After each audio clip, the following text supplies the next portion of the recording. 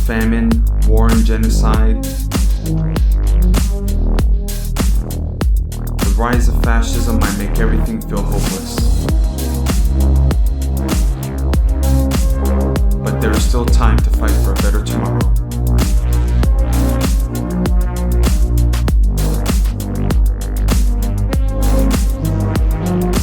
This is Collapse Talk.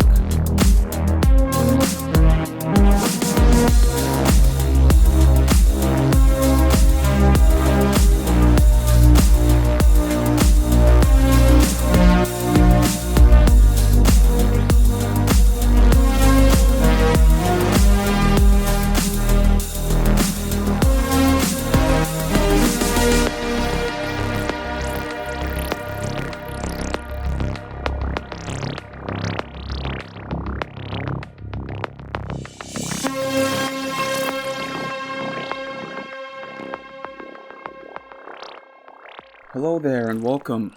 This is Collapse Talk. I'm glad you can join me. We have a lot to discuss, but this is certainly, well, first of all, welcome to 2026, right? This is the new episode for the new year. I had, got caught up with a lot. As I mentioned in my last episode, I had been injured, so I had to deal with that and get settled back into work and whatnot. It's just been a lot. So, I'm trying to record and fit as best as I can, but I'm glad that y'all can be patient with me. And actually it seemed that with my last episode, there's been some more traction in terms of the plays. So that's good to see. I'm glad you could join me.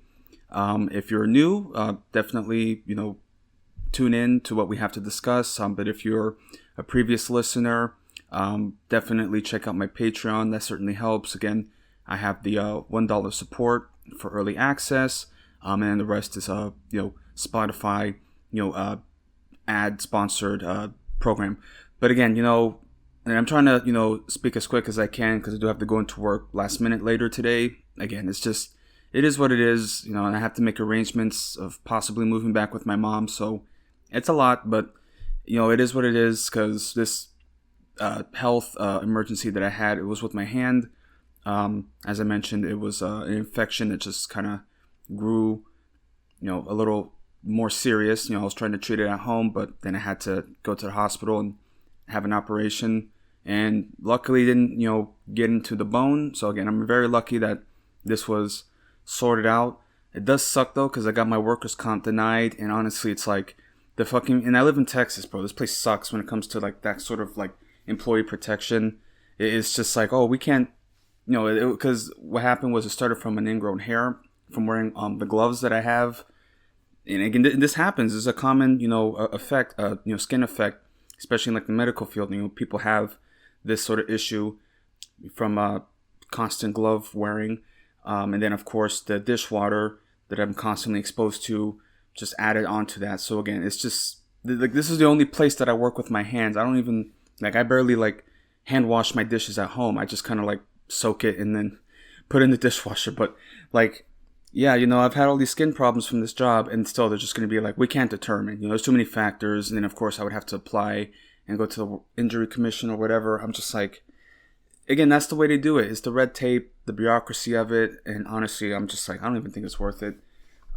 It's just, yeah, if I had lost my hand or something, like a serious medical issue, and I can still use my hand pretty normally, I don't have any pain or anything. So I'm just going to try to sort out these bills on my own. But, man, it's just crazy when something like this happens, and then, of course, you have to deal with the fallout, medical, billing issues, and then people lecture you oh, well, you see, you should have managed your money better, and I'm like, dude, it's everything, this is inadvertently proving my position over, how horrible our healthcare system is, but people don't have any, they just, they can't envision anything improving or getting better, so it's just, this is the way it is. This is the way it is. People talk down to you or get mad at you, I get kind of patronized in essence, whenever somebody talks about, I have to pay $700 on my student loans. I'm like, that's not my fault. But again, that's what happens when people don't have consciousness. They sort of project that frustration onto you because you're pointing out what's wrong.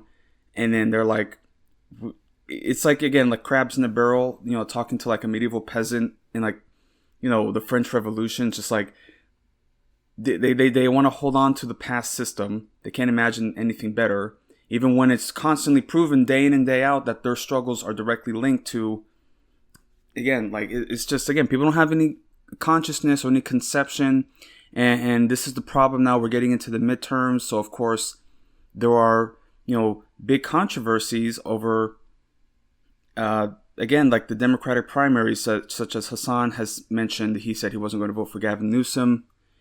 And again, that's just causing issues because, again, the Democrats haven't learned their lesson. They have no consciousness and they have no political platform. Again, I kind of just like went off to the races because I'm just trying to like explain my issues and, having to make arrangements to move. And again, I'm trying to look for work. Don't exactly have the best job offer lined up. And it's just a lot. It's a lot to take in, and I feel like we're on the edge of like a major economic crisis, and I'm about to like leave this job into an uncertain job market where nobody's even responding. I'm dealing with a lot, and I know I'm going to have to move back with my mom and then have to deal with her. Like, I love her and I want to help as best as I can, but of course the expectation of like being the breadwinner now, not that I don't want to step up. Is anybody going to hire me? That's the issue. Do I stay with this job? At least I have a job, or do I leave it to be unemployed, voluntarily unemployed, lose my insurance and PTO without like really like a guarantee? I can maybe apply around, but I can't get a guarantee.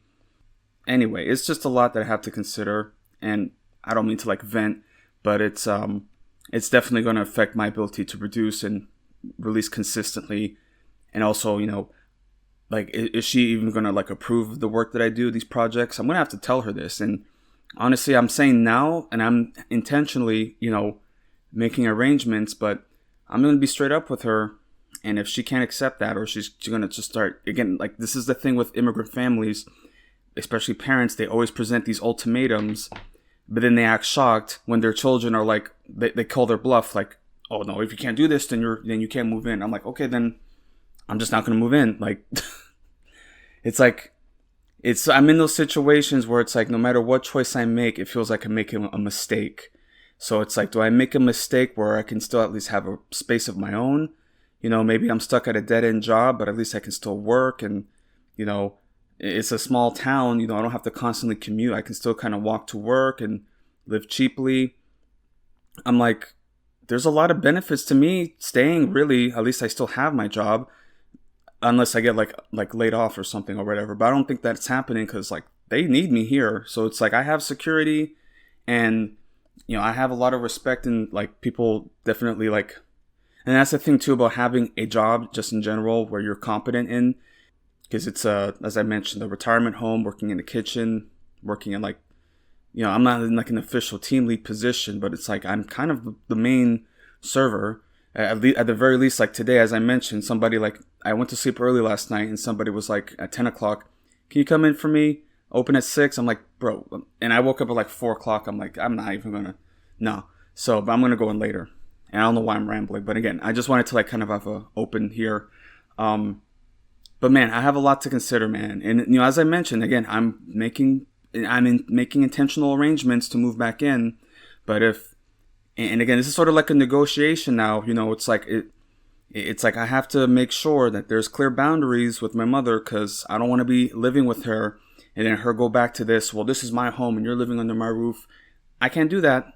I'm sorry, because so many immigrant parents, they want to live like they're in the old country, but we're not in the old country anymore. If that's the way you want it to be, then you should have moved back there. Okay. Like, I don't mean to sound like that, like, go back to your country, but still, it's like, come on.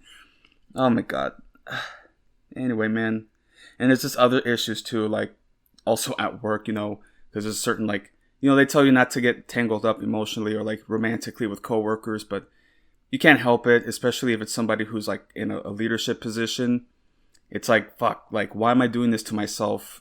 You can't help it sometimes. So it's like, that's the other consideration too. Like, I need to leave this job because I have feelings for, particular, co-workers, colleagues that would complicate things if I stay for too long.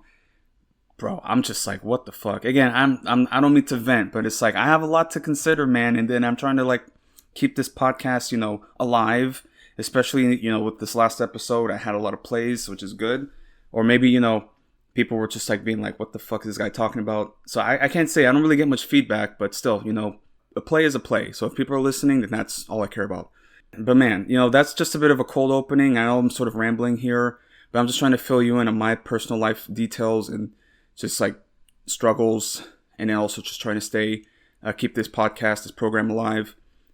But man, yeah. So what do we even discuss? Because I mean, fuck, so much has happened, and so being that for those who are maybe listening for the first time, the way I organize this program, and these are long episodes. If you've seen my older episodes, that I have to organize based on certain topics. So I live in the United States, so I speak on a lot of domestic issues here. And boy, we have a lot to discuss this episode.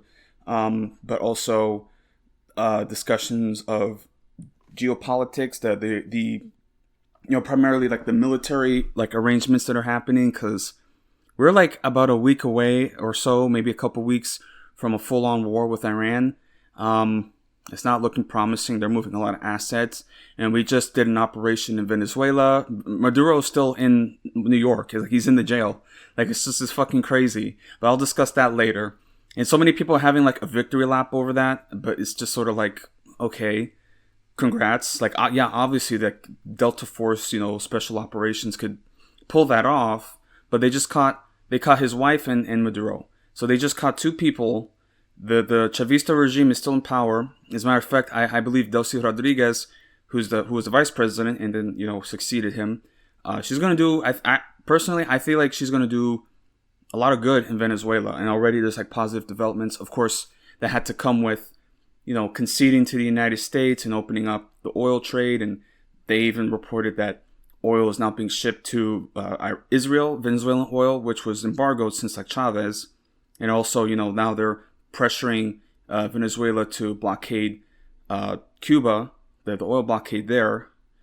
So it's just like, again, like I'm going to discuss in the geopolitical segment a lot of the Latin American interference and interventions that are happening, because they're moving against Venezuela, they're blockading Cuba, now they're trying to starve that out.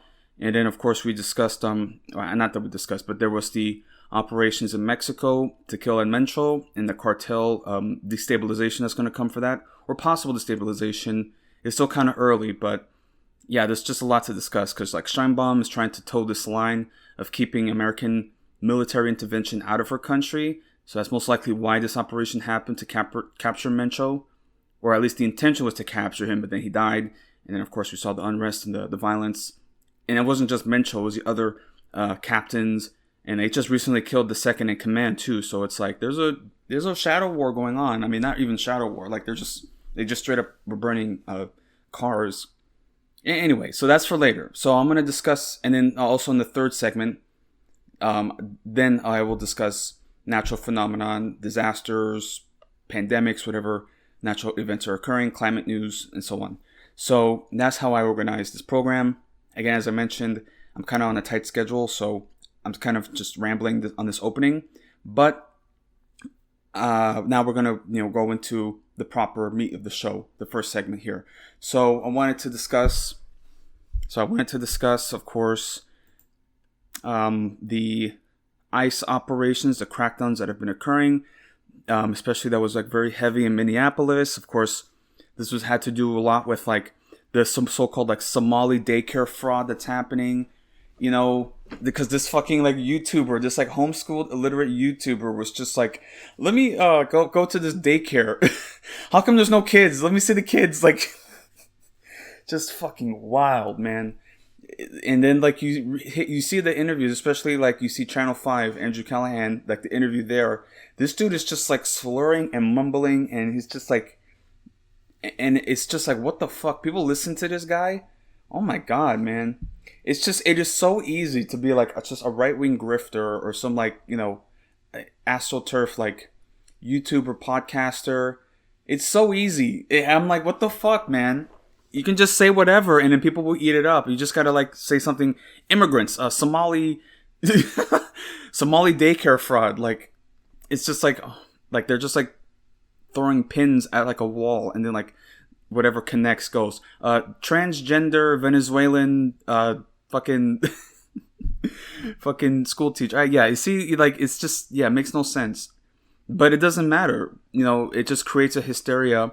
And of course, a lot of these conservatives, they're just like illiterate and stupid, and they're already in a cult. So, Trump, they're just gonna eat it up. There's like so-called reports that the reason that they're moving forward with this Iran operation is because Israel is threatening to release compromising footage of Trump. But it's like, at this point, I'm like, we all know he's done what he's done. And I'm going to discuss the Epstein files later. I mean, I'm not like a dedicated Epstein, conspiracy podcaster. You can definitely check out other programs.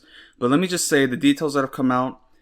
I mean, I've totally been black-pilled. I'm still a revolutionary optimist, of course. But when it comes to this system and the elite and like the billionaire class, the Epstein class, I'm just totally black-pilled. So when I'm reading this stuff, as horrified as I am, it's no surprise. Like, of course they were doing that. What do you think? Like, what do you think being a billionaire is? And then you got people who genuinely want to aspire for that. It's just like, bro. So I'll discuss that later.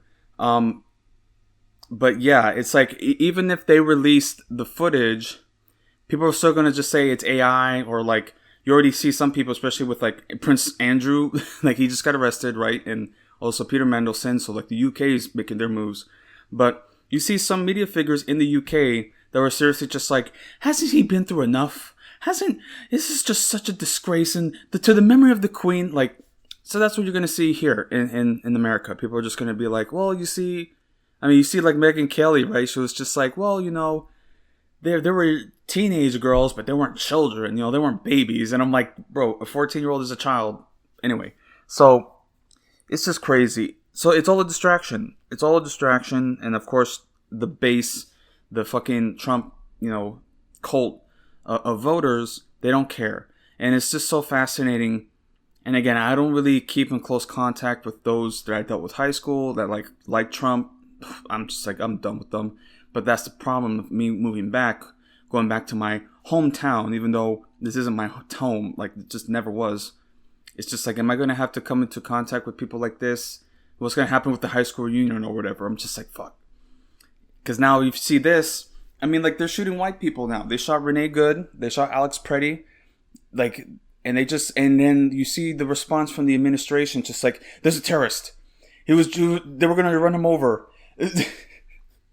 Just wild, man. Just crazy. Anyway, so I'm going to discuss, again, I'm still kind of rambling because, like, I wasn't like so many, like, liberals, like resistance liberals who just came out the gate, like, shocked and, like, horrified. Of course, this is tragic.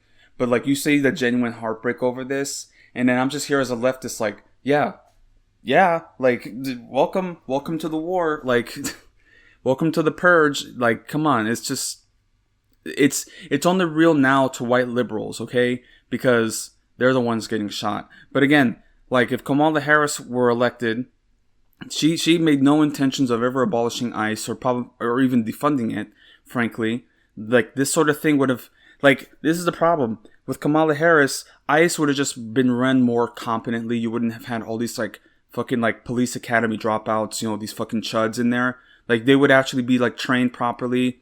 They wouldn't be so, like, quick to, like, beat people up. Well, I mean, they still wouldn't beat people up. But it's just like, you would see the more efficiency of it, okay? Like, that's what Democrats are saying. It's just like, they're saying, oh, abolish Trump's ICE. We need to train ICE better. It's just like, that's their solution.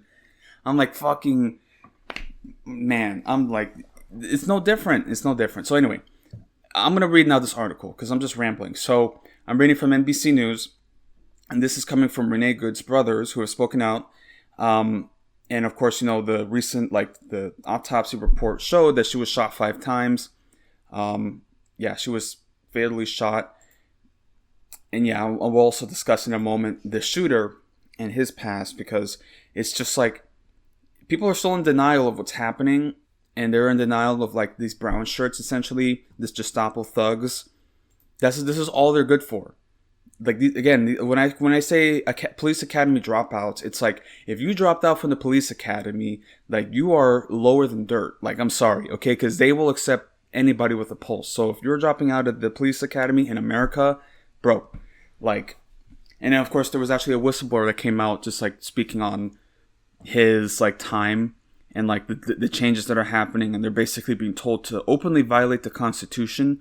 It's just like it's Trump's private army, especially after the budget increases that occurred. Of course, now they're talking now because there was like a partial shutdown and DHS has run out of funds. So yeah, it's just weird. I'm sorry, but anyway. So here from NBC News, this is from the brothers of Renee Nicole Good, who was shot by a nice federal officer. So 2 brothers of Renee Nicole Good, who were shot by an Immigration and Customs Enforcement Office agent in her car last month in Minneapolis, gave emotional testimony Tuesday in Washington about the death of their sister and its impact on the family. Just to note that this is an article written by Daniela Silva and Suzanne Gamboa. This was released in February 3rd. So here, and I'm recording on February 24th, and this is actually the 4-year anniversary of the Ukraine invasion. So I'll also discuss that in my second segment. So here, Good's death on January 7th resulted in an escalation of anger, opposition, and protests against the administration's immigration enforcement policies, and was followed weeks later by the fatal shooting of Alex Preddy by Customs and Border Protections officers on January 24th. Their killings have led lawmakers to call for reform and accountability in the Department of Homeland Security, as well as for the resignation of DHA Secretary Kristi Noem. The deep distress our family feels because of Nee's loss in such a violent and unnecessary way is complicated by feelings of disbelief, distress, and desperation for change, end quote. Luke Ganger testified Tuesday at a public forum held by Democrats to discuss violent tactics and the use of force by DHS. Others who spoke at the event included Marimar Martinez, who was shot 5 times by a Border Patrol agent in Chicago, Aliyah Rahman, a Minneapolis resident who said she was dragged out of her car by immigration agents, and Martin Daniel Rascon, a U.S. citizen whose car was fired on by agents in San Bernardino, California. The public forum was held by Senator Richard Blumenthal, Democrat of Connecticut, the ranking member of the Senate Permanent Subcommittee on Investigations, and Representative Robert Garcia, Democrat of California, the ranking member of the House Committee on Oversight and Government Reform. Members of the Department of Homeland Security were not expected to testify Tuesday. DHS did not immediately respond to a request for comment about the forum or agents' encounters with Good and others. Quote, the completely surreal scenes taking place on the streets of Minneapolis are beyond explanation, end quote, Luke Ganger said. Quote, this is not just a bad day or rough week or isolated incidents. These encounters with federal agents are changing the community and changing many lives, including ours, forever, end quote. Luke Ganger put his arms on the back of his brother, Brent Ganger, as he prepared to read from the eulogy he had recently given for his sister. Quote, Renee had a way of showing up in the world that made you believe things were going to be okay, not because she ignored the hardship, but because she chose optimism anyway, end quote. Brent Ganger said, quote, she had a way of making you feel understood, even when you didn't have the words yet. She didn't listen. She saw you, end quote. Ganger said that as a mother, quote, Renee poured herself into love, the kind of love that shows up every day, that sacrifices quietly, that cheers loudly, that believes deeply her children were and are her heart, end quote. After the shooting, Noem said Good was a domestic terrorist, and without providing evidence that she weaponized her vehicle against law enforcement, Noem also added that the officer who fired the fatal shots, Jonathan Ross, acted in self-defense. DHS said the officer sustained injuries. DHA spokesperson Tricia McLaughlin also accused Good of not complying with officers' commands, saying that leads to, quote, dangerous and in this case deadly consequences, end quote. What happened, she said, was entirely preventable, end quote. I mean, it was preventable, but the officer shot her, Renee Good, and then like, and you see in the video, first off, with the video that they released, it was like leaked through like some like low key like independent right wing account or like media organization, and it was clearly released to like as like a threat or some kind, because it's like, how do you leak something that was supposed to be like essentially DOJ now evidence, right? Like somebody's leaking that on purpose to send it as a message, and of course so many chuds and groypers were loving that. They love watching that video of this like suburban wine mom getting shot, And then you see the video, she's just like, I'm not mad at you. I'm just like, it's just some suburban mom who's like, resistance lib, sure, but like at least she's out there. And it's like, it's not even that. It's like, it's her community. So of course she's out there. Like she was just driving her like, because she was married, her wife. And then she's just like in the way. Because I guess, because she was observing them. But that's the thing. It's like, you're observing the ICE agents. And then they come to you. And then now you're obstructing them. It's just like, you came to me. I'm just sitting here watching. Anyway, it's just crazy. And then they shot her. And then in the video, he's like, fucking bitch. Just wow. Totally unprofessional. And of course, no real threat. Like, of course, like you see the video, she backs up and then she turns the wheels away. But then, of course, the ICE agent is putting themselves in front of the car to say, oh, you're threatening me. And then, of course, he gets shot. She gets shot. And then, of course, they went out and said, oh, it's a domestic terrorist. And they still like, well, they're sort of quietly now investigating. I mean, I'm not sure what exactly is happening, but like this Jonathan Ross guy, he's not in jail. That's for sure. And of course, they also, I think, did a GoFundMe for him, and he made $1 million from that. So it's just like this happens a lot. You see a lot of like right wing, people, they'll say, some N-word slur, right? So there was remember that tattooed like mom who like said the N-word, and then when the dad, because like it was a disabled like black child that she yelled this at, and then the dad recorded her being like, you need to apologize, and then she's like, fuck you, this, and like, and then that became a whole meme, like, oh yes, the protect your family, like some like last stand. Okay, I'm sorry, it's just like these fucking assholes online, they just like the cruelty is the point. That's the whole thing. So they see videos of Renee Good getting shot, Alex Preddy getting shot, like some like random mom yelling the N-word at a child. They love it. And then they're going to rally around this flag. That's the flag that they're going to rally around. This fucking like, oh my God, I'm sorry. So anyway, so again, when they're saying, oh, this could have been preventable, it's always the fault of the victim. Always. Especially, again, they're talking about the Epstein files and like that's coming out. They have no respect for the victims at all. They're doing everything to protect the perpetrators. So, yeah. Anyway, so continuing. Garcia described DHS and its agencies as, quote, completely out of control, and said, quote, Congress has a responsibility to step in when constitutional rights are being violated, end quote. And again, this was from Garcia. Again, that was Robert Garcia. So, yeah, Garcia said that.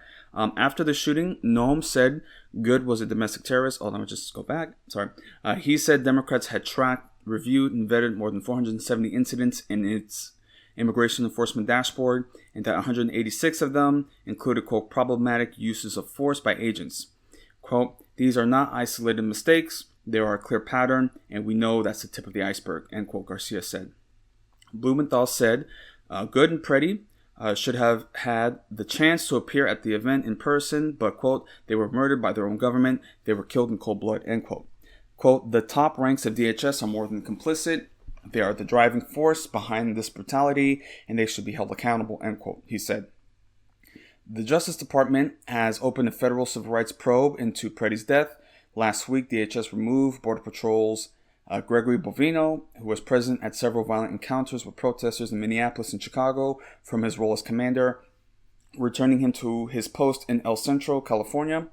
Border Czar Tom Homan was dispatched to Minneapolis and said on Thursday that federal agents would plan for an eventual drawdown of their presence there, a statement contradicted by President Donald Trump shortly after. Marimar Martinez, who was shot 5 times in Chicago, said agents rushed medical staff to dress her wounds so that blood was soaking through her bandages. When officer took her from the hospital after less than 3 hours, she says she overheard agents discussing whether a jail would accept her with wounds bleeding, and she had to plead to be taken to a second hospital for proper medical care. Martinez was accused of using her car to assault and impede federal law enforcement before the charges against her were dismissed in November. She testified that she had been on her way to deliver some clothes she had collected from her home to a church when she spotted immigration enforcement vehicles and tried to warn friends and neighbors of the president by honking her horn and shouting La Migra. Martinez said the Border Patrol agent swerved twice into her lane and that after she stopped her car, quote, it seemed time stopped, end quote, Initially, she thought the sensation of her arms and legs were from being hit by pepper balls. She tried to continue driving, but heard her back passenger window shatter and felt, quote, bullets continued to pierce my body. Quote, I was losing this battle. I saw my life flash before me and slowly begin to think, this is the end of me, end quote, she told the panel. The charges against her were dropped after federal prosecutors filed a motion to dismiss their own case. Martinez's case has been one of the most high-profile examples of civilians being accused by federal authorities of ramming into a vehicle driven by immigration agents. When previously asked about her case, DHS referred questions about charges in the case to the Justice Department, which did not respond. Prosecutors said Border Patrol agent Charles Exum shot Martinez in self-defense after she and another person allegedly rammed their cars into a federal vehicle on October 4th. Martinez's legal team had argued that it was federal agents who rammed her car with their vehicle and that the shooting was unjustified and an excessive use of force. During her testimony Tuesday, Martinez, a Montessori school teacher, repeatedly said Exum's name, referring to him as her, quote, attempted executioner. She was not trying to dox him, she said, but to expose him and a pattern of misleading the public, end quote, by the administration. She said that during the court hearing, Exum attempted to explain, quote, why he took his vehicle that I allegedly rammed out of the secure FBI evidence garage and drove it back to Maine, where the Border Patrol on-site mechanic was ordered to buff out the damages of the vehicle, end quote.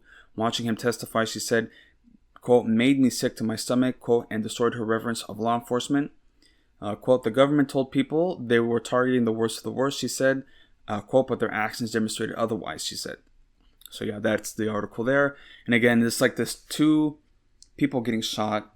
And then, of course, we almost had this lady get killed. There's also another kid that was killed. Hold on, let me see. Texas man killed by ICE. There was Ruben Ray Martinez, a 23-year-old who was killed in South Padre Island in March 2025. And then now it's being released. So they've been killing people, and that's also not taking into account the people that are dying in ICE custody, like in all the horror stories that are being put out, because they just throw them in this jail and then they don't care. They don't want to give them, like there was of course one man who died because he wasn't given the proper heart medication, and even when the son came to the site saying, "Hey, my father needs his medication," they laughed at him basically. There's also was a 2-month-old who was dealing with I'm guessing some respiration issues or, you know, asthmatic issues. They basically deported him to Mexico, this 2-month-old. And of course now he's being taken care of, but still it's like they lock people up and then they don't take care of them. They don't feed them properly, or it's like all the food is spoiled, right? You know, they basically like they make it freezing, right? They're just like doing everything possible to torture these people, to deprive them of basic care. And then whoops, they're dying. Oh, whoops, I guess they're dead. That's the plan. It's like you're seeing now the first steps of this Holocaust that they're trying to build, okay? And again, you see this white nationalist, you know, strain that's in this administration. Again, you see J.D. Vance saying, "Oh, we're no longer apologizing for being white." It's just like, do you not, like, people don't see what's happening and what's being set in motion, and then they're still in denial about it. And it's like they're still talking about elections. Oh, we just gotta vote. Like, again, you know, it's the midterms, whatever. But this is Texas, and it seems like with the early voting that Democrats have been making good leads. I mean, we'll see. I mean, I'm just totally disillusioned. I'm sorry. I'm like, I don't know what to think. And it's not like, if I were living in Houston, maybe I'd be a little more engaged, but I'm not registered in Houston. So it's like, I don't fucking know, man. I'm just so, like, I already had like one canvasser email me or like text me, and I just straight up asked the position, like, oh, what's their position on Israel? Are they going to stop, you know, support for Israel? And it's like, well, you see, we're going to, you know, of course, prevent offensive material support, but continue with their defensive support. And we want to maintain a democratic two-state solution, stop the settlement expansions, because we have to see the bigger vision of Iran. And it's like, aha. It's like, I got you. It's all for imperialism. That's it. And they want to have it. They want to have their cake and eat it too. They want to have the two-state solution, which is just like, why do you want two states? Why do you want Palestinians to be stuck in this like wasteland that the Israelis explicitly created? Okay, it's like, oh, just so conveniently, Israel owns all the good farmlands, and then like whatever farmlands that the Palestinians have has been fucking bombed or poisoned, just conveniently. And also the reports in saying southern Lebanon, again, like there's reports of Israeli like crop dusters like spraying pesticides. Again, it's just so crazy, and the Democrats say nothing. And then you see AOC, she was at this Munich conference talking about, oh, well, this operation in Venezuela didn't go far enough because the Chavistas are still in power. It's like, even the Democrats, they're not going to budge on imperialism. They're not going to budge on Iran, even though they're saying, AOC said no war with Iran. She's still going to support the protests. She's still going to support defensive support for Israel, which is just like so long as Israel continues to exist, they're going to continue to manufacture confrontation after confrontation with either Iran or one of its other neighbors. Anyway, so the Democrats, I do not feel are ready to address and step up to the plate. But I'm going to get to that later about the midterms. Just to circle back, because I wanted to continue talking about these ICE killings. Again, as I mentioned, you see so many Democrats saying, we just need to train ICE better. I'm like, fuck you. It's just like, they have no plan to abolish ICE. No plan to even like, it's just, yeah. Oh my God. Just imagine Gavin Newsom as president, the type of shit ICE would get up to. Just please. Kamala Harris, oh my God. She's a fucking cop, by the way. It's just like people forget that. Well, you see, the law's the law. Like, that's the way she is. So anyway, so I'm going to continue here just to talk about the court records behind Jonathan Ross. And I feel like he's a special profile to examine just as a whole for ICE agents, like who they're accepting. Because again, this guy is just like, he's a chud who is like, he's a former veteran, Iraq war veteran. He's just constantly like, again, these are just violent people. Like we just have this like noble savage idea of the police and like, oh, well, they're protectors of society. And usually, again, it's always like a suburban people, the yuppies who don't have to deal with the day-to-day, like essentially paramilitary occupation that the police really represent. They, like, to a suburbanite, the police are there to protect them because they're trying to keep the unwashed peasants and the fucking black people and all the, poor people, homeless, druggies. Again, that's why you go to the suburb, to escape the real world and the fucking apocalypse that this country is turning into. It's just like, again, I talk to some people and you're like, they think they got it all figured out, but you're living in a bubble. Like, it's just, you don't have to deal with any struggle. And then when the going gets tough, I have to protect my peace. That's why nobody takes suburbanites, liberals seriously. Okay? Especially now with Israel, right? You want to talk about ICE, but then you don't want to make the connections of the imperial boomerang when it comes to Israel. Anyway, so I'm just like, I want to talk about this guy, Jonathan Ross. And again, I'm sorry if I'm like kind of going off tangents sometimes, because again, there's a lot that's happened. And this just like, dude, like it's so wild. So anyway, here I'm reading from WBUR. It's just a article here from Ryan Foley. This was released in January 9th, so pretty recently after the killing. But yeah, so here, the federal agent who shot and killed a driver in Minneapolis is an Iraq war veteran who has served for nearly 2 decades in the Border Patrol and U.S. Immigration and Customs Enforcement, according to records obtained Thursday by the Associated Press. Jonathan Ross, who shot and killed Renee Good on Wednesday, has served as a deportation officer with ICE since 2015, records show. He was seriously injured last summer when he was dragged by a vehicle of a fleeing suspect whom he shot with a stun gun. Federal officials, so it's like this, like triggered his PTSD. That's what they're gonna say. Oh, he had a recent incident with the vehicle, so he had PTSD and he was just traumatized. Federal officials have not named the officer who shot Good, a 37-year-old woman who was shot as she tried to drive away from federal agents, but Homeland Security Kristi Noem said the agent who shot Good had been dragged by a vehicle last June, and a department spokesman confirmed Noem was referring to the Bloomington, Minnesota case in which documents identified the injured officer as Ross. Noem and other Trump administration's officials have defended the agent as an experienced law enforcement professional who followed his training and shot Good after he believed she was trying to run him or other agents over with her vehicle. Video has raised questions about whether the shooting was in self-defense, and the FBI is investigating the deadly use of force. Some protesters are demanding that Ross face criminal charges, and Minnesota authorities also want to investigate. Attempts to reach Ross, 43, at phone numbers and email addresses associated with him were not immediately successful. Here are some things to know about him. So as I mentioned, he's a Iraq war veteran and Border Patrol agent, but this is more details. So in courtroom testimony last month, Ross said he deployed to Iraq from 2004 to 2005 with the Indiana National Guard. Ross said he served as a machine gunner on a gun truck as part of a combat patrol team.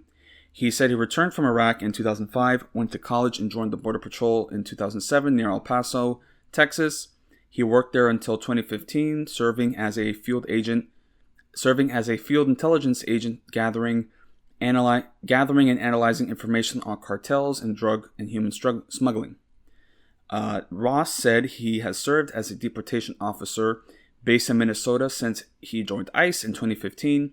He is assigned to fugitive operations seeking to arrest high-value targets in the ICE region. That includes Minneapolis. He testified last month. He said that he was also a team leader with the FBI's Joint Terrorism Task Force. Quote, so I develop the targets, create a target package, surveillance, and then develop a plan to execute the arrest warrant, end quote, he said. Ross said that he was also a firearms instructor, an active shooter instructor, a field intelligence officer, and member of the SWAT team. He said that he attended the Border Patrol's Academy in New Mexico, where he learned to speak Spanish. And then this is the injury in June. So Ross was a leader of a team of agents who went to arrest a man who was in the U.S. illegally in the Minneapolis suburb of Bloomington on June 17th. Agents had gathered outside the home of the man Roberto Munoz, Guatemala, who left in his car, according to court documents. FBI agents activated emergency sirens and lights, instructing him to pull over, but he did not. Ross pulled his vehicle diagonally in front of Munoz, Guatemala, to force him to stop. Ross and an FBI agent identified themselves as police and pointed guns at Munoz, Guatemala, who raised his hands. Ross then approached Munoz, Guatemala's vehicle and ordered him to put it in park. Ross told the driver to lower his window all the way down and warned that he would break it if he did not. Ross used a device known as a spring-loaded window punch to break the rear driver's side window and reach inside the car to unlock the driver's door. Munoz, Guatemala drove off while Ross's arm was caught in the vehicle and accelerated, dragging Ross down the street. Ross fired his Taser, striking Munoz, Guatemala with prongs in the head, face, and shoulder. Munoz, Guatemala was not incapacitated by the Taser, prosecutors said, and kept driving, taking Ross the length of a football field in 12 seconds. Holy shit. Ross was knocked free from the vehicle by force after Munoz drove onto the curb for a second time and back to the street. Oh, fuck. Oh, shit. He got fucked up. That's like, if you remember playing GTA 4, it's like when you try to carjack somebody and then, like, they get aggroed and then they try to open the door but you drive away. You remember that? Like the ragdoll physics, and then they're just being dragged. Like, that's what's happening, and then the guy's, like, swerving onto the curb. Holy shit. But yeah. Ross's right arm was bleeding, and an FBI agent applied a tourniquet. Eventually, he received dozens of stitches at a hospital. Prosecutors said he had, quote, suffered multiple large cuts, abrasions to his knees, elbow, and face.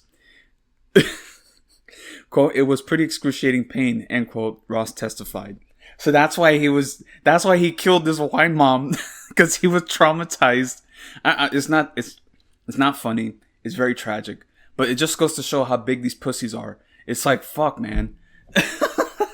Okay, I'm sorry. Because this is terrible what happened. But it just shows the incompetence here. Like, seriously, like, who fucking... Oh yeah, let me just put my hand into this car. Like, oh my god. Anyway, so Munoz, Guatemala was bleeding from his injuries and had a woman call 911, saying that he was assaulted and didn't know whether the person trying to stop him was an officer. He was arrested and charged with assault on a federal officer with a dangerous or deadly weapon. A jury found Munoz, Guatemala guilty, at least at a trial last month, finding he, quote, should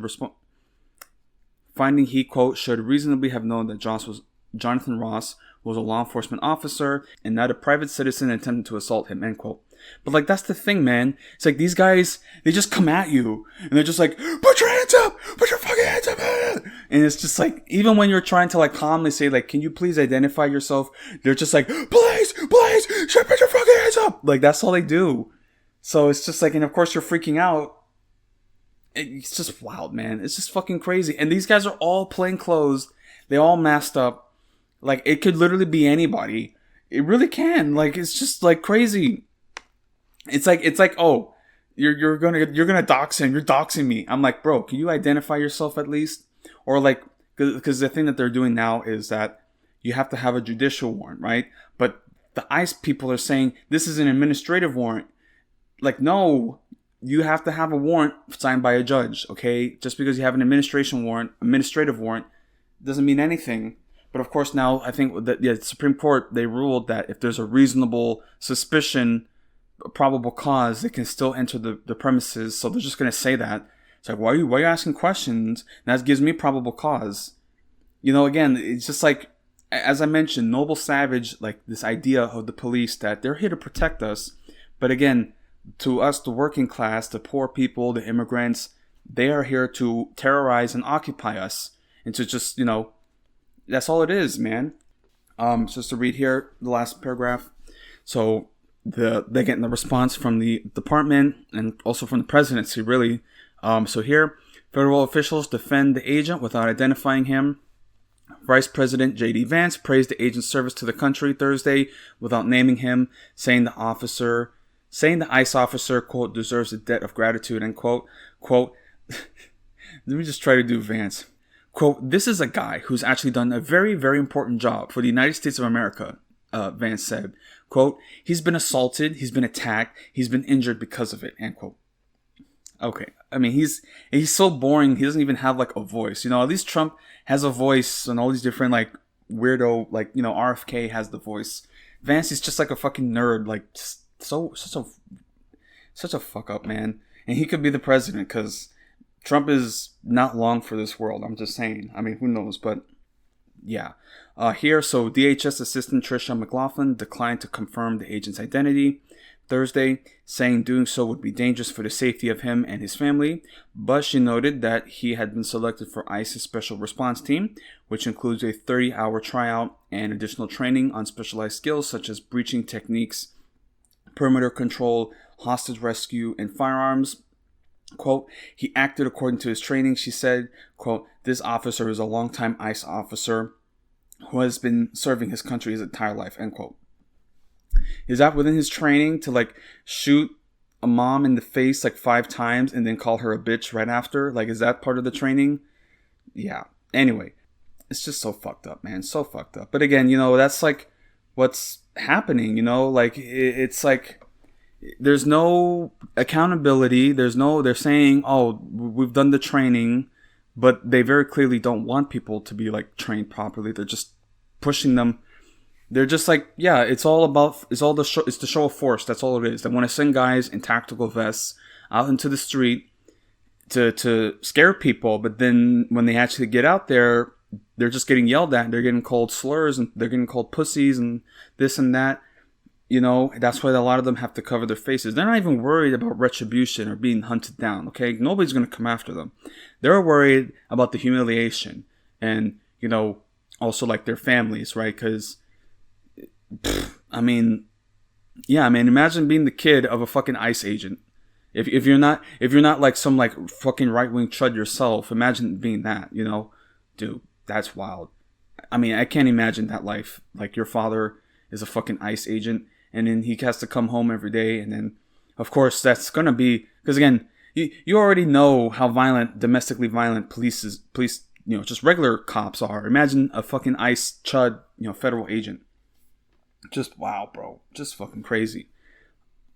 So, it's all about power. It's all about control. A lot of these guys, as I mentioned, they're dropouts, you know, police academy dropouts. And this isn't just like ICE. Like, I've been reading also about the FBI.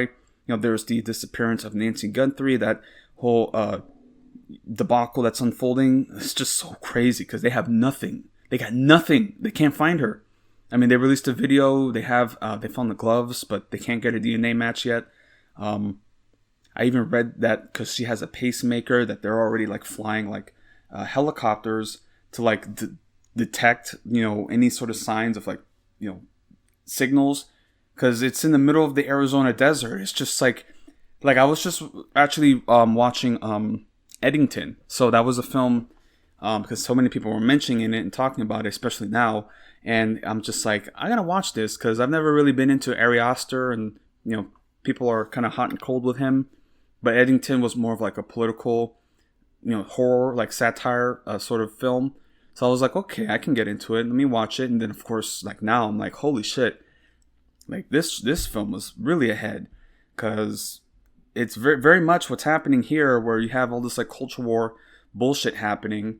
And then of course now you have this like this crime mystery, this disappearance of, you know, again, it's like the mother of like an NBC News anchor, and they have like this ransom of like $6 million.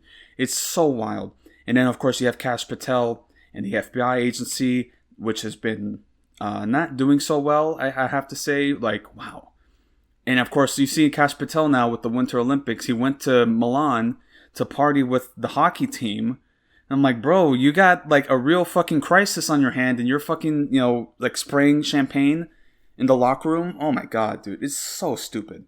So stupid. But it kind of gives you like a little sense of like, the silver lining is that now this police state and the surveillance state is being undermined by its own incompetence and the leadership, and they're like reducing their standards in terms of like just the regular agents.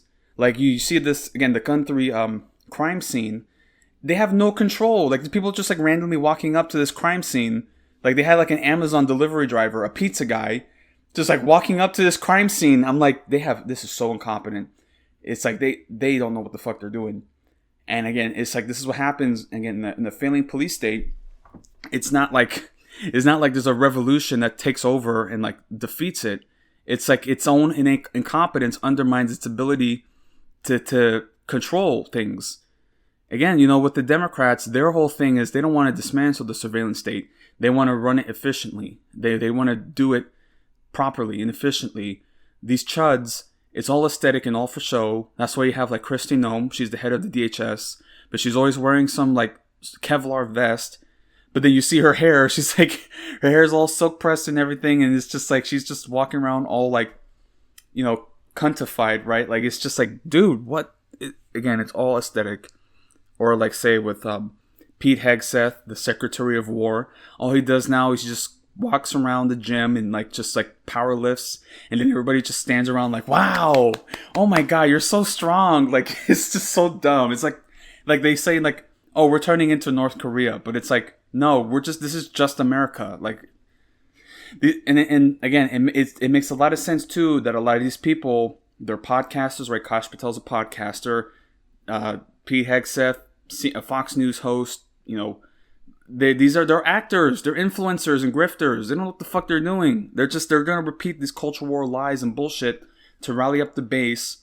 Again, as I think I've mentioned before, this is like the first Groyper administration. They're not performing for us. It's for these like 4chan chuds. And it's also crazy too with the fucking Epstein bullshit that came out. Like Poll was like created right after the founder met with Epstein. It's like, he's everywhere. Like, it's just like, ah! Anyway, okay, I don't mean to get off track. I'm going to actually speak on an article. So, and I'm going to get onto, like, Epstein very soon. But I wanted to highlight on Alex Preddy and his killing because, you know, with, like, the Renee Good shooting, as horrible as it is, you know, it's not as, like, again, because, like, the film that you see, like, there's the body cam footage, and it's kind of hard to see the actual shooting of it. You just see the guy pointing a gun, and then the car drives away and crashes, you know? And you know, there's other angles too. But with this Alex Preddy, it's a straight up field execution. What happened with him? Just like it's crazy. Like they point blank just like shot him in the head. Like it's so sad. And again, you know, this was happening like basically like the very week with all the Iran protests, where they're saying there's like 20-30 million people dead in the street, which is still like a crazy number. Not to say that there weren't people dying, but still, like, they're talking about, we got to go into Iran. We need regime change. And then there's ICE agents executing people in the street. And of course, if people were protesting, and then if the police started using live ammunition on protesters in America, these chuds would love it all the same. Like they talk about Tiananmen Square, but then if it's like, if they did a Kent State at a university, like with one of these Palestinian encampments, if they did Kent State and killed 20 students, they would love it. So it's like, again, they don't care. And again, with Alex Preddy and Renee Good, it's just a joke to them. That's all they care about. They're like, yeah, no, like that's what we're about. So anyway, here's to talk about the two agents that were identified in the shooting of Alex Preddy. Alex Preddy was also a VA nurse, and he was a gun owner. That's the thing that they also said too, is like, oh, he had a gun and he had extra mags. What's that all about? Like Trump was just like, it's not good. He had the guns. You don't do that. Just like, anyway. So here's the article that I have from The Guardian, and the two agents that were identified. It's Joshua Ochoa and Raimundo Gutierrez.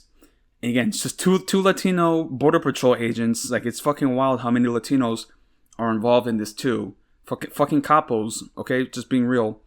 And this article is written from Marina Dunbar, and this was released on February 1st. So here, government documents have identified the two federal officers who fatally shot Alex Preddy in Minneapolis as Joshua Ochoa, a Border Patrol agent, and Raimundo Gutierrez, an officer with Customs and Border Patrol and Border Protection, according to ProPublica.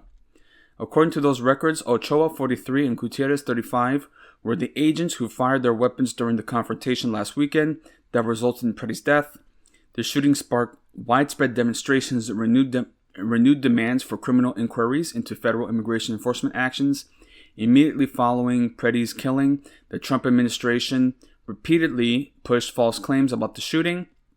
At the time of the incident, both agents were participating in Operation Metro Surge, a large-scale immigration enforcement initiative that launched in December. The operation deployed numerous armed, masked agents throughout Minneapolis as part of a citywide sweep. CPB, the agency that employs both men, has declined to publicly name the agents involved, that has released little additional information about the shooting. The lack of transparency has drawn heightened scrutiny, particularly because the incident occurred only days after another immigration agent shot and killed a different Minneapolis protester, Renee Good, a 37-year-old mother of three. Preddy's death and secrecy surrounding the agent's identities have unfolded amid growing national debate over Donald Trump's hardline immigration policies.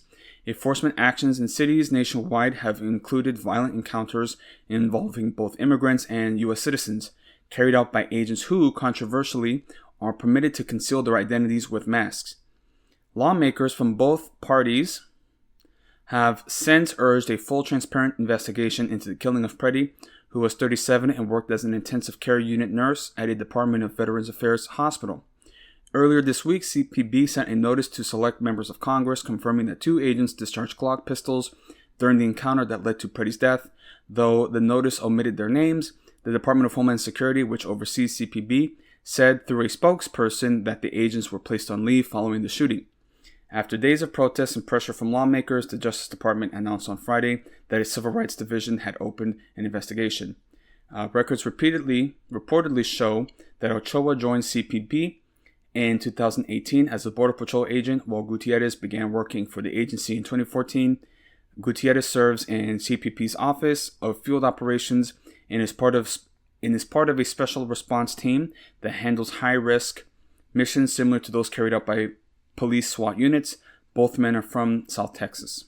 Again, they're fucking Tejanos, the fucking valley, man. Like, oh my god, what is it about Latinos that are just like, I'm one of the good ones. Like, it's just like, dude, it is wild. Anyway, that is just like to highlight on the ICE response, the shootings of Renee Good, American citizens, white Americans, Renee Good, and Alex Preddy. Again, not to like, any American getting killed by this is bad, but it's still like, a lot of liberals, they're only concerned now because now it's them getting shot. Let's just be real, man, okay? But of course, they're inconsistent when it comes to this because, again, when it comes to Israel, again, they first off, when you mention Israel, they're like, oh, this again. Like, it's like they get kind of like bent out of shape because it's like, well, it's not relevant here. It is absolutely relevant. This is the imperial boomerang. So you got to get with the program, man. Like, I've tried to explain to certain relatives, and, I've mentioned before the divides that are happening in my own personal family life over this issue, even though, like, I'm treated as the one who's too radical. Like, oh, you constantly bring this up, but it's like, bro, this is serious now. So anyway, it's just, they can't really see the imperial boomerang connections that are occurring. They just like, it's too much because they personally benefit from the imperialism. But then when it starts coming back, it's like, shit, was I a part of this? Was I, they can't fathom that.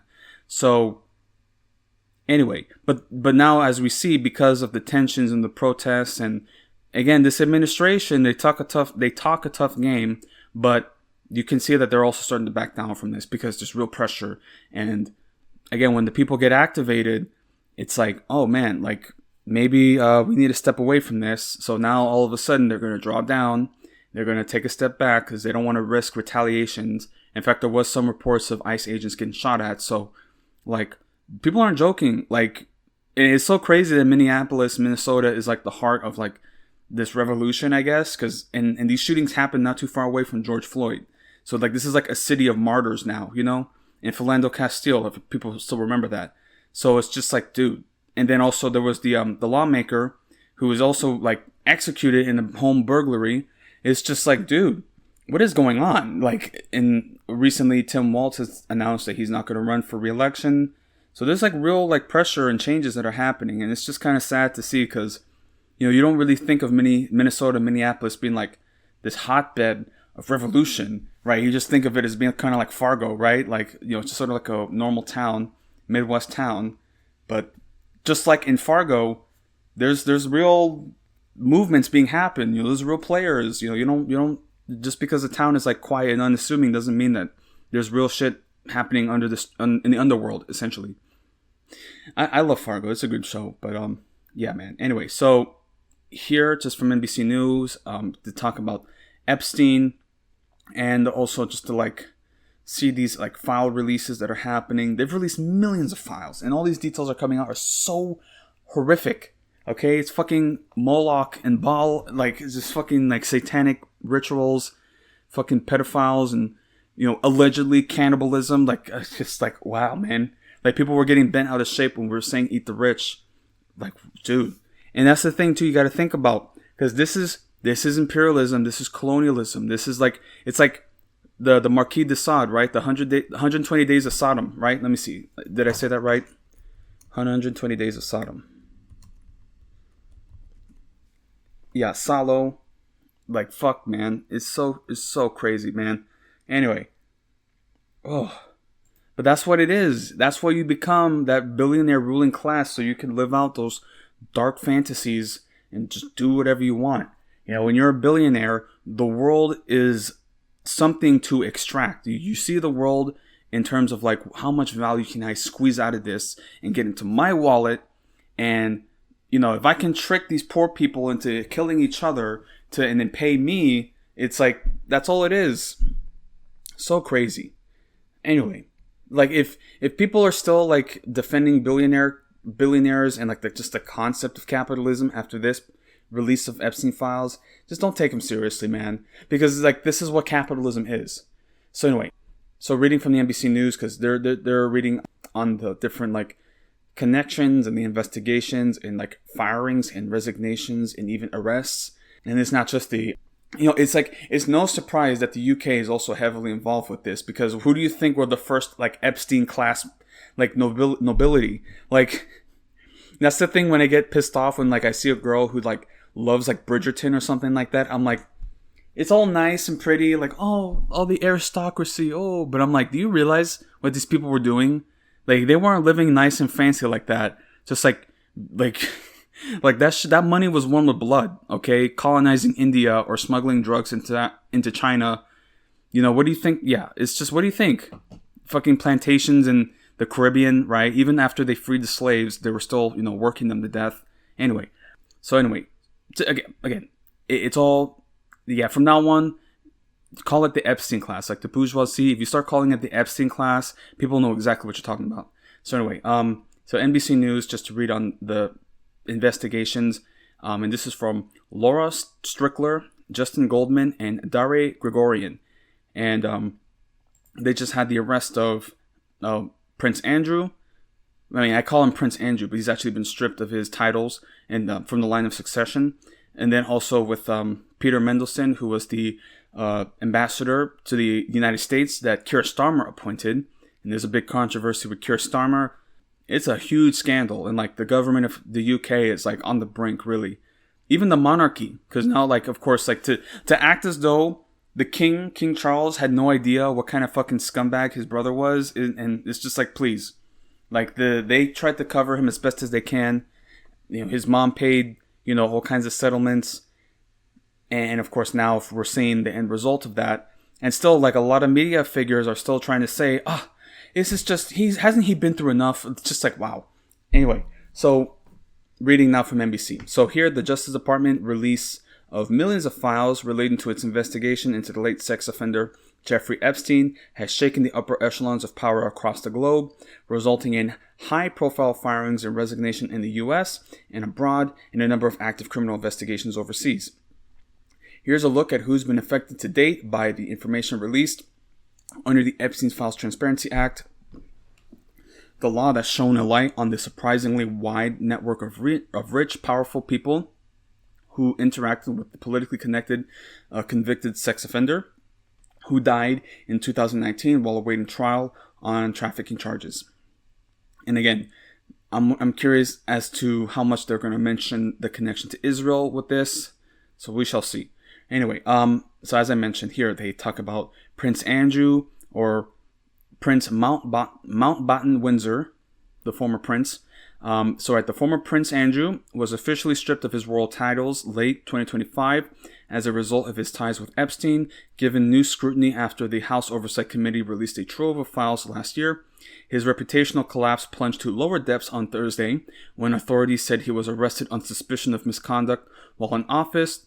The arrest came after Thames Valley Police said this month that the department was looking into a claim that the then prince had shared confidential documents with Epstein while he was serving as UK trade envoy in 2010. The claim emerged from an email chain in the latest Epstein Files release. Mountbatten Windsor appears to have forwarded Epstein, quote, visit reports for Vietnam, Singapore, Hong Kong, and Shenzhen, end quote, in relation to a trip he made to Southeast Asia. Trade envoys are typically barred from sharing sensitive or commercial documents under confidentiality rules. Mountbatten Windsor has denied wrongdoing in connection with Epstein, but has not commented on the latest batch of files or his arrest. Quote, he was released approximately 11 hours after being attested, meaning that he has neither been charged nor cleared of wrongdoing, the Thames Valley Police said in a statement. Thursday, King Charles III vowed to cooperate with any investigation and said that, quote, the law must take its course, end quote. Again, this is so wild. Like the UK, we forget, the UK is such an old country, okay? So this is the first arrest of a royal since 1647 when they arrested Charles I and, you know, beheaded him. It's just like, imagine if they brought that back. Just like, or like, again, you know, we just had the Night of the Seven Kingdoms, so Prince Andrew's just like, I invoke my right to trial by combat. Like, who would be in his trial of 7? That's what I want to know. Okay. It's not funny, but it's just like, it's just so, again, the UK is such a funny place because it's like, how do you take this place seriously? And then, of course, we just had the BAFTA scandal where you had Michael B. Jordan and Delroy Lindo making, you know, an awards address, and it's just like, how does this happen?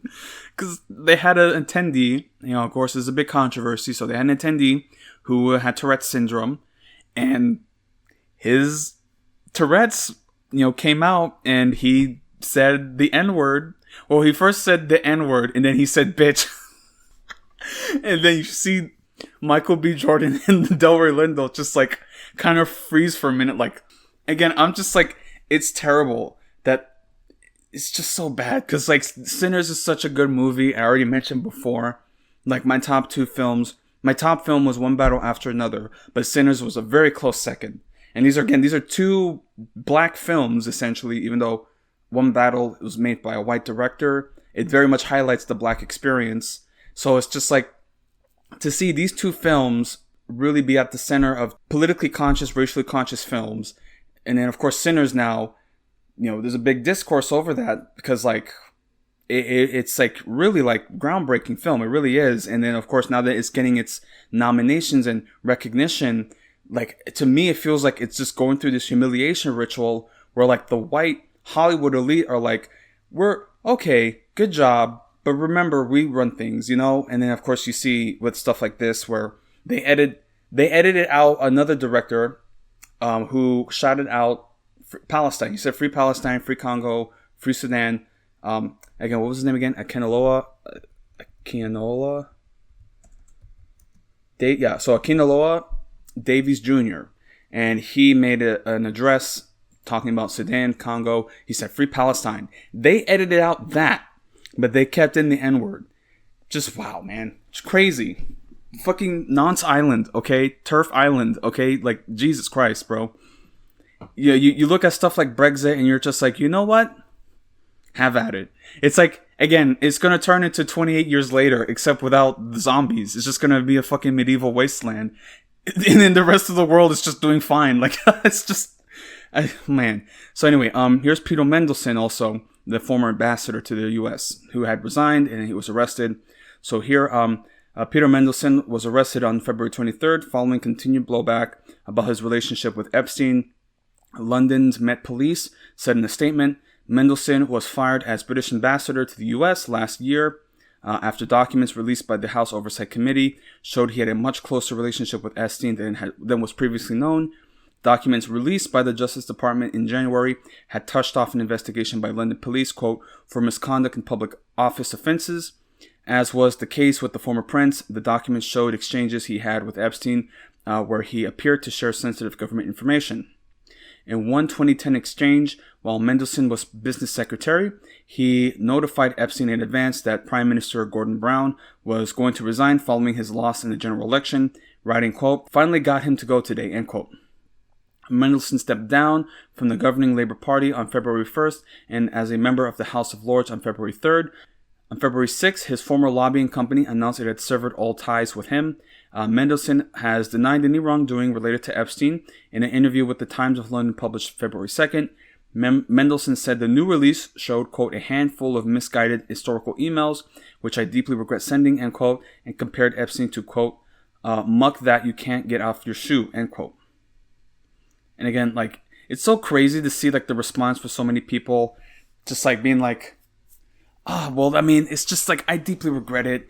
And it's, like, he was already, like, indicted for, like, sex offenses or, like, like, this is, like, very well known. Also with, like, Howard Lutnick, right? Like, he said, I went to his home and there was a massage table. I'm like, what? And then he still kept in contact, So they're all trying to, like, cover their asses.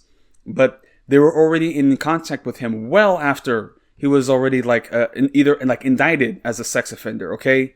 It's just crazy. It's just wild, okay? And you see some of these emails, too. They're not even subtle about it. They're just like, oh, yeah, I got this new 11-year-old today. Like, it's just like, dude, I'm like, these people need to die. I'm sorry. So, yeah, here's some other members, okay? Because also there's a big scandal with Norway and the royal family there. It's just crazy. So, Thorbjørn Jagland,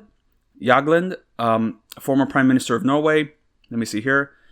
Here's some other, and again, just coincidentally, all these billionaires, wow, all these like major, capitalists are also best friends with him. Thomas Pritzker, Kathy Rumler, Thomas Pritzker, who was the chairman of the Hyatt Hotels. Kathy Rumler, former chief legal officer at Goldman Sachs. Brad Karp, former chairman of Paul Weiss. George J. Mitchell, former U.S. Senator. Sultan Ahmed bin Suleiman, so he's an Emirati from the UAE, Emirati businessman. Casey Wasserman, CEO of Wasserman Media Group. Peter Arya, who was a wellness influencer, but he was also a contributor to CBS, which is now under the leadership of Barry Weiss, and he had to resign. Crazy. Sarah Ferguson, former Duchess, the ex-wife of Prince Andrew. Mona Juul, the Norway's ambassador, former ambassador to Jordan and Iraq. Miroslav Lajčák, I hope I'm saying that right, former Slovakia National Security Advisor. Jacques Lang, a former French culture minister. Again, there's so many more people, but again, they're just pointing to, a short list. Mohammed Wahid Hassan, former president of the Maldives. David A. Ross, School of Visual Arts, from the New York School of Visual Arts. Larry Summers, former Harvard University president. Again, it's also like the Ivy League, Yale, Harvard intellectual class. Jess Staley, former CEO of Barclays. Leon Black, former head of Apollo Global Management. Just to name a few. Again, that's just what they list here. Surprisingly, they don't mention really anybody from Israel or any Israeli connections. Surprisingly, but what can you expect? Yeah, it's just wild, man. It's just wild. And again, they released millions of files. And of course, you got Trump, right? Like, just all his alleged, connections and like crimes and like what's going to happen. Nothing's going to happen, man. So yeah, it's just to continue here. So here, because now we're talking about Ghislaine Maxwell. It's just like you read these details about Ghislaine Maxwell and you're just saying to yourself, why isn't she in an electric chair right now? I'm just like, how the fuck is this person still alive? Like, I'm not pro death penalty usually, but this is where I'm just like, this lady needs to die. I'm sorry. Crazy. And of course now she's trying to play hardball. Just crazy. And she's just living in some fucking like minimum security camp in Bryan, Texas. I'm like, why? What? Like, okay. So yeah, here from Associated Press. So here, Ghislaine Maxwell fights release of more Epstein documents, calling disclosure law unconstitutional. It's just crazy. And of course, she's playing like, she wants a pardon. Of course, she's trying to release Trump of any culpability. But again, it's like crazy, but like, and like you see some people trying to be like, well, we can't really assume that she was really, involved with it. In fact, she got misled by Epstein, even though it was her father who really set everything up. They totally missed that part. So here, just to read from the Associated Press, and this is from Michael R. Sisak and Larry Neumeister. So here, lawyers for imprisoned British socialite Ghislaine Maxwell are fighting the request release of 90,000 pages related to disgraced financier Jeffrey Epstein and Maxwell, saying a law used to force the public release of millions of documents is unconstitutional. The lawyers filed papers late Friday in Manhattan federal court to try to block the release of documents from a since-settled civil defamation lawsuit brought a decade ago by the late Epstein victim Virginia Giuffre against Maxwell. The Justice Department recently asked a judge to lift secrecy requirements on the files. Maxwell's attorney said the Justice Department obtained the documents otherwise subject to secrecy orders improperly during its criminal probe of Maxwell. They said the documents include transcripts of over 30 depositions and private information regarding financial and sexual matters related to Maxwell and others. Some records from the year-long exchange of evidence in the lawsuit battle were already released publicly in response to a federal appeals court order. Maxwell's lawyers saw a law Congress passed in December to force the release of millions of Epstein-related documents violates the Constitution's separation of powers doctrine. Congress cannot by statute strip this court of the power or relieve it of the responsibility to protect its files from misuse. To do so violates the separation of powers, end quote, wrote the lawyers Laura Menninger and Jeffrey Pagliuca about the Epstein Files Transparency Act. Quote, under the Constitution's separation of powers, neither Congress nor the executive branch may intrude on the judicial power. That power includes the power to definitively and finally resolve cases and disputes, end quote, the lawyers added. The release of Epstein-related documents from criminal probes that began weeks ago has resulted in new revelations about Epstein's decades-long sexual abuse of women and teenage girls. Some victims have complained that their names and personal information were revealed in documents while the names of their abusers were blacked out. And again, it's not just women, young women, and little girls, like we're talking children and babies and toddlers, okay? Like these people need to die. I'm sorry. Like, what the fuck? So, I don't even, like, again, you read some of this stuff and you're just like, burn it down. So, members of Congress have complained that only about half of existing documents, many with redactions, have been made public, even as Justice Department officials have said everything has been released except for some files that can't be made public until a judge gives the go-ahead. Giuffre said Epstein had trafficked her to other men, including the former Prince Andrew, now known as Andrew Mountbatten Windsor. She sued Mountbatten Windsor in 2021, claiming they had sex when she was 17. And of course, that was the famous interview where he's like, I couldn't sweat. I have a condition where I can't sweat. Well, now he's sweating. He denied her claims, and the two settled the lawsuit in 2022. Days ago, he was arrested and held in custody for nearly 11 hours on suspicion of misconduct in having shared confidential trade information with Epstein. Yeah, and of course, Virginia Giuffre had actually committed suicide. So still, it's just like, there was just no justice for her. In a memoir, or I should say allegedly committed suicide. In a memoir published after she killed herself last year, Giuffre wrote that prosecutors told her they didn't include her in the sex trafficking prosecution of Maxwell because they didn't want her allegations to distract the jury. It's crazy, bro. Maxwell, 64, was convicted in December 2021 and sentenced to 20 years in prison. Epstein allegedly took his own life in a federal lockup in 2019 August as he awaited trial on sex trafficking charges. Maxwell was moved from a federal prison in Florida to a low-security prison camp in Texas last summer after she participated in 2 days of interviews with Deputy Attorney General Todd Blanche. 2 weeks ago, she declined to answer questions from House Oversight Committee lawmakers in a deposition conducted in a video call to her federal prison camp, though she indicated through a statement from her lawyer that she was, quote, prepared to speak fully and honestly if granted clemency. The Justice Department did not immediately respond to a request for comment on Saturday. So, yeah, man, it's just crazy. It's just crazy. Again, she was like, I'll clear Donald Trump's name, and it's just like, you're already a convicted sex offender.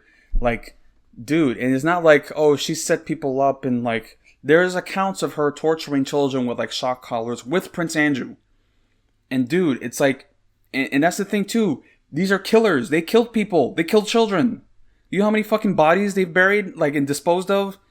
We can't play games about this, man. Dude. And they're just living life, and she's just like in a minimum security camp and still demanding clemency. Like, bro, man, there's no fucking justice in this world, bro. No justice. And people they just go about their day without a fucking thing. Like, there was the video that came out where like there was this guy at an airport just like ranting and basically like yelling at people, which I mean, I get it, that's not exactly the most effective way, but still, it's just crazy. Like, yeah, like that's how, like, what the fuck? And we can't do shit because these fucking cops in the military, they're going to kill us. That's really what's going to happen. They don't care. Oh my God, bro. Anyway, so that's what I have to say about Epstein. Again, I'm not a big like Epstein conspiracy podcast, commentator, but it's part of the collapse. This is just what's happening. And, the ruling elite, they keep getting exposed. And for whatever reason, they want to keep this air of sophistication. But we all know that they're fucking like cannibal, pedophile, satanic assholes. Again, but they have to keep that air of respectability. It's just like the nobility, right? Like, they talk about techno-feudalism, which is like, yeah, they're aristocracy. They're the blue blood nobility. And they have to like maintain this like myth, right? Of like, we are chosen by divine providence. Of course, we're no longer, as many people try to pretend to be religious, money talks. That's all they care about. So that's why you have a lot of this prosperity gospel that's like really taken, it's just getting out of control, really, because we're a culture driven by money, capitalism. So when we see people and positions of wealth and power, we just automatically take them as positions of authority because, well, why else would they be rich if not because they're doing everything right? Again, and you see this a lot in your day-to-day life where people, they very clearly are dysfunctional human beings, at least like in terms of their emotions or whatever. But because they have a cushy job, right, and because they can at least pay their bills and they, can seemingly compose themselves and present themselves as like, functioning adults and members of society, well, then all their other personal issues are you can't. It's like, again, like it's just like, oh, well, I got my job and I pay my bills and everything's figured out, so I don't really have to like explore any sort of like internal like issues or like insecurities or anxieties that I might have because I have a job and I make money and that's it. And yeah, anyway, so it's just like it's sort of crazy how you talk about Epstein and you talk about the rich and this like eyes wide shut like sort of social club that they live in. But you have to understand, like a lot of regular people, as much as they would like to talk about Epstein, if they, suddenly became billionaires too, they probably would be up to some weird shit themselves, or at the very least, they just won't rock the boat. That's another thing too. Like everybody stays in line. Everybody gets dirt on everybody, right? So again, you see stuff like Bill Gates, right? It's the details that are coming out about him and Epstein and his wife too. Like, you see all these different like billionaires that were involved, or like people in Hollywood. They all knew they're trying to cover. They knew exactly what was going on, especially with like Diddy. Also, that's another scandal. The Diddy parties. People knew what was happening. That's why they kept making jokes about it. Like, oh, don't go to Diddy. It's all a club, man, and you're not in it. It's just now they're getting exposed, even though everybody already knew this about them. But they're getting truly exposed, and so they're embarrassed. Oh, how embarrassed! Right? Because you didn't want to rock the boat. And so now you're being questioned as to like, why didn't you say anything? Anyway. And then of course the people who did speak out were quickly blacklisted. Again, because they rocked the boat, because they made somebody upset. Oh, again, it's like, it's just like in like a family reunion where like the fucking molester uncle, the alcoholic molester uncle just goes about his day like nothing happened. But then when you point out, hey, this guy is a fucking animal. Why is he here? Oh, there you go again. Like it's exactly that, people, and it just, again, you talk about Israel. Israel's hands are all over this. Can't bring up that connection either. Like, fuck, dude. I'm just saying, man. It's right in front of you. But you won't see that on NBC. You won't see, the connections with Ehud Barak, or the connections like Ghislaine Maxwell's father with MI6 and Mossad, right? Or like, Jeffrey Epstein, like just always wearing an IDF shirt, like anyway. Okay. So that's what I want to say on Epstein. Again, there's so much more I could say, but I need to move on. Just to read now on recent court rulings, because this has to do with like the economic agenda that Trump has been making, the America First, right? The day of liberation, right? Well, look how liberated we are now. They just recently struck down his tariff attempts. And of course, now Trump is going crazy, and he first did like a 10% increase in tariffs. Now it's 15%. He's just mad, and he's just going to throw a tantrum, and now we got to deal with it. He basically like fleeced the American people of like $130 billion, right? And we're not going to get a refund on that, So yeah. And he said it too. He's like, I can do whatever I want. I can destroy the country. I'm allowed to do it. It's just crazy. Okay. So this is from NPR. And this is an article, or at least they're sourcing it from the Associated Press, released on February 21st. So here, after the Supreme Court's ruling on tariffs, companies line up for refunds. So all these corporations are going to ask for their refunds. And I think FedEx even sued the government. So yeah, it's going to go to court.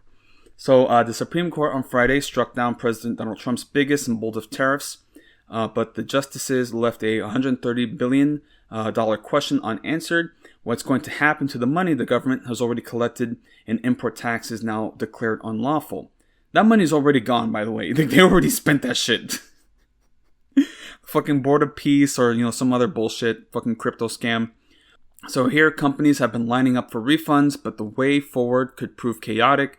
When the smoke clears, trade lawyers say importers are likely to get money back. Eventually, it's going to be a bumpy ride for a while, said trade lawyer Joyce Adetutu, a partner at the Vinson and Elkins law firm. The refund process is likely to be hashed out by a mix of the U.S. Customs and Border Protection agencies and Specialized Court of International Trade at New York and other lower courts, according to a note to clients by lawyers at the legal firm Clark Hill. Quote, the amount of money is substantial, end quote, Adetutu said. Quote, the courts are going to have a hard time. Importers are going to have a hard time, end quote. She still said, quote, it's going to be really difficult not to have some sort of refund option, end quote, given how decisively the Supreme Court repudiated Trump's tariffs. In its 6-3 opinion on Friday, the court ruled Trump's attempt to use an emergency powers law to enact the levies was not valid. 2 of the 3 justices appointed by Trump joined the majority in striking down the first major piece of his second-term agenda to come before them. At issue are double-digit tariffs Trump imposed on almost every country in the world last year by invoking the 1977 International Emergency Economic Powers Act. The Supreme Court ruled that the law did not give the president authority to tax imports, a power that belongs to Congress. The U.S. Customs Agency has already collected $133 billion in tariffs as of mid-December, but consumers hoping for a refund are likely to be compensated for the higher prices they paid when companies passed along the cost of the tariffs. That's more likely to go to the companies themselves, and those prices are still going to stay the same. Fuck the consumer, right? In a dissenting opinion, Justice Brett Kavanaugh dinged his colleagues for dodging the refund issue.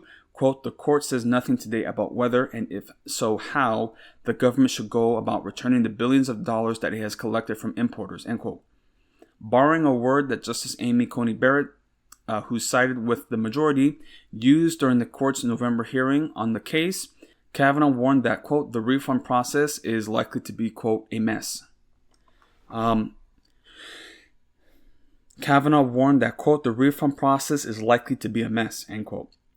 Quote, I guess it has to get litigated for the next 2 years, end quote, Trump told let me do the voice, okay? Quote, I guess it has to be litigated for the next 2 years, end quote, Trump told reporters at a press conference Friday in which he decried the court's decision and said that he was, quote, absolutely ashamed, end quote, of some justices who ruled against his tariffs. Quote, we'll end up being in court for the next 5 years, end quote. The end of the IEEPA tariffs could help the economy by easing inflationary pressures. The tariff refunds, like other tax refunds, could stimulate spending and growth, but the impacts are likely to be modest.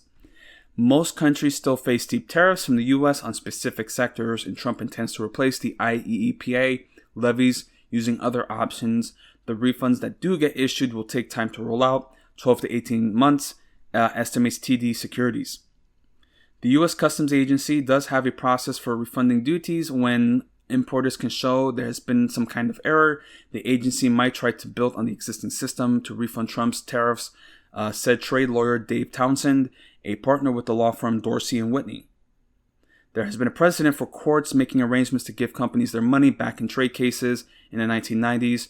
The court struck down as unconstitutional a harbor maintenance fee on exports and set up a system for exporters to apply for refunds. But the courts and U.S. Customs have never had to deal with anything like this. Thousands of importers and tens of billions of dollars at once.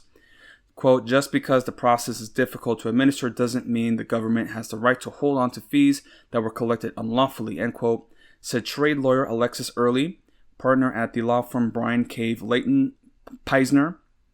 Ryan Majerus, a partner at King & Spalding, and a former U.S. trade official, said it's hard to know how the government will deal with the massive demand for refunds.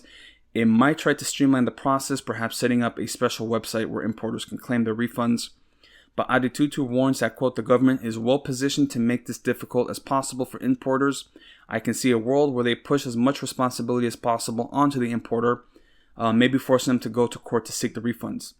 Many companies, including Costco, Revlon, and canned seafood and chicken producer Bumblebee Foods, filed lawsuits claiming refunds even before the Supreme Court ruled, essentially seeking to be at the head of the line if the tariffs were struck down. There are likely to be more legal battles ahead. Manufacturers might, for example, sue for a share of any refund given to suppliers that jacked up the price of raw materials to cover the tariffs. Quote, we may see years of ongoing litigation in multiple jurisdictions, Early said. Consumers, though, are unlikely to enjoy a refund windfall. The higher prices they had to pay would likely to be hard to attribute to a specific tariff, should they prefer refunds anyway. Early wouldn't advise wasting money on legal fees, but said, quote, in America, we have the ability to file a lawsuit for anything we want, end quote. Illinois Governor J.B. Pritzker, a Democrat and Trump antagonist, is demanding a refund on behalf of his state's 5.11 million households. In a letter addressed to Trump and released by Pritzker's gubernatorial campaign, the governor said the tariffs had cost each Illinois household $1,700 or $8.7 billion. Pritzker said failure to pay will elicit further action. Nevada Treasurer Zach Canine submitted a payment request to the federal government for $2.1 billion to recoup the cost of the tariffs, his office announced Friday. Quote, As Nevada's chief investment officer, I have a responsibility to try to recoup every single dollar that the Trump administration takes from Nevada families, end quote, Canine said in a statement. And again, you don't see that coming from a red state, about like trying to pay the people back. It's crazy. Actually, I just read in like Arkansas, like Sarah Huckabee, she forced like the retirement department of some kind to like sell $50 million and to buy Israeli bonds. It's just like, oh my God, that's the type of shit that Texas would do, It's like, that's bullshit. So you want a refund for your tariffs? Bullshit. Send 133 billion to Israel. Like, it's just fucking, that's the response. Oh my God. So yeah. So reading from CNBC about because again, it's like Trump and America, we're doing all this crazy shit, and then China's just standing back like, yeah, we're just doing just fine. Like, again, like I just remember that one of the, either a trade or finance minister, he's just like, the news anchor is just like, well, aren't you worried about America, just no longer being a customer? He's like, we don't care. Like, what are you talking about? The world doesn't revolve around America. And of course, now we're seeing all this instability, all this like tariff, like craziness, and Trump and China's just like, we're just continuing as normal. So yeah, here, CNBC, just reading here, this is an article from ENIAC Bao, and here China's leverage rises before high-stakes summit as Supreme Court curbs Trump's tariffs. So yeah, man, it's just like, China is just on the rise, and we're so destabilized, and like, it's not even funny. Like, this is the Chinese century, man. It's just no escaping it. So here, the U.S. Supreme Court's decision to strike down President Donald Trump's sweeping tariffs has strengthened China's hand ahead of a summit with his counterpart Xi Jinping, where Beijing is expected to push for reduced U.S. support for Taiwan, analysts said. In a ruling Friday, the court said Trump wrongfully invoked the International Emergency Economic Powers Act to implement broad tariffs.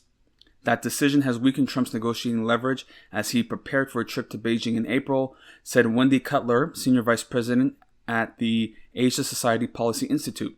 Quote, he has effectively had his wings clipped on his signature economic policy, said Cutler, who was also a former U.S. trade representative. Trump will visit China from March 31st to April 2nd, the first trip by the American president since his last visit in 2017. Xi is also expected to make a state visit to Washington later this year. Analysts said the ruling could change the dynamics around efforts to extend a trade truce negotiated last year and complicate Trump's push for Beijing to buy large quantities of U.S. soybeans, Boeing aircraft, and energy exports. That is funny. Like, why won't they buy U.S. soybeans?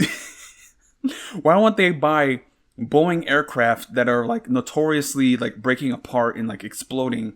And like, why aren't they buying our energy exports, even though they're like mass producing solar panels, right? Like, it's just like, man, why won't they buy our stuff? Quote, it limits Trump's ability to deploy tariffs at will, reduces pressure on Beijing to expand soybean purchases or ease rare earth access. and gives China leverage to push for the removal of the remaining 10% tariffs linked to fentanyl, end quote. Deng Wang, China director of Eurasia Group. And again, they tried to link China to the fentanyl. It's like they don't produce the fentanyl. It's just they produce the compounds that gets later manufactured.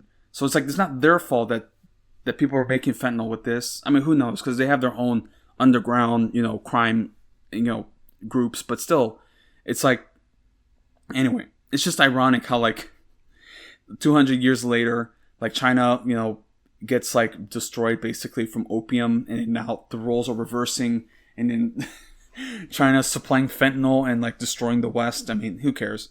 But yeah, so for Beijing's part, it could use the opportunity to press Washington to ease technology export controls, remove certain Chinese entities from U.S. sanctions lists, and cut back arms sales to Taiwan, said Jinbo Wu, director at Fudan's University Center for American Studies.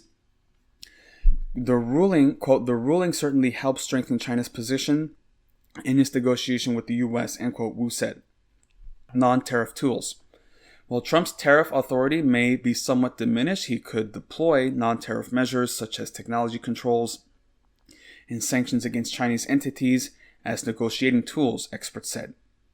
Quote, the measures with real structural impact remain non-tariff tools, said Wang.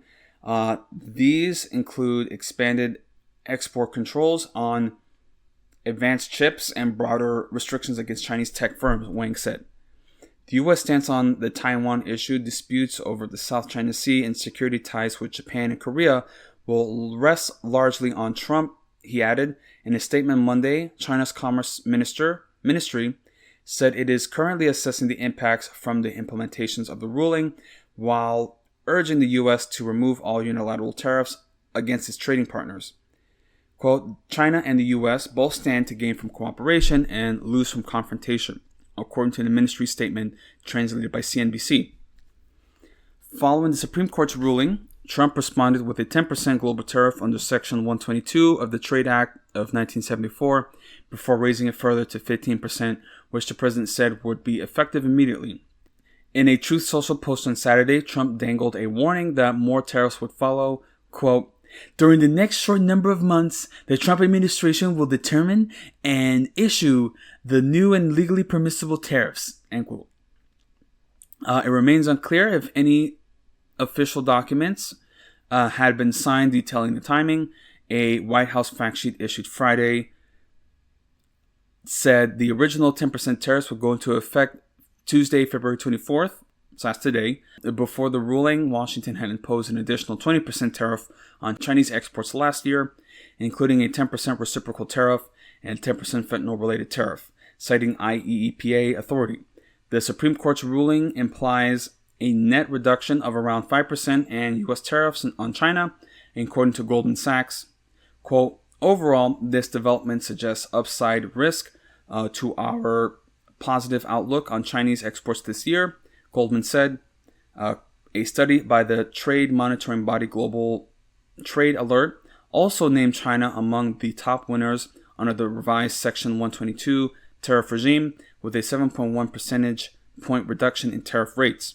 John Gong, a former consultant to China's Commerce Ministry, said that Beijing is not, quote, betting their strategy on a dispute between the executive and judicial branches of the U.S. government, although a lower tariff rate is something nice to have. And here's a 301 section investigation. Still, China faces an ongoing Section 301 investigation launched last year over its compliance with the Phase 1 trade deal from Trump's first term. The Office of the U.S. Trade Representative said in October last year that China appeared to not have met its commitments to expand market access, lower tariff barriers, and ramp up purchases of U.S. goods and services despite repeated U.S. engagement to address implementation concerns. Quote, once the U.S. has decided that a country is an unfair trade partner, Section 301 comes with substantial flexibility to use tariffs or other measures, end quote, said Deborah Elms, head of trade policy at the Hinrich Foundation.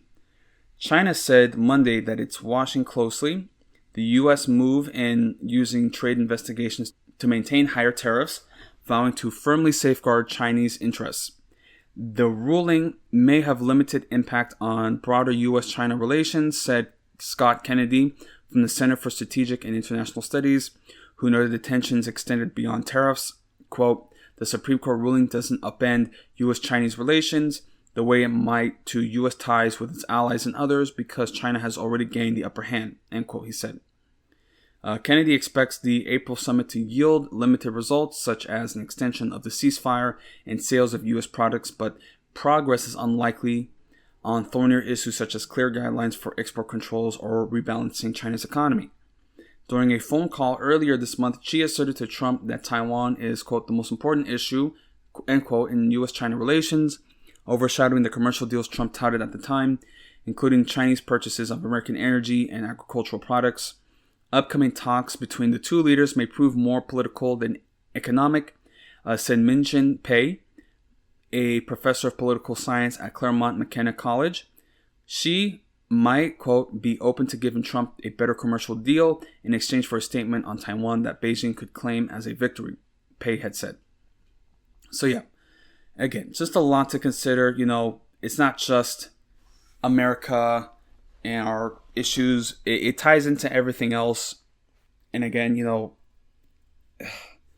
it's just wild, you know, seeing this administration, just how incompetent it is. And it just keeps shooting himself in the foot. And Trump is just all about, you know, looking strong and having this economic agenda.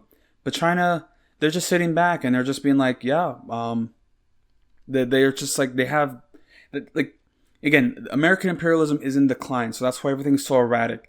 But China is just chilling. They're just like, and the rest of the global south is looking at how crazy the U.S. is becoming. And we're just like basically like eating ourselves. And then like, they're just looking to China, looking how stable they are. And they're just like, we just want to trade. We just want to build roads and bridges. Like, you know, say what you want about human rights abuses. And yeah, China isn't, you know, perfect. They're not, you know, allies, right?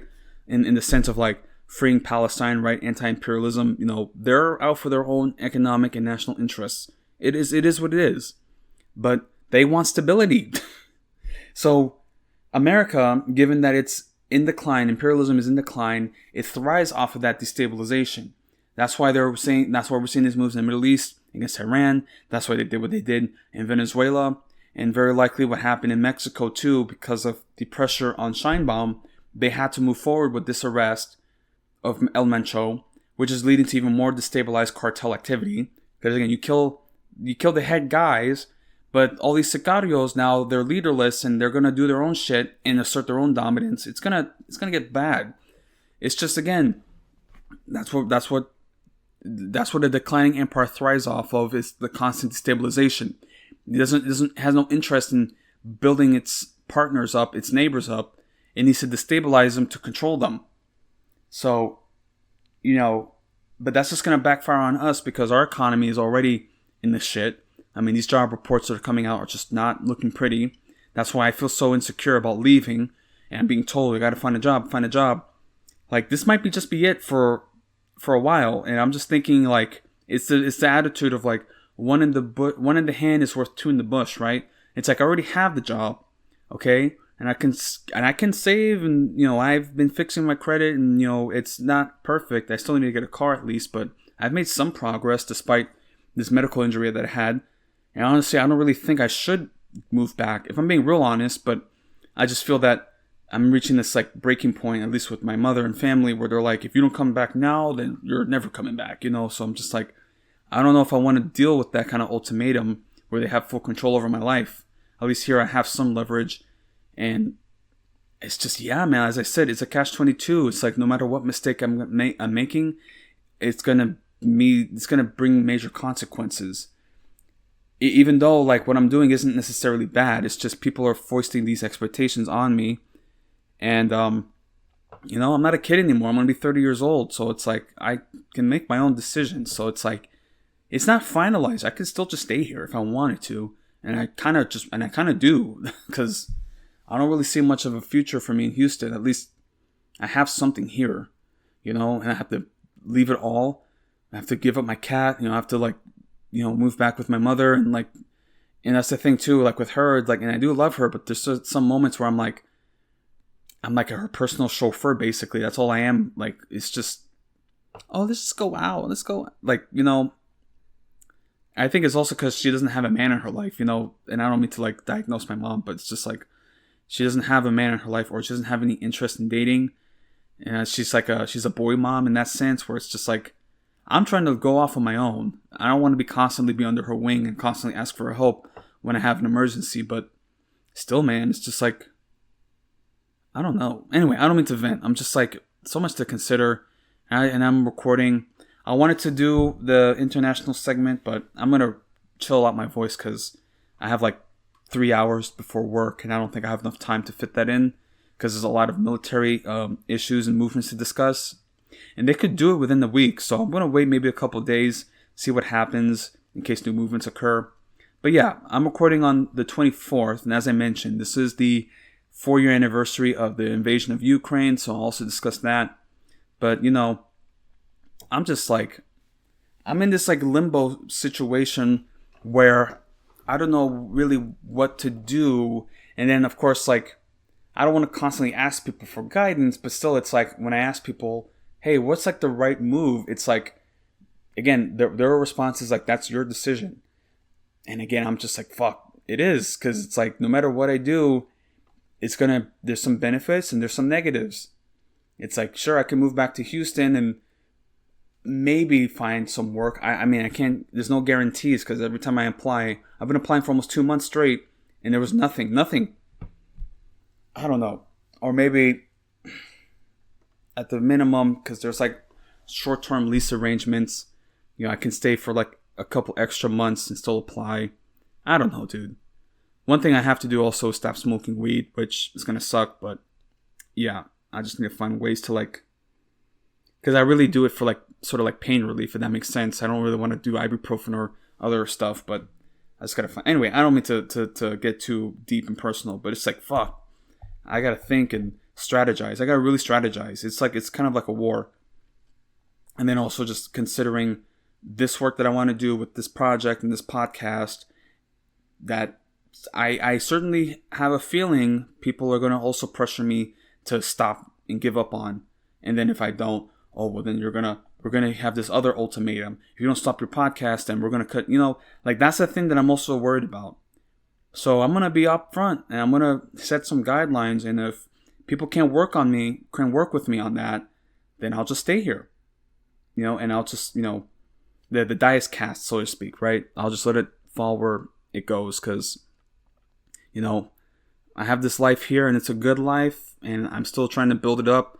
I'm doing what I can, and people just can't work with me, because they want to have that control and that whole of like, you're here for us and the family, even though like the family that I have is destroyed because my father just wanted to go off and create a new one, right? Typical Dominican dad, right? I'm sorry, not to vent, but it's just like, fuck, you're fighting for your life, man, for real, and people just add more bullshit onto your plate. Not that I don't want to step up, but still, man, it's like there's a certain point where it's like these problems were for starters, not even my fault that I didn't even create. And then I have to give up my life to fix this broken family that is just going to like basically consume me, Again, like this time that I've spent away, and they still don't understand. Every time I try to explain to them, even when I say straight up, like, I'm in Huntsville to get away from y'all, it's still just like, whoa, I don't get it. Oh. It wasn't always so bad. That's another thing I hear. It's just like, dude. Anyway, I'm not to vent about my family, but I'm just like, I'm kind of like in this like internal just struggle for survival. And of course, this podcast certainly helps to get that voice out, right? Especially to those if anybody's also dealing with the same issue. But that's at least the internet or the domestic segment I want to open with.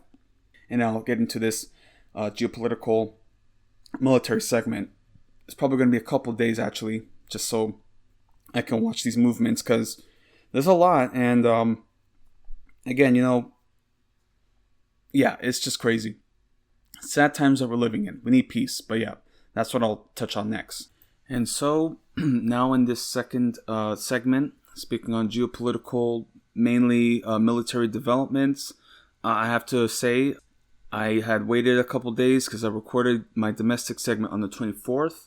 And I had totally forgotten that there was a whole State of the Union address. I'm just totally yeah, I'm like, what? So I didn't watch it because it's just gonna be Trump just going, it's the best. The country's doing great. We're liberated. It was just, yeah. What are you gonna say? Just key points, however, you have the Representative Al Green from Texas. He had that sign that black people aren't apes. That was in response to Trump sharing the AI video of. I mean, it was mainly just other Democrats, but it started from the get-go with Michelle Obama and Barack Obama as monkeys. So that was his protest, Al Green, and it was just like, again, it's like there's no hiding it anymore. The Republicans are just straight up Nazis. Okay, they're white nationalists. They admit it as much. They're just like, again, like you have Vance saying we're no longer apologizing for being white, and it's like nobody really asked. I guess the thing, man, it's just like we're just asking some basic recognition of the consequences of European colonialism and white supremacy. And then it's just like, actually, this land wasn't stolen. It was conquered. Like, it's just, again, they're totally leaning into it. And of course, again, this is a Groyper administration. So it's all captured by online, like discourse and politics. But like, there's still like boomers and the silent majority and like Gen Xers who live in the real world that aren't like terminated online. And they're just like,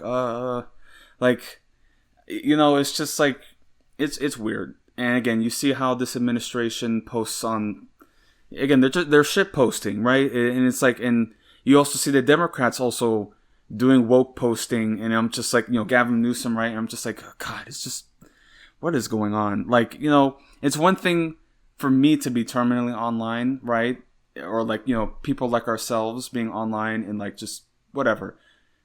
But then when you see like the Congress, right, you see like members of the government, and not even like, and it's one thing again if it's like an intern or staffer, again, Gavin Newsom, right, like it's just, come on, man. And there's of course the big scandal with Hassan saying he wouldn't vote for him.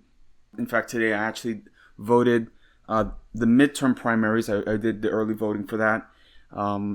Honestly, like, I'll be honest, the only Democrat that I voted for, I mean, I'm a registered Democrat, but I only voted for James Tallarico, who I'm not fully, like, 100% on, but it was either that or Jasmine Crockett, and I'll be honest, I don't really like how she's conducting herself, especially on the issue of Israel, like, just her attitude in general, just, like, it's, like, I don't know. I mean, like, again, Tallarico isn't any better. I mean, he's still for, like, a two-state solution and, like, oh, we're just not going to support offensive aid, but support defensive Iron Dome. I don't like that. I mean, I want totally abolishment of, Israel, but it is what it is. And I know it sounds, like, cheap to be all like, oh, this is my single issue, Israel, like, and I'm going to ask, I'm going to press canvassers or whatever, especially for Democrats. But, like, yeah, again, this is, like, this issue is like the fulcrum.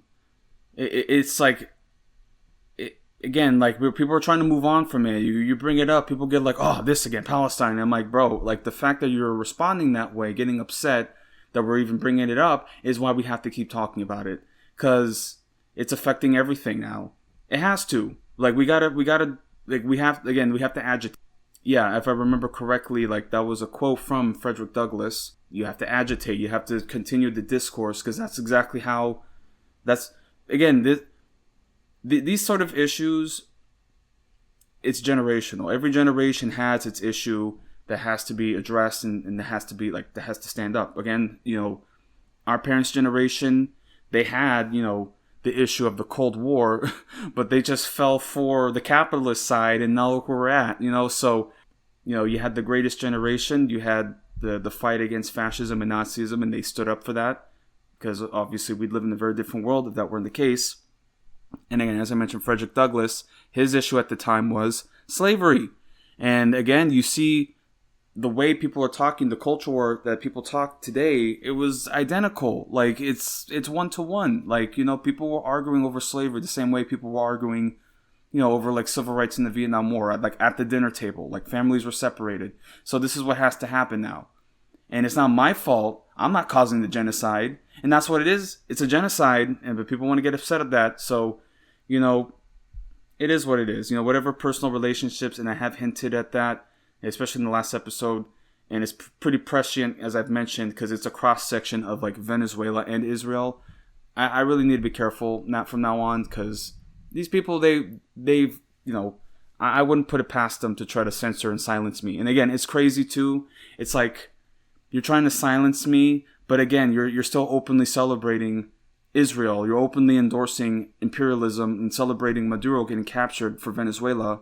It's like you're getting mad that I'm making my comments, but you still say it yourself out loud. But again, that's the tactic now, because it's all about silencing and censorship. People don't, and again, these are some people here. It's ironic. They support Israel, right? They support intervention for Venezuela, right? Imperialism and war, but then they're still like, abolish ICE. I'm just like, get the fuck out of here, But again, I'm not going to get too hung up on that, because I talk too much about my personal life, and I need to be more professional sometimes. So here, as I was talking about with the midterms, I voted at least for the primaries, and I only voted for Tellerico, and also I voted for these survey like propositions. Like at first I thought it was like actual propositions, but they're just surveys. So I'm like, okay, whatever. But I mean, I just wanted to like open up with that to start, given that they had the State of the Union address, and also, as I mentioned, so Al Green had his protest, but then also you had Ilhan Omar and Rashida Tlaib heckling Trump, telling him he killed Americans, and that's what happened. But it's just in general, like, there is called the State of the Union, right, which is meant to represent how things are going for the Union, and it's not going so well. Like, I'm just saying, you got again the Republicans, when Al Green is being like pushed out, like clapping and celebrating, and like one representative, I forget his name, tried to like snatch the sign out of his hands, and it's like, again, look at the image of like a black man protesting against racism, and then a white, again, this is like a southerner guy trying to like rip it out of his hands. Like, again, the Nazis are in charge. Again, it's like people like are just, the problem with Americans a lot of the time is still we're in denial, and we think that, we just got to trust the system, and what?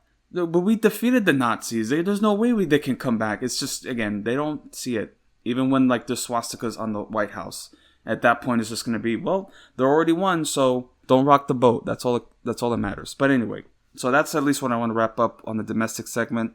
Now I'm going to start talking on the more geopolitical segments, and again, a lot to discuss, a lot of developments, especially in Latin America, and especially in this last week also, like in Mexico and Cuba. I mean, they're making moves for Latin America. Of course, there's also movements now with Iran. I don't really know what the plan is for that. I mean, they could start attacking it tonight, honestly. It's just any second. Or they might come to a last-minute deal. Well, I mean, I'll discuss that in a moment. But, Iran is like a real, like, military, a real, like, fight that has to, that requires such investment from all these assets, naval assets, air assets, and like you consider that to a place like Venezuela, and again, with these operations, like it was a Delta Force operation, and all the deployment that they had, like they had the aircraft carrier, the Gerald Ford carrier, all of that, people were just trying to dunk on it, like, look at that, we got Maduro, and I'm like, okay, congratulations, like he's just one guy. Well, they got him and his wife, and they killed like 100 people, like his personal guard and some like civilians. Like, congrats, like, okay. But the regime is still in charge. Delcy Rodriguez, who was the vice president, has now succeeded him. And, people are saying, and there's also Diosdado Cabello. So those are like the two main like successors for Maduro and just the Chavista Bolivarian movement. They've been pretty on message, at the very least, that this was an illegal aggression, that Maduro is the democratically elected president of Venezuela. Of course, people want to contest that. Whether or not he's the democratically elected president, okay, whatever, we can discuss that, whatever. But he's the de facto president. He held the power. He was there, and he could only be removed through this aggression. That it's just like bag and tag him, well, I mean, not bag and tagging is killing him, but still, like, bro, like, it's just, I don't understand it. The way that people think that the United States, and again, it's just like, especially from a lot of Democrats, it's always American interests, and it's like, really, American interests? Is my life going to tangibly improve from, like abducting Maduro? And then it's, of course, they're trying to like put him on narco charges. Okay, how come the rest of the regime hasn't, been hit with these charges also? Wouldn't Delcy Rodriguez be involved? That was what they're trying to say, right? That this was like it's a narco government. Oh, really? But now we're best friends? Oh. No, what happened was because they knew that they couldn't invade and occupy Venezuela. It would be a disaster. It would, it's just, again, like, they couldn't do it. Especially like causing this like migration crisis in the Western Hemisphere. And also you consider like the guerrillas in places like Colombia. Like, dude, like, it's just like, it's a recipe for disaster. Imagine a fucking Libya, Syria, like, style civil war in Latin America. Like, come on. Like, it's just, but like, that's some kind of plan that some Venezuelan diaspora people would actually consider. Maybe the ones that I'm, have these personal issues with. Because, like, they want to feel so proud of themselves. Oh, we got Maduro. But then it's like, okay, great. You got Maduro. Okay. Are you going to go back now? You guys won, right? Wait, when are you going to move back? They're not going fucking back. Okay? They're not going to go back. And like Delcy Rodriguez, what's been happening is that she's still continuing with the Bolivarian reforms, the commune systems that they have. She also passed an amnesty law. So really it's just like trying to like stabilize the situation. And you saw, or if any of you like followed like the fallout from that, it was people were in the streets, but they were rallying in support of the government, in support of the revolution, in support of Maduro and Chavez. That's what happened. That's also what happened in 2002 with the coup attempt. Okay, people forget that. Like, there's a real, maybe not every Venezuelan likes the government, and that's just like the case for every country. Every country has like political divisions, but the popular support is in the poor, the working class, los campesinos, right? Los negros, los indios. Like, it's like they had no voice in the previous, regimes, like the oligarchy, like oil wealthy regime. They had no voice, and then Chavez comes along and actually speaks for the people, and then like that's what they voted him in power. Of course, whether or not he was effective, I mean, again, you see how Venezuela is, but you also have to consider the sanctions and the embargoes. Like, like Chavez was like number 2, like after like Osama bin Laden, like it was Chavez, or like, it's just, again, you have to consider those early like 2000s Bush era politics, and like, of course, Chavez, he was the guy, that was like, abajo, Yanqui de mierda, like, he's just like, and again, when I was growing up and my parents would talk about him, like, oh, mira esa, like, it's just like, but he's right, like, I'm just like, I'm listening to him, I'm like, bro, he's fucking right, like, it's just, anyway. And again, just a thing that I also wanted to comment, because like, my family, my father, my mother, they were involved in like the chemical engineering, or at least my father, he was a chemical engineer, and they did do business in Venezuela. So I just wanted to, again, this is a personal anecdote, but just to speak to, like, I'm not just talking out of my ass on this issue. Like, I have personal experience and also now, some historical context. So like in Venezuela at the time, this is like the 90s, where my father and my mother were traveling and, going to different places, and went to Colombia and Venezuela. And this is still a time where the guerrillas were still very active, and they had to have personal patrol, like guards and armored vehicles. So like they were in it, at least from what my father has mentioned before, was that he observed. And again, my father is very much like an economically like aware person, although on the issue of capitalism, he falls short. But he understood that the economy in Venezuela was too oil reliant. Like, it was just, everything was on the oil, and like the wealth wasn't exactly, because again, when you have these like oligarchy like families, like these oil wealthy families, they just hoard all the wealth, and they don't do anything to develop the country. And also you have to consider like agricultural production. That also will fall, because like these people were previously landowners, and then oil was discovered, so then that's when they got rich from the oil. But then they don't continue with the food, production. So it's just like, again, typical Latin American country where, you have wealthy families that run the country. Everybody else, los negros, los indios, los mestizos, mulattos, like they're all just poor and shit out of luck. And it reached a breaking point at several times with food riots. Again, they had the IMF, institute reforms. I don't mean to do a whole breakdown, but what I'm just saying is that, my father observed this even then in the 90s. And he had, this is an anecdote again, where he had a friend speaking, like a Dominican friend, just speaking on like, oh, I might consider moving to Venezuela. Because again, Venezuela was still considered pretty prosperous if you could, afford it. But again, most of the country were poor and not white, So like, they're like thinking, oh, I might move to Venezuela. And my father would have to say, like, at the time, and this is still before Chavez this is after his coup attempt where he lost. But that made him like a hero to the people. And he understood that, like, oh, there's a change here. You got this charismatic populace rising up in the country, this corrupt, inept country that is, rich for a few families maybe, but for the rest of the country, people are being left behind, and like this just a breaking point that's coming. So that's what it is. People, they're still, again, he came to power in 1999. They had he won the vote, Chavez. He also called for a referendum and reformed the constitution.